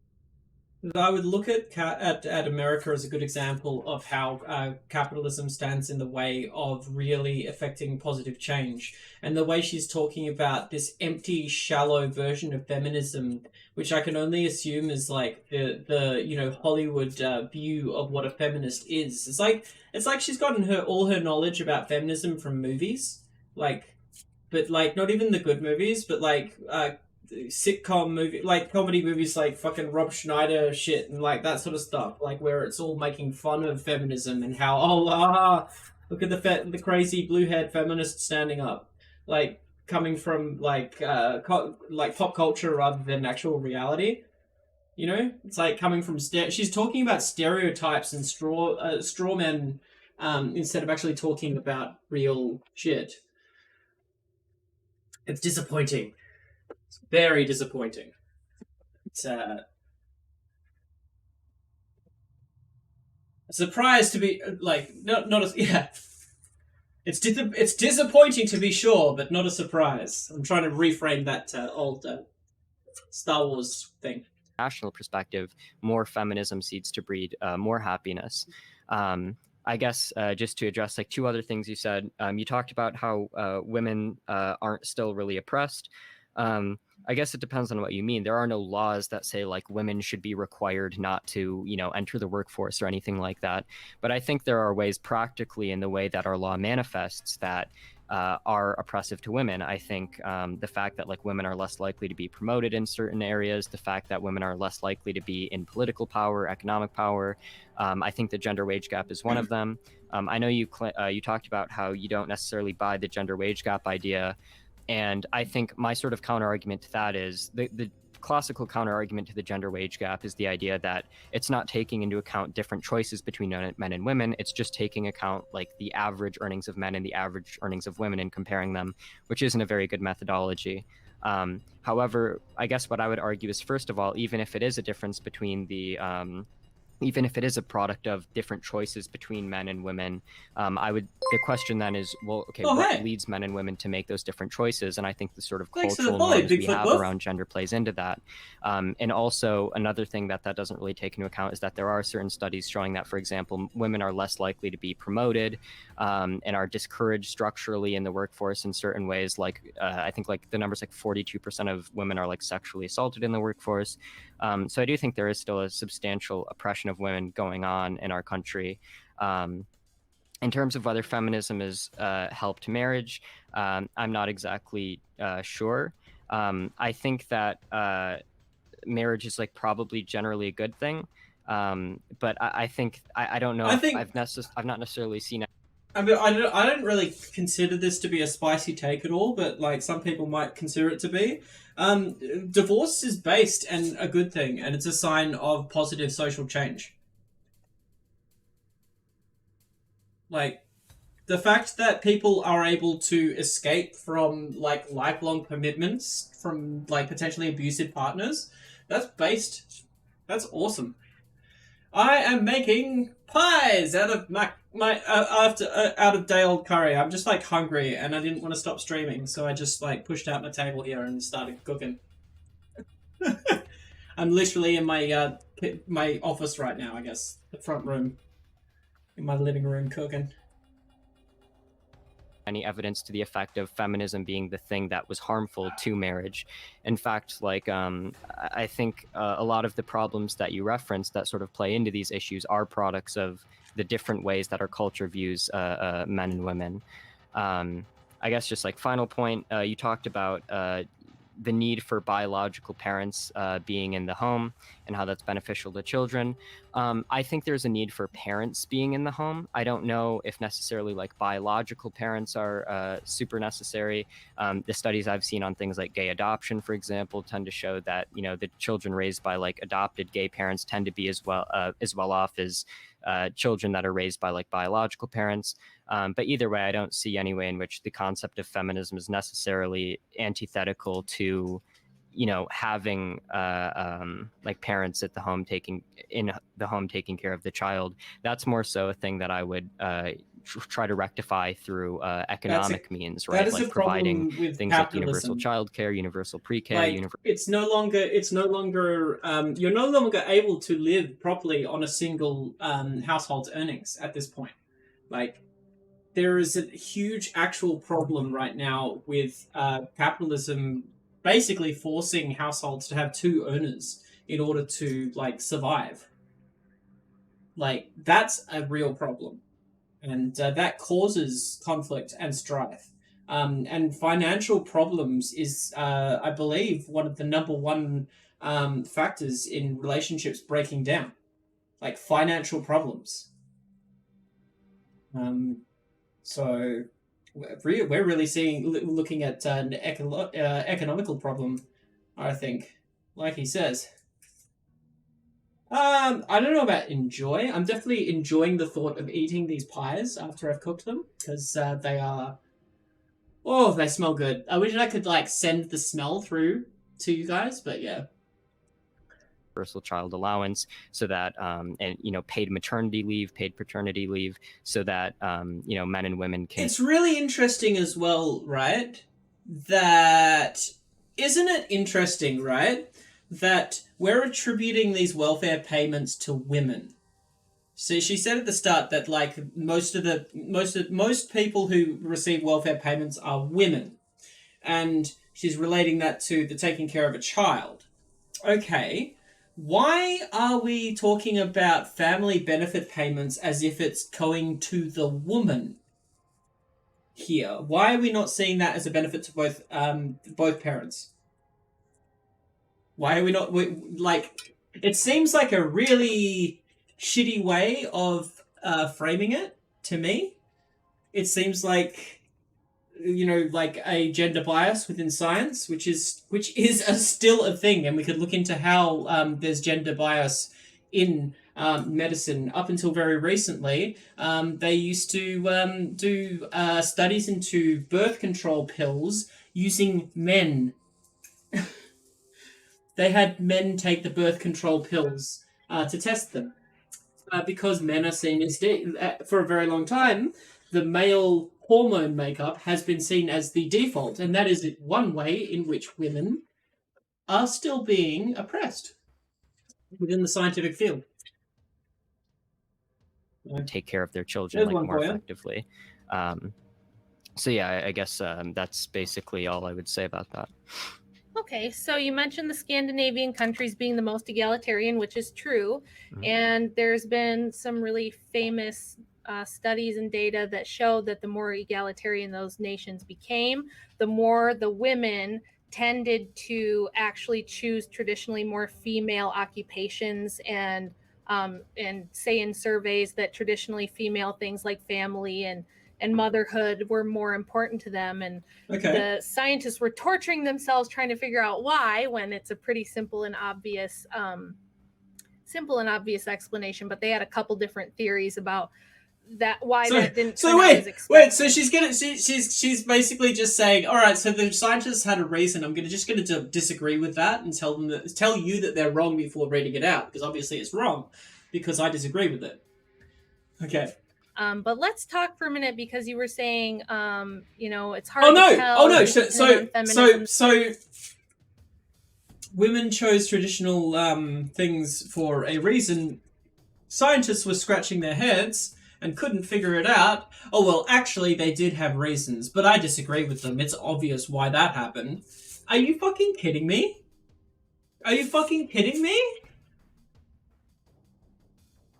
She literally poisons the well and then fucking pivots to a different point without backing up her shit with anything. She just said, oh yeah, it's obvious. Like, not even saying why it's obvious. She's basically just fucking expecting you, the viewer, to come up with your own fucking reasons.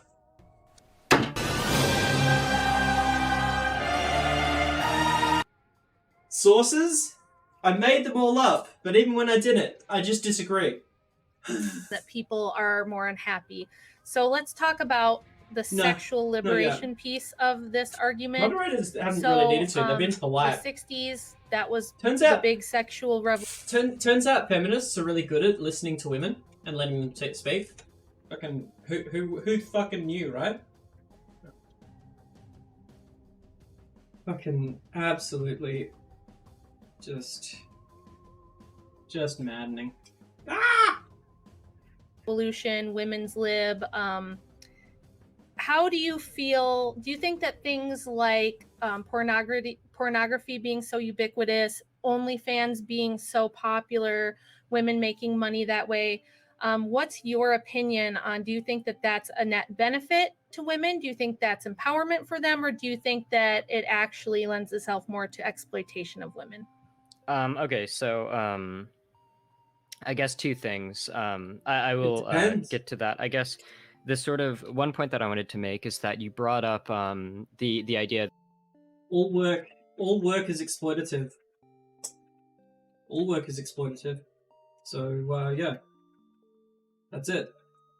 So yeah, it's exploitative by default. Under capitalism, all work is exploitative. So it's just it's a non-issue. It's like OnlyFans is just as exploitative against women as Twitch is for men, or like whatever. It's like saying, oh, is content creation exploitative towards ADHD people because there's so many people with ADHD who create content? Like, well, yes, we live in a society under capitalism in the West. We live under capitalism. So yeah, it's just a dumbass question. It has nothing to do with feminism. It only has to do with feminism when radfems and fucking swerfs and turfs come along and try and fuck shit up with their idpol shit. I don't know. Focusing on it, I suppose, as a negative. As if anyone can escape from identity politics. You have an identity, you're born with an identity. What the fuck?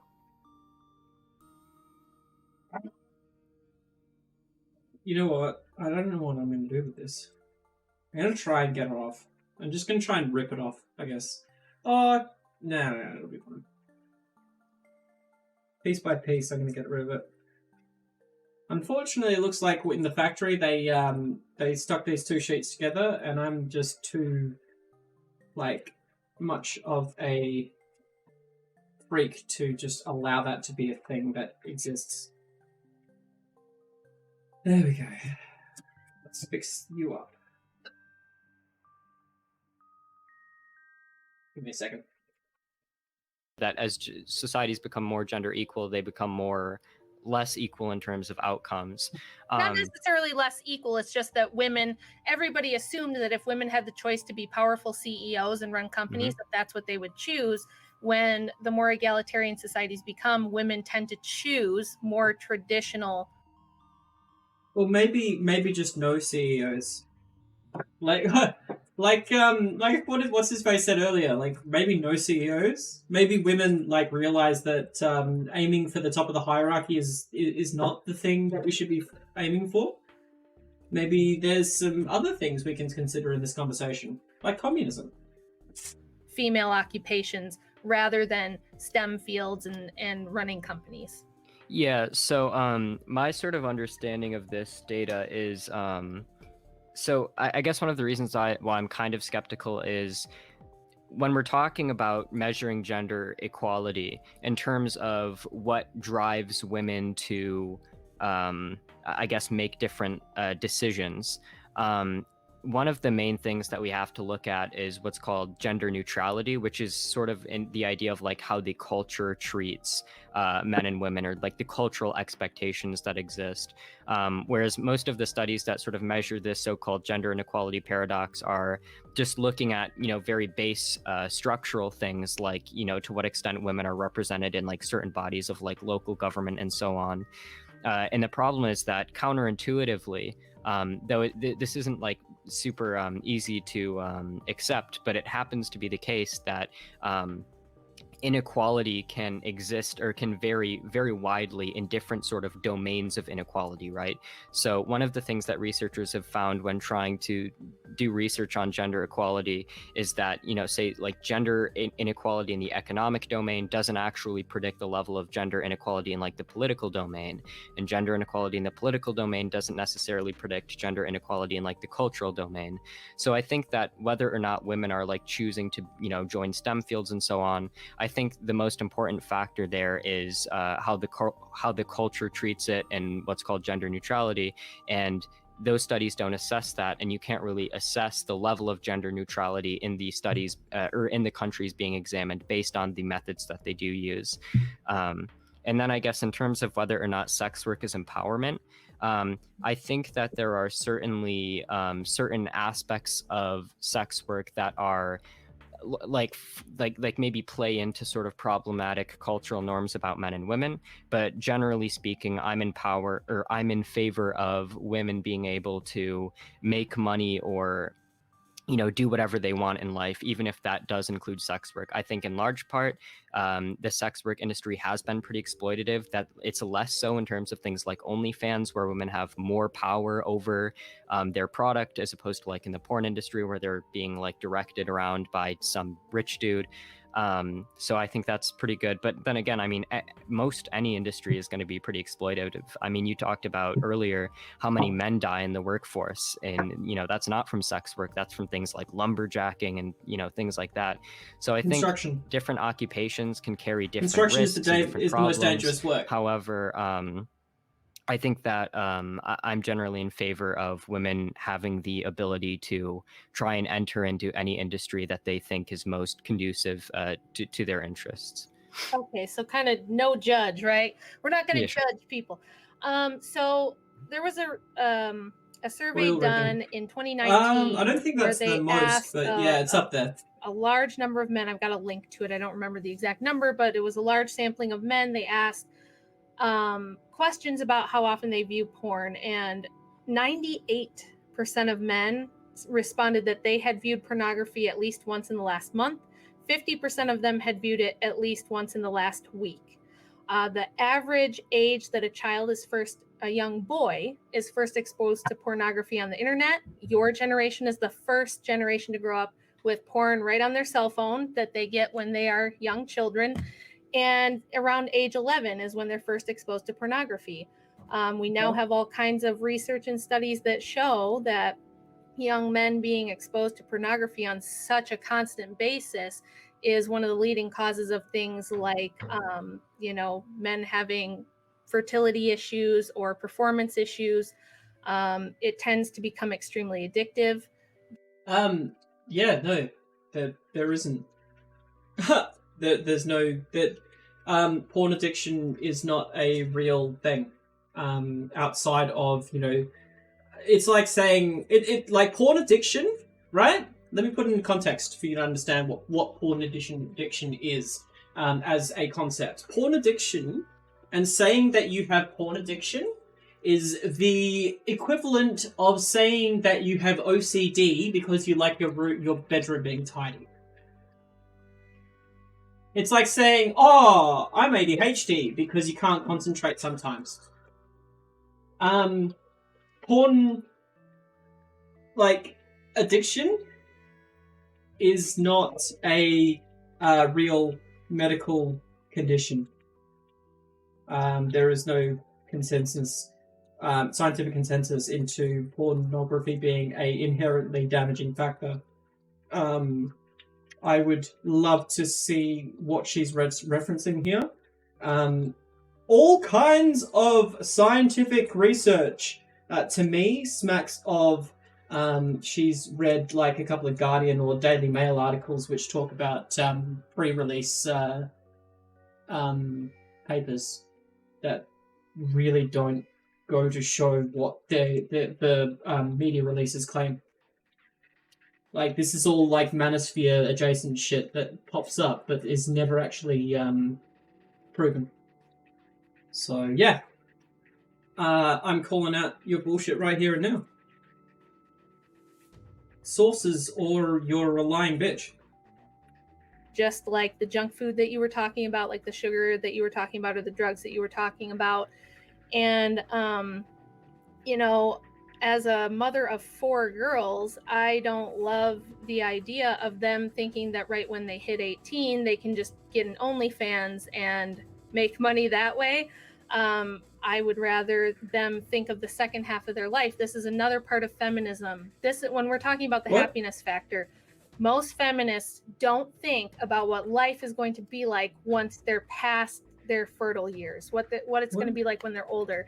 So when you're a young woman, this is what I was talking about with the power balance. This is probably something you might not have thought about as a young man. Most feminists, like, generally, source, please. Young women in our prime fertile years, you know, are... You demonstrably, you don't understand what feminism is.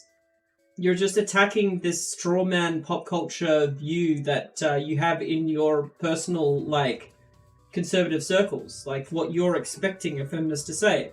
But, like, literally you're talking to a feminist right now who has multiple occasions just basically, like, shut down everything that you've said because everything that you've said is just bullshit. I don't know, like... I don't know how to explain it better than that. Like, you're just talking shit at this point. I swear. Late teens and 20s, there's a lot of bias for us, towards us, in favor of us that we don't even understand or recognize. You can see that in like the hip hop industry and the OnlyFans stuff. These young women can become millionaires. I mean, Bad Baby just made like over $1 million her first day on OnlyFans, and Cardi B making millions and millions of dollars talking about her WAP and this and that. It's a source of power and money for women when they're young, which sounds great. And all the feminists applaud it and they think it's wonderful. And then women hit this wall. I'm 40 years old. I've had 5 children. I am no longer basing my life and my identity on the things I did when I was 20. So, but lucky for me, I've got a large family, a happy family, children that love and adore me, that I'm very... None of these things are mutually exclusive. Like Infidel keeps on saying, like, she isn't arguing with him right now. She isn't, like, taking any of his points into consideration. She's just using this as a soapbox to talk about how being conservative is all great and fine, but not showing any proof. You're happy, that's great. There's no... You're just saying, oh, it's going to be different when they're older. I'm like, what has that got to do with feminism again? Like, why are we're moving away from, like, the initial argument, and it's fucking frustrating and, like, depressingly fucking lame. Close to, I've got a husband, we've got a fantastic relationship, we're probably best friends. He loves and supports me, I do the same for him. The second half of my life is looking pretty good. It's going to be filled with grandchildren. I won't be lonely. When I'm old, there will be people who want to take care of me or help me out. And what has that got to do with feminism? She acts like you can't, like, have a loving family if you've been a sex worker. What are you talking about? I'm living proof of that.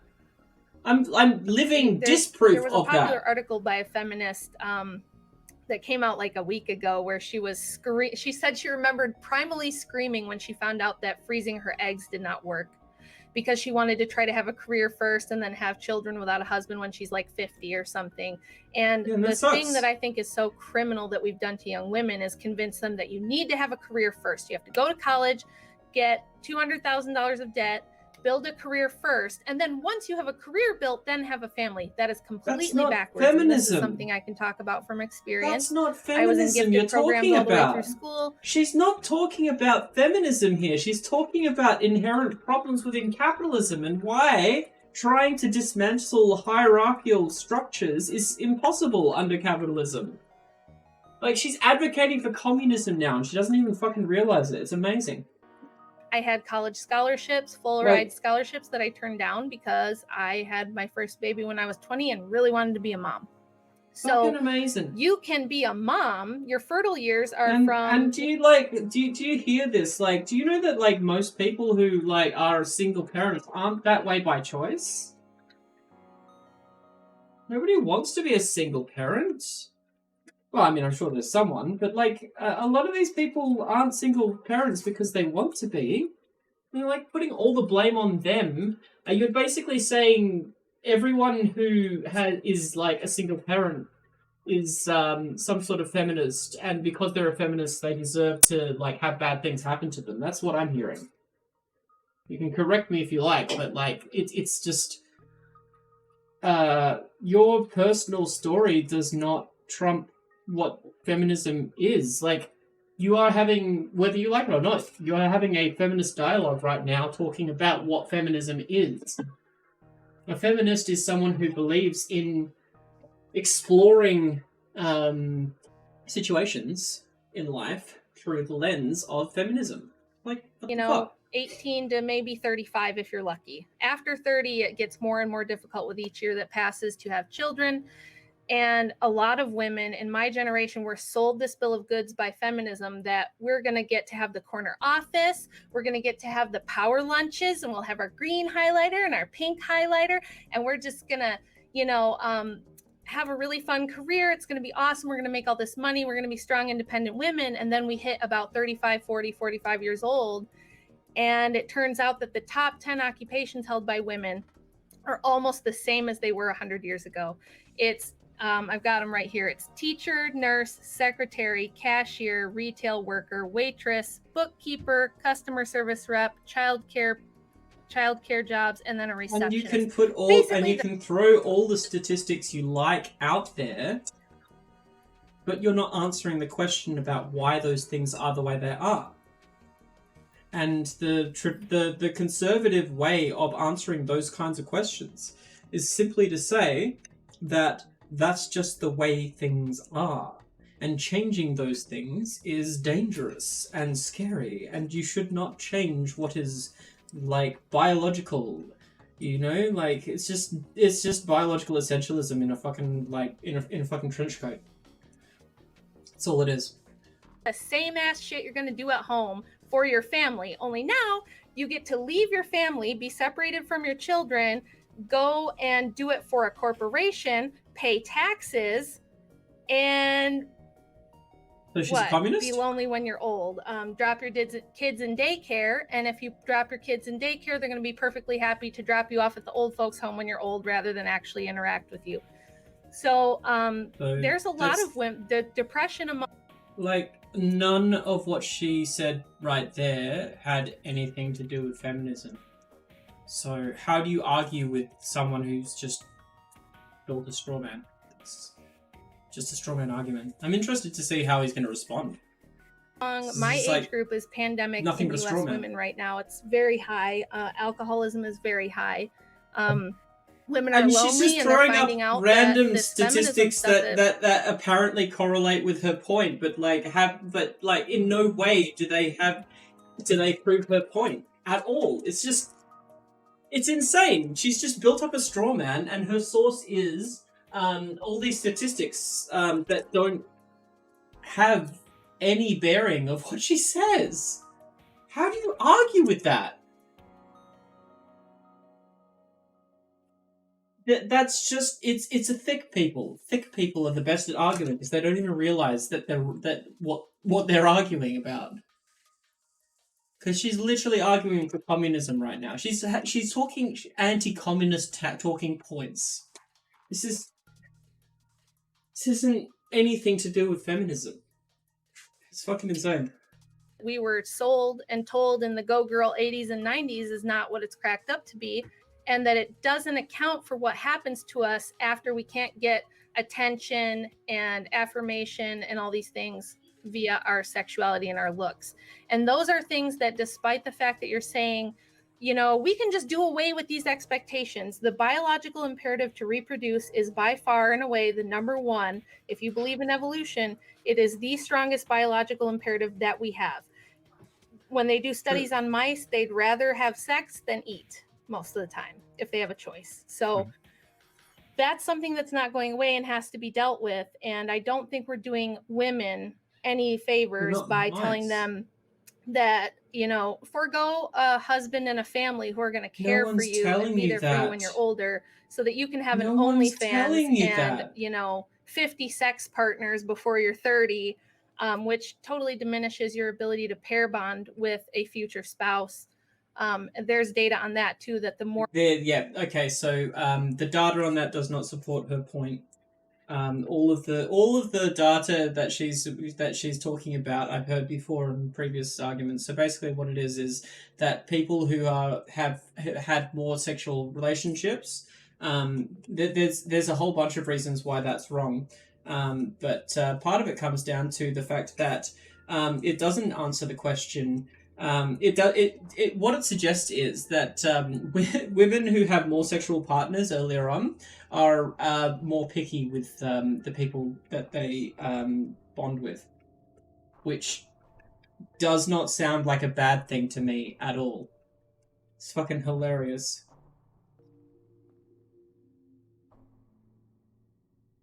more partners women have, the higher the likelihood is of them getting a divorce later in life. So yeah, I'm looking at all the data. They become more picky and better suited to finding people who are good for them. It only looks like a bad thing if you think that marriage is an inherently moral good.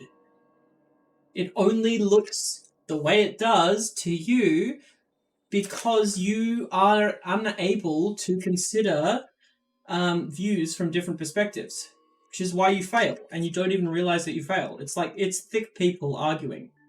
That's what it is. She's just thick. I'm looking at what I can see in front of my face. I'm looking at the society around me. I'm looking at my 4 daughters, and I'm not thinking this is a good deal. I'm thinking we were sold a giant scam that I think you can understand benefits corporations and the elites more than you're it benefits. Talking about the way capitalism hijacks social justice movements and the problems inherent under capitalism, like capitalism when it comes to social justice. Like, you are arguing for communism right now and you don't even realize it. It's fucking hilarious. Thick people are hilarious. Society at large or women. Yeah, so I guess I'm there's a few points there. So for one, in terms of pornography addiction, or the idea that certain people can interact with pornography in a way that manifests in pretty unhealthy ways, I think is absolutely true. I think there's a variety of reasons for that. I think that, for one, there's a lack of, I think there's one person who's done a lot of advocacy for what I think she calls critical thinking about pornography, where it's sort of the idea that we need to spread like more honesty about what porn is, what it represents, the fact that, you know, what you're seeing on the screen when you're watching porn is like a fantasy. It's not like real. It's not realistic to. I mean, you could present that to kids even outside of a pornography perspective. Like, learning about parasocial relationships should be taught in primary school. Set expectations based on the porn you watch. In terms of, like, you know, if people watch porn way too much, that can like be bad for them. I think that can be true of anything. It's just a matter of trying to promote people interacting or engaging with that product. But it's not a big enough social problem to be worried about. That's the point. Sure, it can be a problem in isolated circumstances, but it's not a large, huge problem, and it's not pornography is not contributing to societal collapse. There's no proof of that. So in a way that's healthy. I think another major problem with porn is that the sort of, and this I guess ties back to my advocacy for feminism, is that I think a lot of the sort of way that porn is portrayed is based on healthy or unhealthy cultural norms and expectations around what a man is and what a woman is, and what is, I guess, morally okay, or what is morally okay for us to like do to women or act towards women. You know, obviously in a lot of porn, women are just treated as like sex objects, which is like a pretty unhealthy cultural norm to spread. So I do absolutely think that there's problems with pornography, but I think that the solution to those problems is promoting more healthy engagement with that medium, more healthy. putting more power in the hands of women to have autonomy, not just over their bodies with pornography and sex work, but also control over their business. Maybe would be better. Women own porn if women own porn companies, maybe. Yeah, who knows? The engagement with regards to how men and women are looked at in society in general, and I think that that's sort of what feminism does, or should do at least. And I think that when it comes to the idea that sort of feminism creates this situation where women are doing careers and then they're trying to have children on top of that, and that may sort of conflict or cause some problems. Like maybe they can't look after their children as much as they want to, and their children abandon them later in life. I agree that these are problems. I guess I think we can I just think that we can solve this in a way that doesn't necessitate taking away the autonomy and equality of women. Like I think that, for example, when we're talking about women being able to take care of their children more, we can talk about things like universal child allowances or things like paid maternity leave. What's this? Fucking solutions? Allowing women, stronger unions, things that would allow men and women to take care of their kids more. Actually coming to the table with solutions is a really interesting debate technique that I'm not fucking used to. You know? Like, he's actually talking about feminist solutions to things. He is talking about feminist fucking things that we can do to solve these problems. Like that, he's doing a feminism right there. You're seeing him do a feminism. Stuck. All stuck. Get off. No. Literally doing a feminism right there. That's amazing. Bravo. In ways that are more healthy. So yeah, I think there's like fixes to these things. But I don't think that like we necessarily have to make a case against feminism to fix these things, I guess. Feminism didn't cause those problems. I guess I would just like need some evidence or some argument as to why it can't be the case that we have, equality and freedom of women and promote, healthy engagement with the workplace and pornography and these kinds of things. Because, I brought up the Nordic countries earlier. If you look at the Nordic countries, these are places which do have robust welfare states, paid maternity leave and these kinds of things that I'm advocating for. And the feminism and the gender equality that exists in these places seems to have made the society a happier place. I mean, these are the happiest places in the world. They're very gender equal because they have the sorts of institutions that I'm advocating for. Feminism. That's I guess in terms of like the biological imperative to reproduce, I think that's like always going to be there. I think people are always going to want to reproduce. I don't necessarily know if that's like a sort of a cut against what I'm advocating for. But yeah, I'm interested in hearing like more of an explanation, I guess, in terms of why the idea of feminism or like equality and like more equality and autonomy for the sexes inherently must lead to like situations where like the kinds of situations where you're talking about when you get old and become miserable and so on.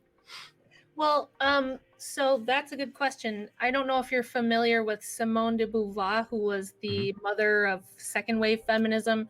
She's famously quoted as saying, we really have to package feminism as something women must do. Because if we tell them that they have the choice to stay home and become mothers and raise families, far too many of them will choose it. So we have to package it as something I need to fucking say the quote.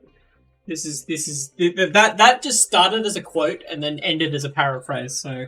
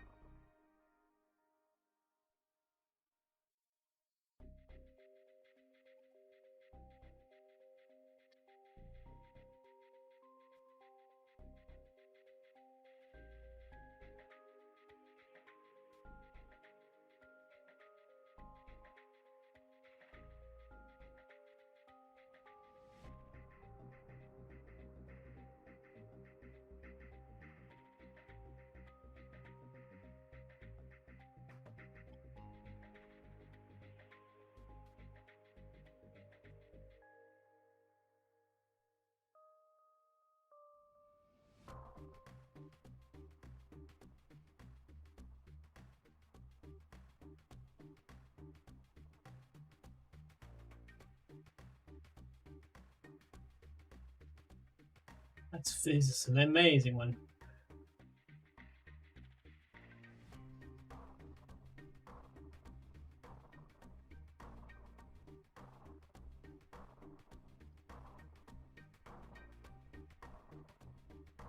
Okay, I don't know what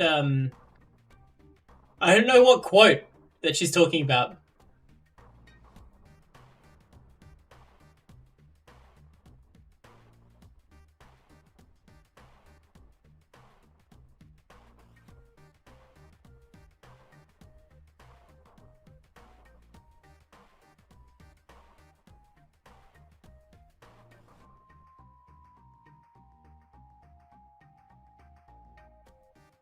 Yeah, I would love to hear which quote she's talking about. What quote?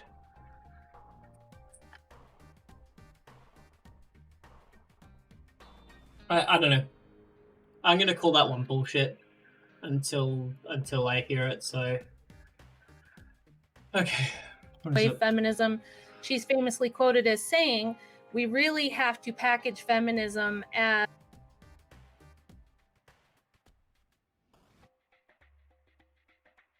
You really have to package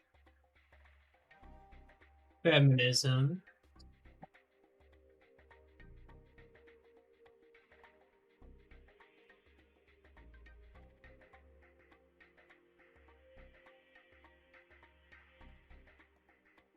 famously quoted, huh? Famously quoted. Okay.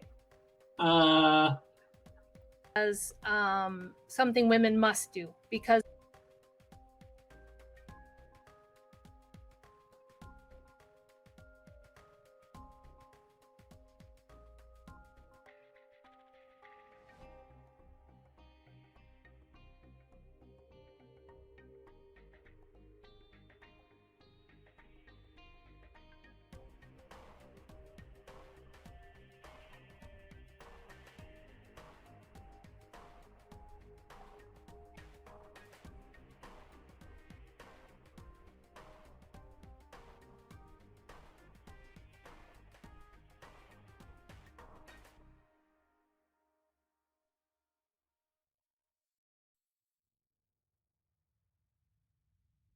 yeah, I don't know. I have no idea what quote I don't know what she's quoting. I don't know. if we tell them that they have the choice to stay home and become mothers and raise families, far too many of them will choose it. So we have to package it as something you must do, kind of for the sisterhood, in order to talk women into it. As a woman, that offends me. It offends me to think that there are elitist women out there trying to socially engineer me away from what I might want to do. What are you talking about? I've experienced a lot of what quote social are you shame talking as about? a stay-at-home mom. I'm told all the time that I must be too stupid to do anything else, that I must not be a real woman if I can't balance a career and a family life. Who that tells I you must those be brainwashed things? by my husband. I must be abused by my husband. Horrible things. You would think that women would stick up for me and say, yes, we want you to have autonomy and choice like you were saying, but that is not how it's playing out. Honey, you are advocating for the removal of women's rights and moving towards like equality. To the removal, you are advocating against other people's autonomy, not just your own. That's why they don't like you. If it was just your choice, then fuck, nobody would give a fuck. But you are now here on a platform arguing against other people's autonomy. That's why they don't like you. It's nothing to do with you being a stay-at-home mum. Nobody really cares about that. And if they do, that's their fucking problem. None of this has anything to do with feminism right now. She just fucking, pretended that she knew a Simone de Beauvoir quote that I couldn't even find. That's not a quotation, that's you making shit up. Source, I made shit up. Out in Holy real shit. life. So that's that. And then, what These was the pies are other really thing good, by I the was way. going to say? I wonder if I can get a crunch in. Oh, then just as far as what this does to men, again, it's women already had a lot of power. Just because we're not in the Senate, or just because we weren't, I mean, we were queens and princesses. We're queens and princesses. She lives in a fucking...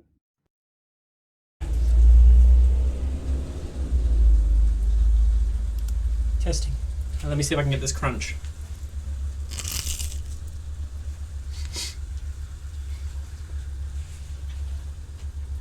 No, this is a really good crunch. Do another one.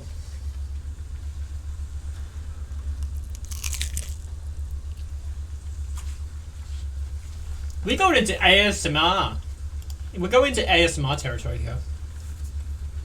Hell's yes. Things, you know, in the era of chivalry, women actually were the benefactors of patriarchy.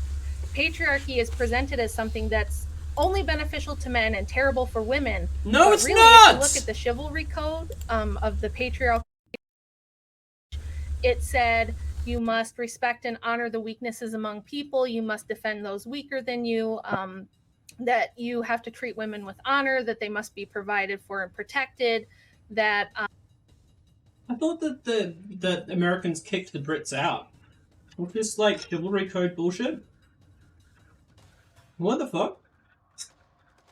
Why is she bringing up like fucking 16th century bullshit? What? What?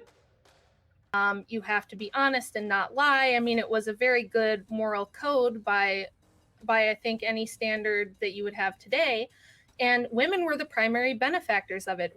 Also, chivalry historically meant something completely different back in the day. The type of chivalry that she's talking about is very post-medieval type thing. Knights never really cared about that shit, and then just nobles who were uppity about themselves, up themselves, just made up this bullshit like chivalry code after shit went down. Kind of similar to how Bushido went down, really. Like the whole you know, noble samurai stuff was very much a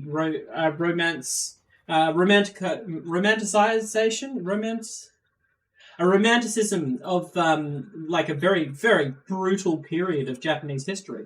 Very much a whitewashing, a Japanifying of history, an animation of history. Who knows?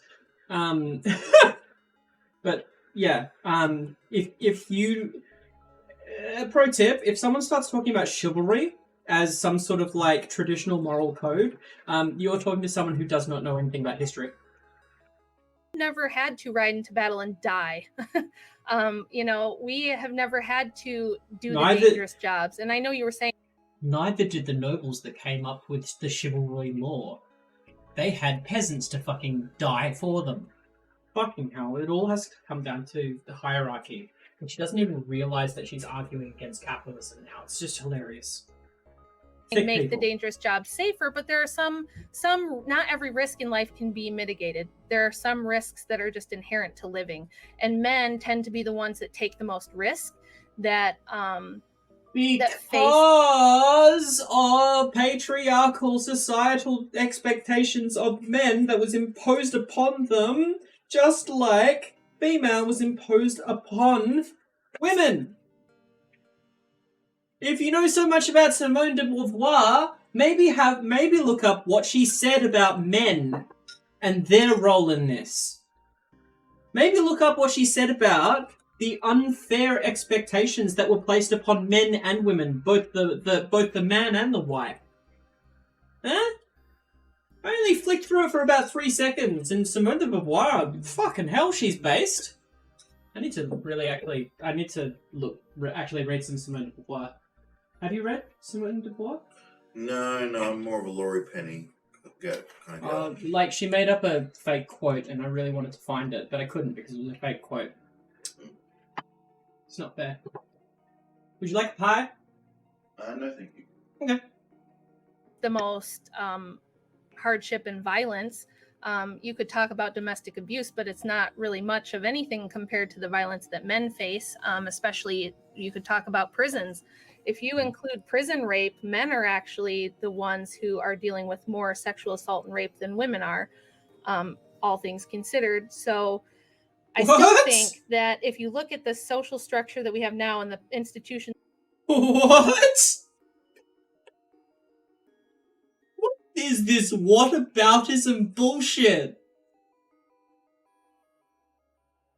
Let me get that straight. Women getting raped isn't a huge problem because men get raped in prison.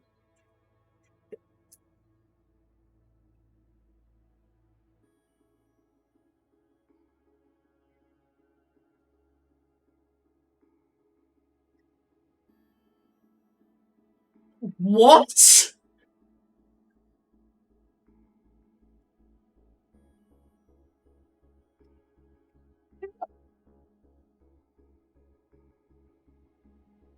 I don't think I've ever heard whataboutism like that.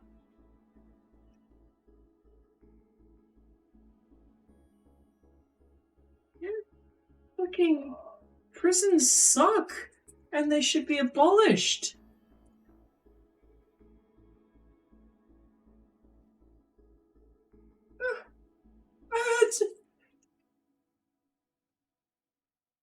He's arguing against feminism by saying that men get raped in prison. So it's actually okay that domestic violence isn't that bad, apparently. It's men raped in prison. What?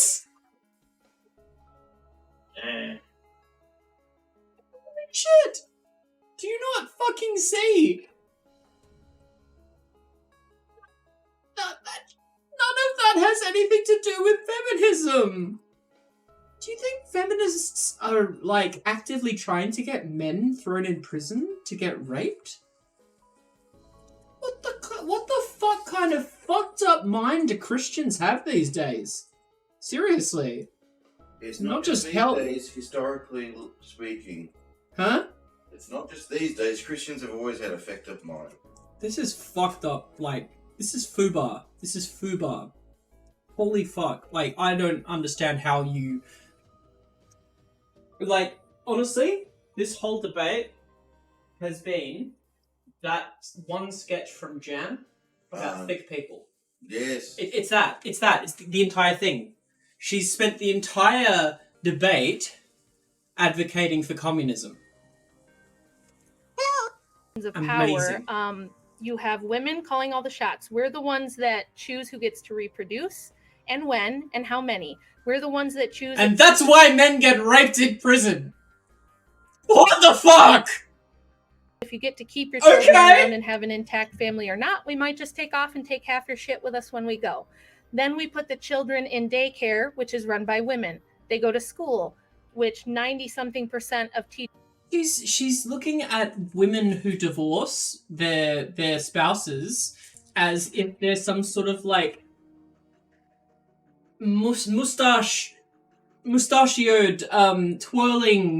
mustache twirling like villain evil like Rocky and Bullwinkle fucking mastermind who's trying to hurt and attack their spouses. Who hurt you? Really, who hurt you? Are you okay?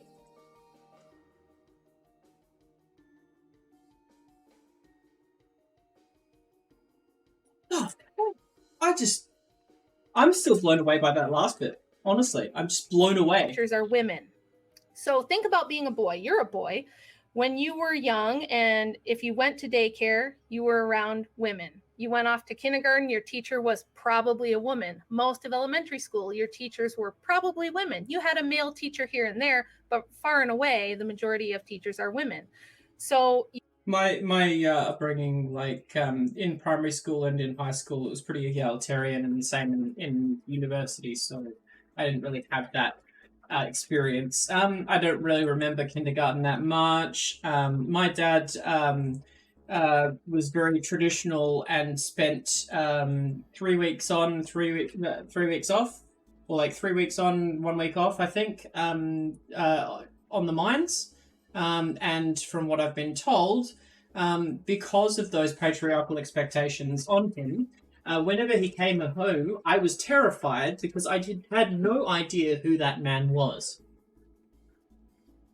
And the sad part is, I still don't know who he is, and I never will, because he's a transphobic piece of shit. Young men learn from birth, really, that it's a woman's world and that women make the rules and women enforce the rules and women are the ones who decide what behavior is acceptable and what is not. And that's where this toxic masculinity garbage comes from. I think we're getting close to the end here, so I'll just kind of wrap up what I wanted to say tonight to the young men and women who are... Okay, like, quick poll for y'all. How many of you respected your teachers when you were kids?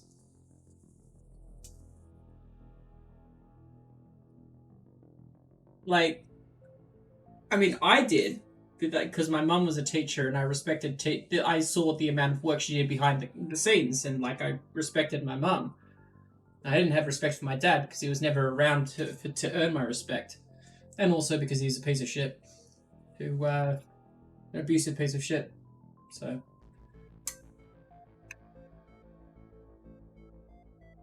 yeah, this is so fucking weird. Are out there. She lives in a different world. Having the benefit of age and experience. If you are a young woman and you want to have children, you see a life for yourself where you have a wonderful husband, you don't have to struggle to balance motherhood, which is a 24-hour-a-day job. That is a 24/7 job. Don't let anybody tell you that it's not. Hey, you know what? Sounds like we should be subsidizing women raising children. In fact, you know what? Since you hate people who have careers so much, why don't we have a tax on? Why don't we put a tax on everyone who works? Right? And what we do with this tax is we give it to people who stay home and take care of their kids. Could be a man, woman, non-binary, as long as they're taking care of their kids, spending that 24 hours. Because, that's 24 hours of work and it's a job. And, she just literally advocated for the same feminist solution that Infidel did earlier. And then trying to balance that with a career and feeling constantly torn that you're gonna be falling short or disappointing somebody in one sector or the other. It's either gonna be your career or your family that gets shafted, and you're always going to feel like you're not doing enough. That's not wrong. Don't listen to those feminists that tell you that you need to have a career to have self-esteem, that you need to be financially independent, because all men are pigs who are going... Hey, when... Also, if you do find those feminists who tell you to do all those things, can you fucking record it or screenshot it for me so I know that these people exist, because I keep hearing about them, but I have never actually seen one exist outside of someone with 1 or 2 likes on Twitter. Are we talking about real feminism here, or are we talking about Twitter beefs? Because it sounds like it's the latter at the moment. To beat you and control you with money. That's not true. You just have to be wise about, choosing a man. Do it like our grandmothers did, and look at the whole package of what you're getting if you're going to choose a spouse. Because you're giving that man children. You're going to pass down his... Don't fight... Remember, children. Don't find a spouse. Find a comrade. Values, his culture, his beliefs, his genetics, and his last name to those children. So he's such a communist. Find one who's on board with that and wants to support you in being a mother. And to the young men, I would say, don't be so discouraged by the fact that 58% of Gen Z women say that building a career is more important than building a family. They say that because of mostly social pressure, that they ain't shit if they ain't getting their own money and having their own career and all this nonsense. Hustle culture is a huge problem, and it's based on the selling point that capitalists have against... for one thing, it's perpetuated by a self-help industry which utilizes people who are in lower economic categories in order to basically sell them how to get out of the issues that they have. Basically, every problem that she's claimed comes from feminism is a problem inherent within capitalism, and these problems can be easily, like, well, I say easily, but like, you know, is communism easy? No, you gotta execute a few capitalists to make an omelet, I guess. An omelet. Execute a few capitalists in Minecraft to make an omelet. That's it. I believe it's something that you got to do after the ender. You got to defeat the ender capitalist and get the egg to make that omelet. Bring on that Minecraft guillotine update. But yeah, she's literally spent this entire time attacking capitalism. Like, everything she said is problems inherent within capitalism. It's not feminism has a problem with, it's capitalism. And that's why I say that these conservatives are always halfway there. They're always halfway there. They know what's wrong. They feel it. They feel what's wrong. They know that there's a problem. They don't feel like they have any agency over their lives. They feel like someone's taken it away from them, and then they have to find something to exist within that space in their minds. Like, because we try to make explanations, we try to make sense of things. That's what we do as human beings, right? The problem being, though, is that we're very bad at doing that on our own as individuals, because of the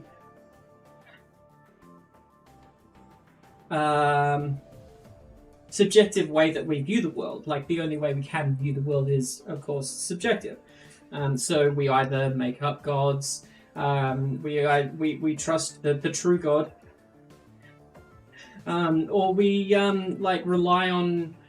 We rely on hatred against people, like an other, like a them, a feminist strawman perhaps, who is telling all the kids to have OnlyFans and stuff. It's just like, none of the people that she's raging against here don't actually exist. Because she's talking to a feminist. And he doesn't advocate for any of the things that she's speaking about, and he's done an amazing job being like patient with her. I don't know how he's so patient with someone so thick. Find a woman who doesn't have college debt, who wants to be a mother to your children, who isn't going to power struggle you. I know that sounds like a daunting and difficult task. Again, how about we don't make? How about you make education free so that there is no college debt? Obviously. That seems like an obvious one. Like, all of these problems that she's talking about don't necessarily have anything to do with feminism. There's all problems within a different hierarchy. Which is capitalism.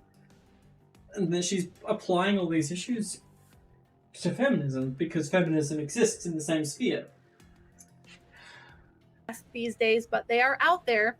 And certainly remember, young men, that the fundamental truth of this, which is probably going to be the most controversial thing I say, is that men are the ones. None of you have ever been able to show like real true examples. Like, seriously, go scroll through libs of TikTok and those sort of things, right? And tell me how many like man-hating feminists are actually like featured on this shit. You know, I've looked.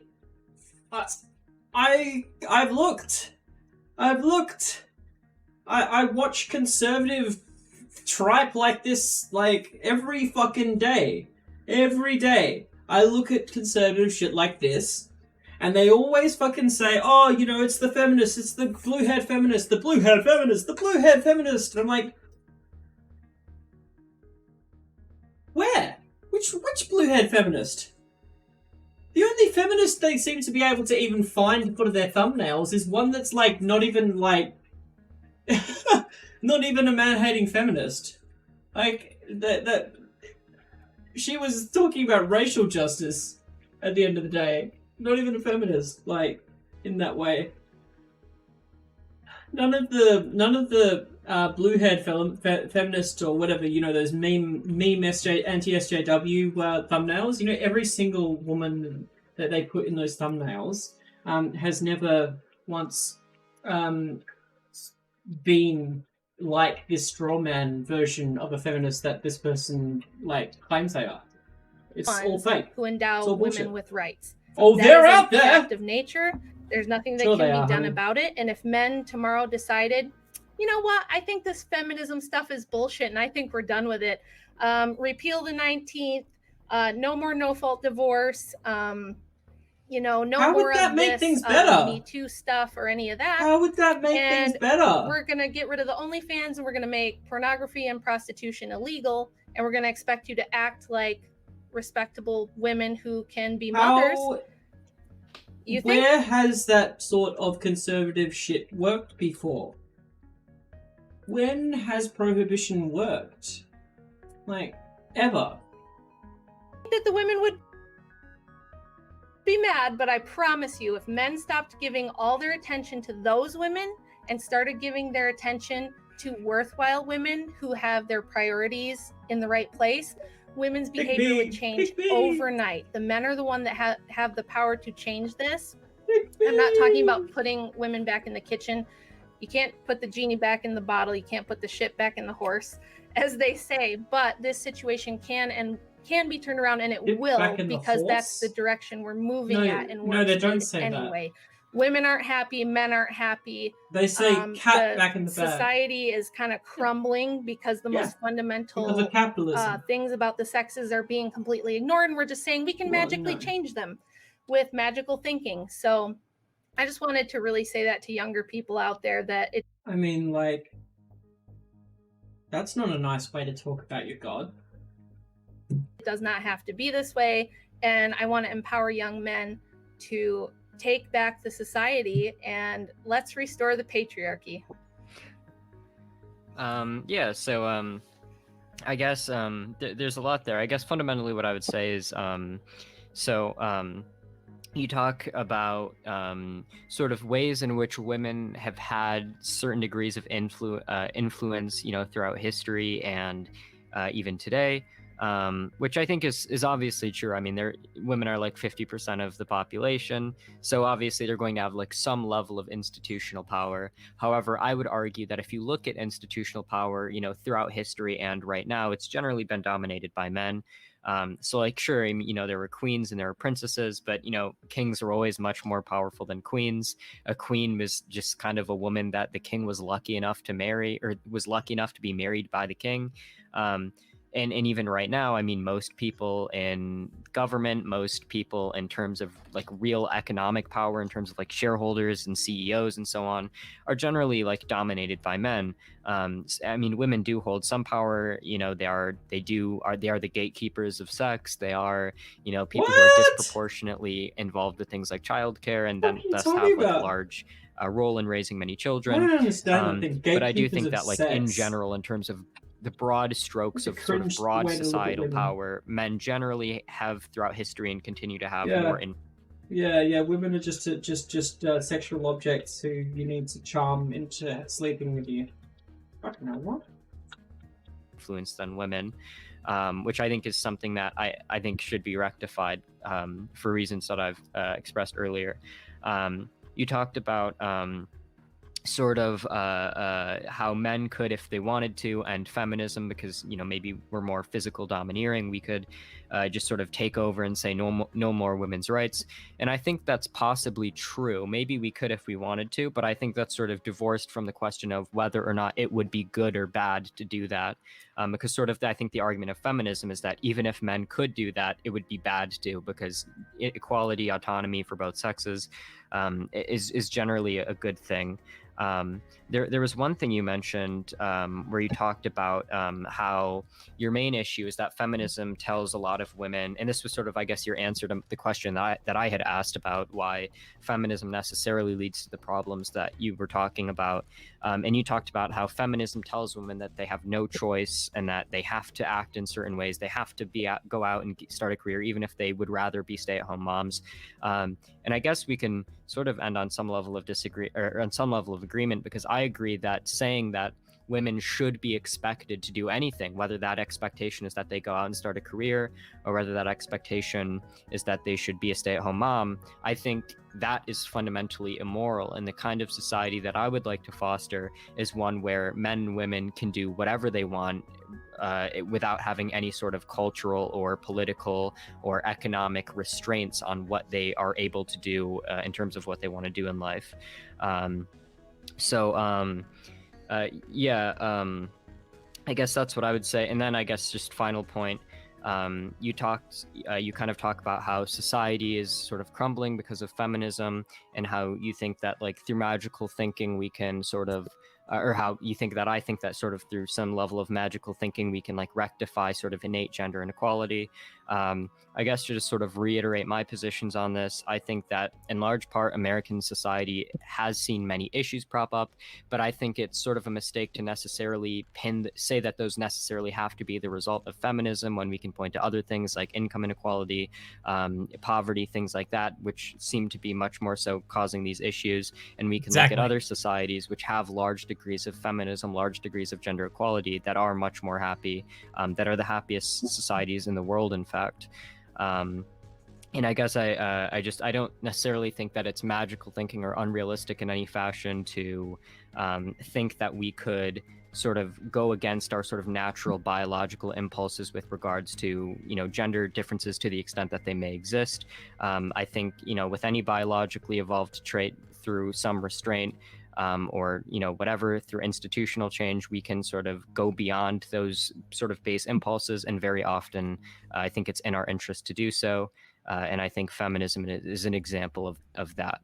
So yeah, I guess that's all. All right, thank you guys. All right, so let's get to some of the questions now. Great debate, by the way.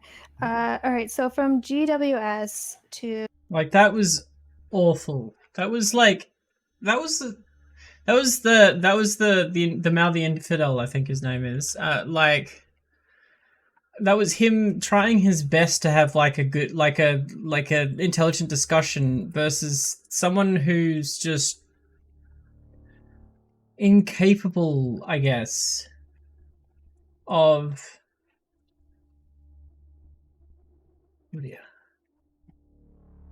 like providing like a nuanced discussion of these issues, basically. But at the end of the day, it's just like painful to watch her floundering over statistics that she didn't understand, nor even attempt to like understand. Like, it was just her making claims.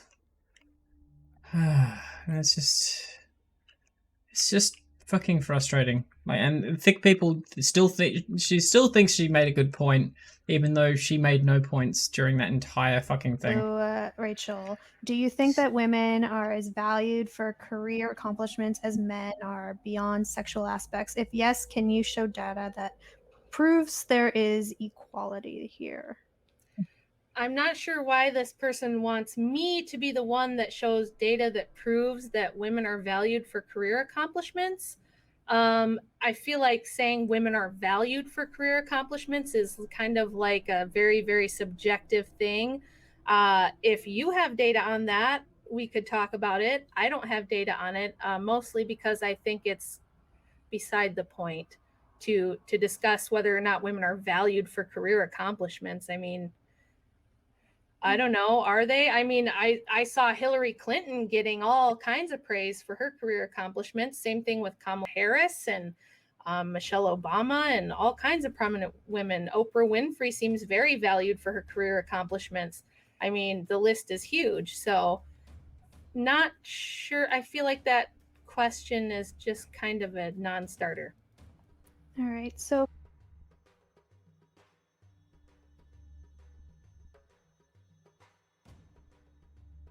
no data, just like the women that she can think of off the top of her head.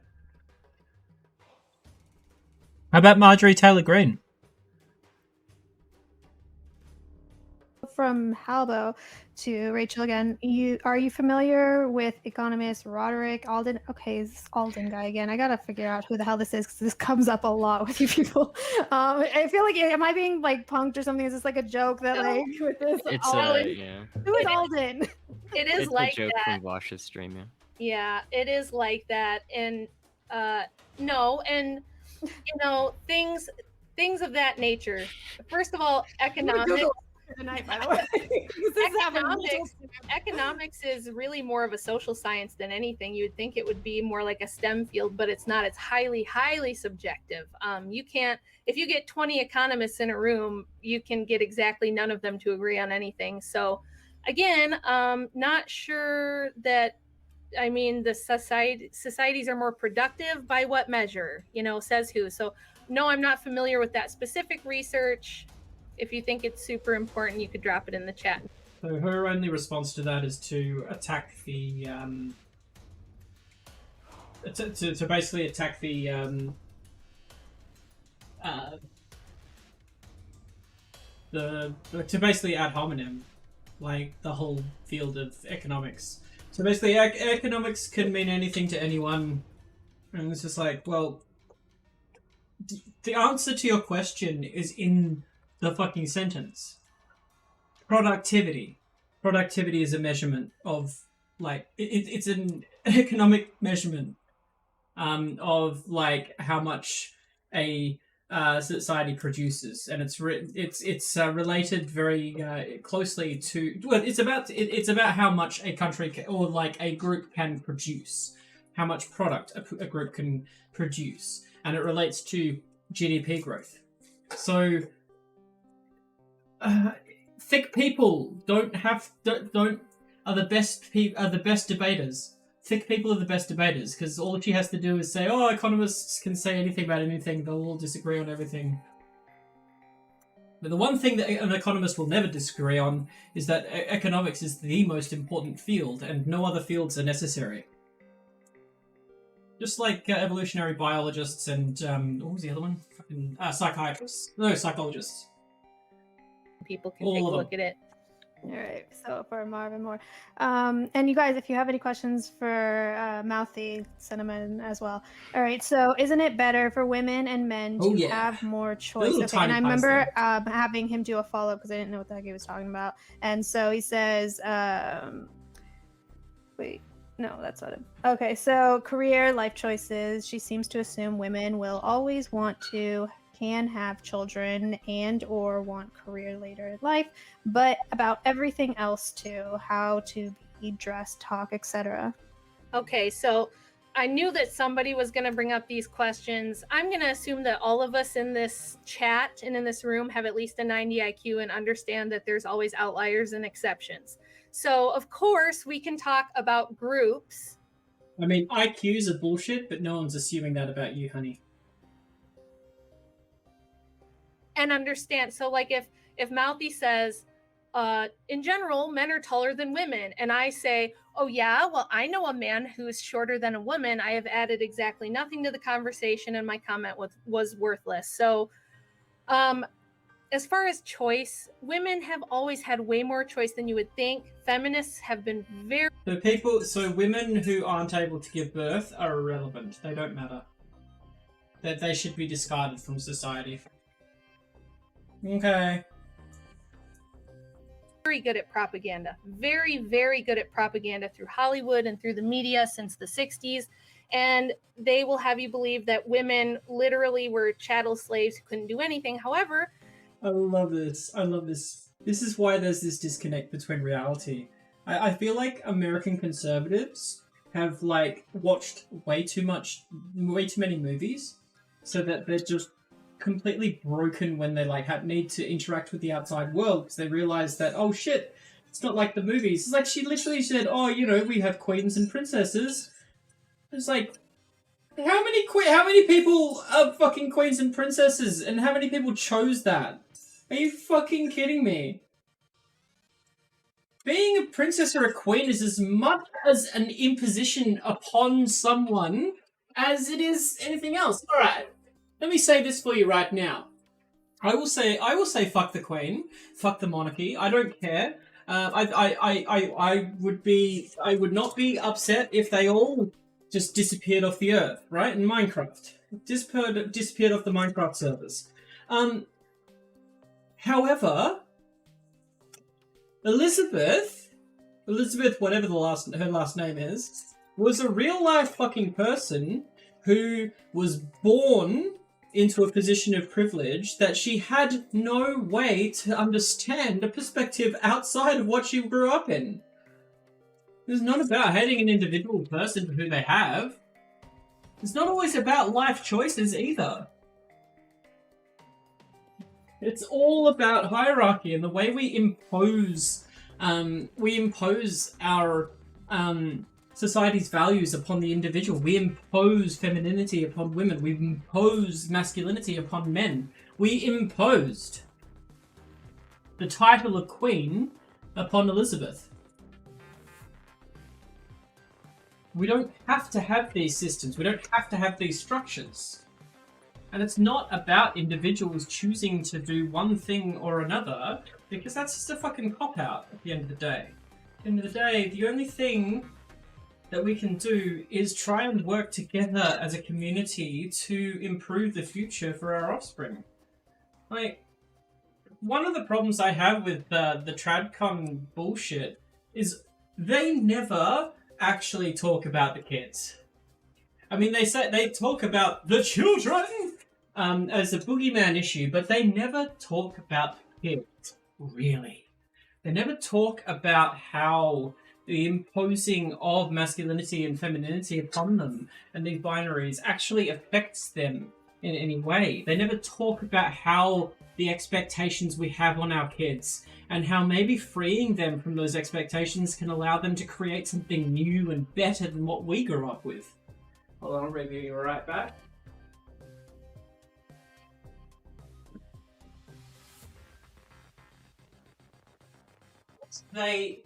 What TradCons do is they project. They do exactly what they project upon gay people and lesbian people and LGBT people and minorities. They do exactly what they project upon other people. They try to choose to be in a particular lifestyle in order to feel good about themselves, I guess.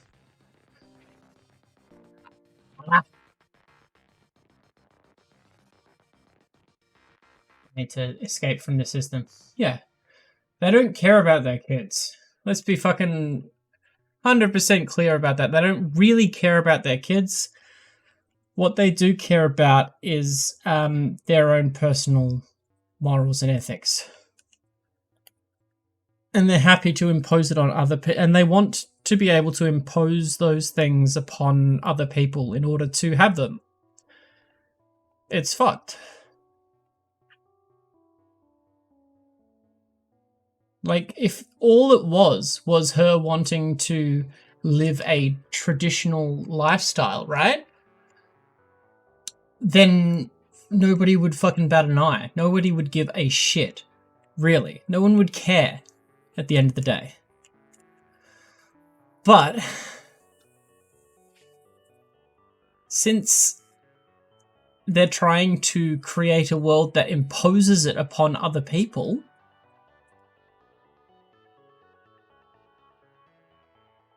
that's why people don't like them. That's why we hate you. That's why we fight against you, is because, like, if it was just you, then it'd be fine. But you're wanting to codify this shit into law and you want to repeal, like, protections for minorities. Push. Mary Wollstonecraft, who is credited with starting first wave feminism in the late 1700s, she had a child out of wedlock. She supported herself as an author and a writer, among other things. She hung out with the most elite intellectuals of her day, who were all men, including people like William Godwin and Thomas Paine. She traveled to Scandinavia, Paris, Britain, Lisbon, Portugal. I mean, that woman seems to have had plenty of agency and plenty of freedom and plenty of choices. She did eventually marry right before she died. I think she died after she had her second child. But it's kind of people assume that based on media that women prior to women's suffrage had absolutely no choice and absolutely no agency and absolutely no rights, and that's actually not true at all. So you might want to read up on that and find out that some of that's not true. All right. So from on in, do you cite Heritage Foundation on your claim that having more partners increases likelihood of divorce? Either way, how do you justify asserting a casualty there? It's not a casualty. It's there. The Heritage Foundation is one of the studies, but there's been multiple studies. This is something that. So the Heritage Foundation is it is a right-wing think tank which has absolutely no scientific credentials. Like they have no they are there. They exist to provide material to forward capitalistic designs. Basically, they are there. They are not a scientific organization. They are a fake organization at the end of the day. Psychologists agree on when women go for counseling. It's kind of something that clinical psychologists understand, is that just generally promiscuity affects women and their psyches differently than it does men. Again, that's something that is mostly biological from what we can tell through studies that, No, it's not. That's absolute bullshit. Holy shit. Women have It's a fucking limited lie. number of eggs, and we have a limited number of cycles in our life where we are fertile. Men have millions of sperm that they can just spread all over the place. They have unlimited fertility. Men can get women pregnant No, well they into don't. their 80s. They have almost unlimited opportunity to reproduce as far as that goes. So psychologically and biologically, and if you believe in evolution, you would know and understand that That's it conflated. is in. That is literally conflating biology with sociology in a way that is just so pseudoscientific. Like, I can't even, like... To say that it would be biological would mean that there is a physical part in your brain which is developed to make you do a certain thing. There's a hormone in your brain that makes you behave in a certain way. And that's just not how our brains work. In fact, we look at in nature, a lot of animals do have that. They have biological instincts. The way our brains are structured are such that our brains focus on learning and socializing rather than biological imperatives. We don't act in that way anymore. We have evolved past that. Sociology is the study of our behavior. Just conflating shit as if you know, science is whatever you think it is. Woman's Holy best shit. interest to pair bond with a mate and have his children and benefit Talk from about his facts over resources and his feelings. Jeez. protection, rather than to try to do her best impression of a man and get notches in her belt. And it does do psychological damage Read up on Simone de Beauvoir over those things. to women's Fucking hell. ability to pair bond. So I don't think that's a casuality. I think that's something that's widely accepted and recognized in sociology and psychology. All right. So from the Alex Kirsch Project to both of you, what are your thoughts on the Equal Rights Amendment designed to guarantee equal legal rights for all American citizens, regardless of sex? Is it a good thing or bad thing? Let's go with Matthew first. I mean, I guess it's not going to come as much of a surprise given the position that I've taken in this debate that I generally think that laws which make men and women equal are good for society. All right, Rachel. Well, Phyllis Schlafly did an interview when they were passing that, where she said that she thought it was going to overall be a bad thing and it was going to have all kinds of unintended consequences on society. And some of the things she cited actually came to fruition. She said that it was probably going to cause overall lower levels of happiness among women. There's this idea when we say equality, and I debated Alex, and this was his linchpin of his arguments was, equality is good. Of course equality is good. How could you say equality is bad? Well, equality encompasses far more than law. So you can't just pass an amendment and go, there, we're equal. There are existing inequities in people. Everybody understands this. Mouthy agrees with me on that. Alex, you agreed with me on that when we debated. There are natural inequalities among people. Some people are tall and can dunk a basketball, and some people are short and they can't. And the inherent biological sexes, the IQ differences, things that are immutable traits happen to produce natural hierarchies. So you can't just cancel that with law. So I would say that overall, I think laws that aim for equality actually cause more harm than good, and feminism and the laws that feminism has created are a really good example of how that happens. How you intend to produce more for more prosperity, and you end up kind of doing the opposite and causing a new inequality and a new inequity that has to be addressed, and you're just perpetually stuck in that cycle. Okay, so from Marvin Moore to Rachel, even if feminism has gone too far, why restore the patriarchy? Wouldn't having an equal societal balance between the genders be preferable? Yeah, so I explained that in my closing. I don't think feminism has gone too far. My actual assertion is that all feminism went too far. That's what conservatives say. So the conservatives don't conserve anything, which is why I don't necessarily call myself a conservative, because all they do is be about 20 years behind Democrats and socialists on these issues. So I am not the typical conservative who goes, well, of course first wave was good. Of course women should vote. I don't even believe in universal suffrage. I don't think that that is a good idea. I don't think that pure democracy and universal suffrage are good. I think they are bad, and that they lead to the type of corporate oligarchy that we have right now. So the reason I want to restore what they called the patriarchy is because it was actually the most equitable. It was the most fair because it was based on the existing natural balances of power between the sexes that already exist. All right, so last question, unless somebody has one more, because I think we'll be caught up. From somebody give him some questions. I know, you guys. Cognitively limited. Look at gender inequality right here, right in front of everybody. Question, Rachel. Do you think that the Civil Rights Act resulted in less rights for Black people than they had beforehand, too? You can't directly compare the rights of Blacks to women. Blacks were actually enslaved. Blacks were actually brought to this country against their will and enslaved for a few hundred years. So you can't compare women who naturally had power based on sex and reproduction, as I outlined in the beginning of my argument, to people who were actually not counted as human beings and subjected to actual slavery. So those are not, that's apples and oranges.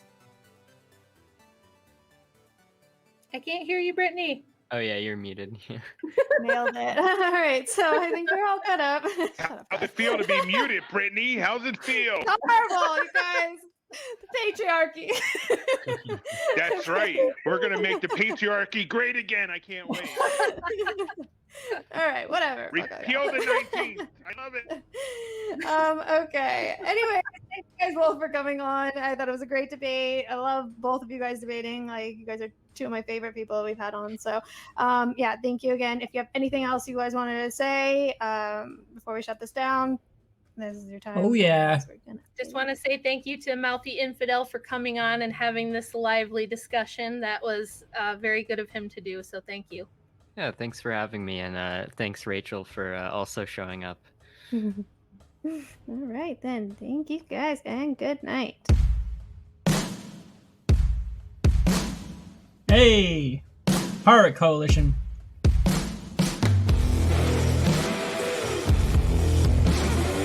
Oh yeah. Sorry, I got distracted at the end there because of my game, but yeah, that was just painful. She really thought that she had a fucking point there, didn't she? but like the entire time she's just arguing against a complete like spectre. This idea of feminism that doesn't exist. And so all the other guy could do is like talk about like feminism as it relates to reality, I guess. Just sad. But yeah, that's all I have time for today. So I'm going to leave it at that. And hopefully see you all tomorrow. So until then, take care of yourself, and take care of someone else. Bye-bye. Bye-bye. Bye-bye. Bye.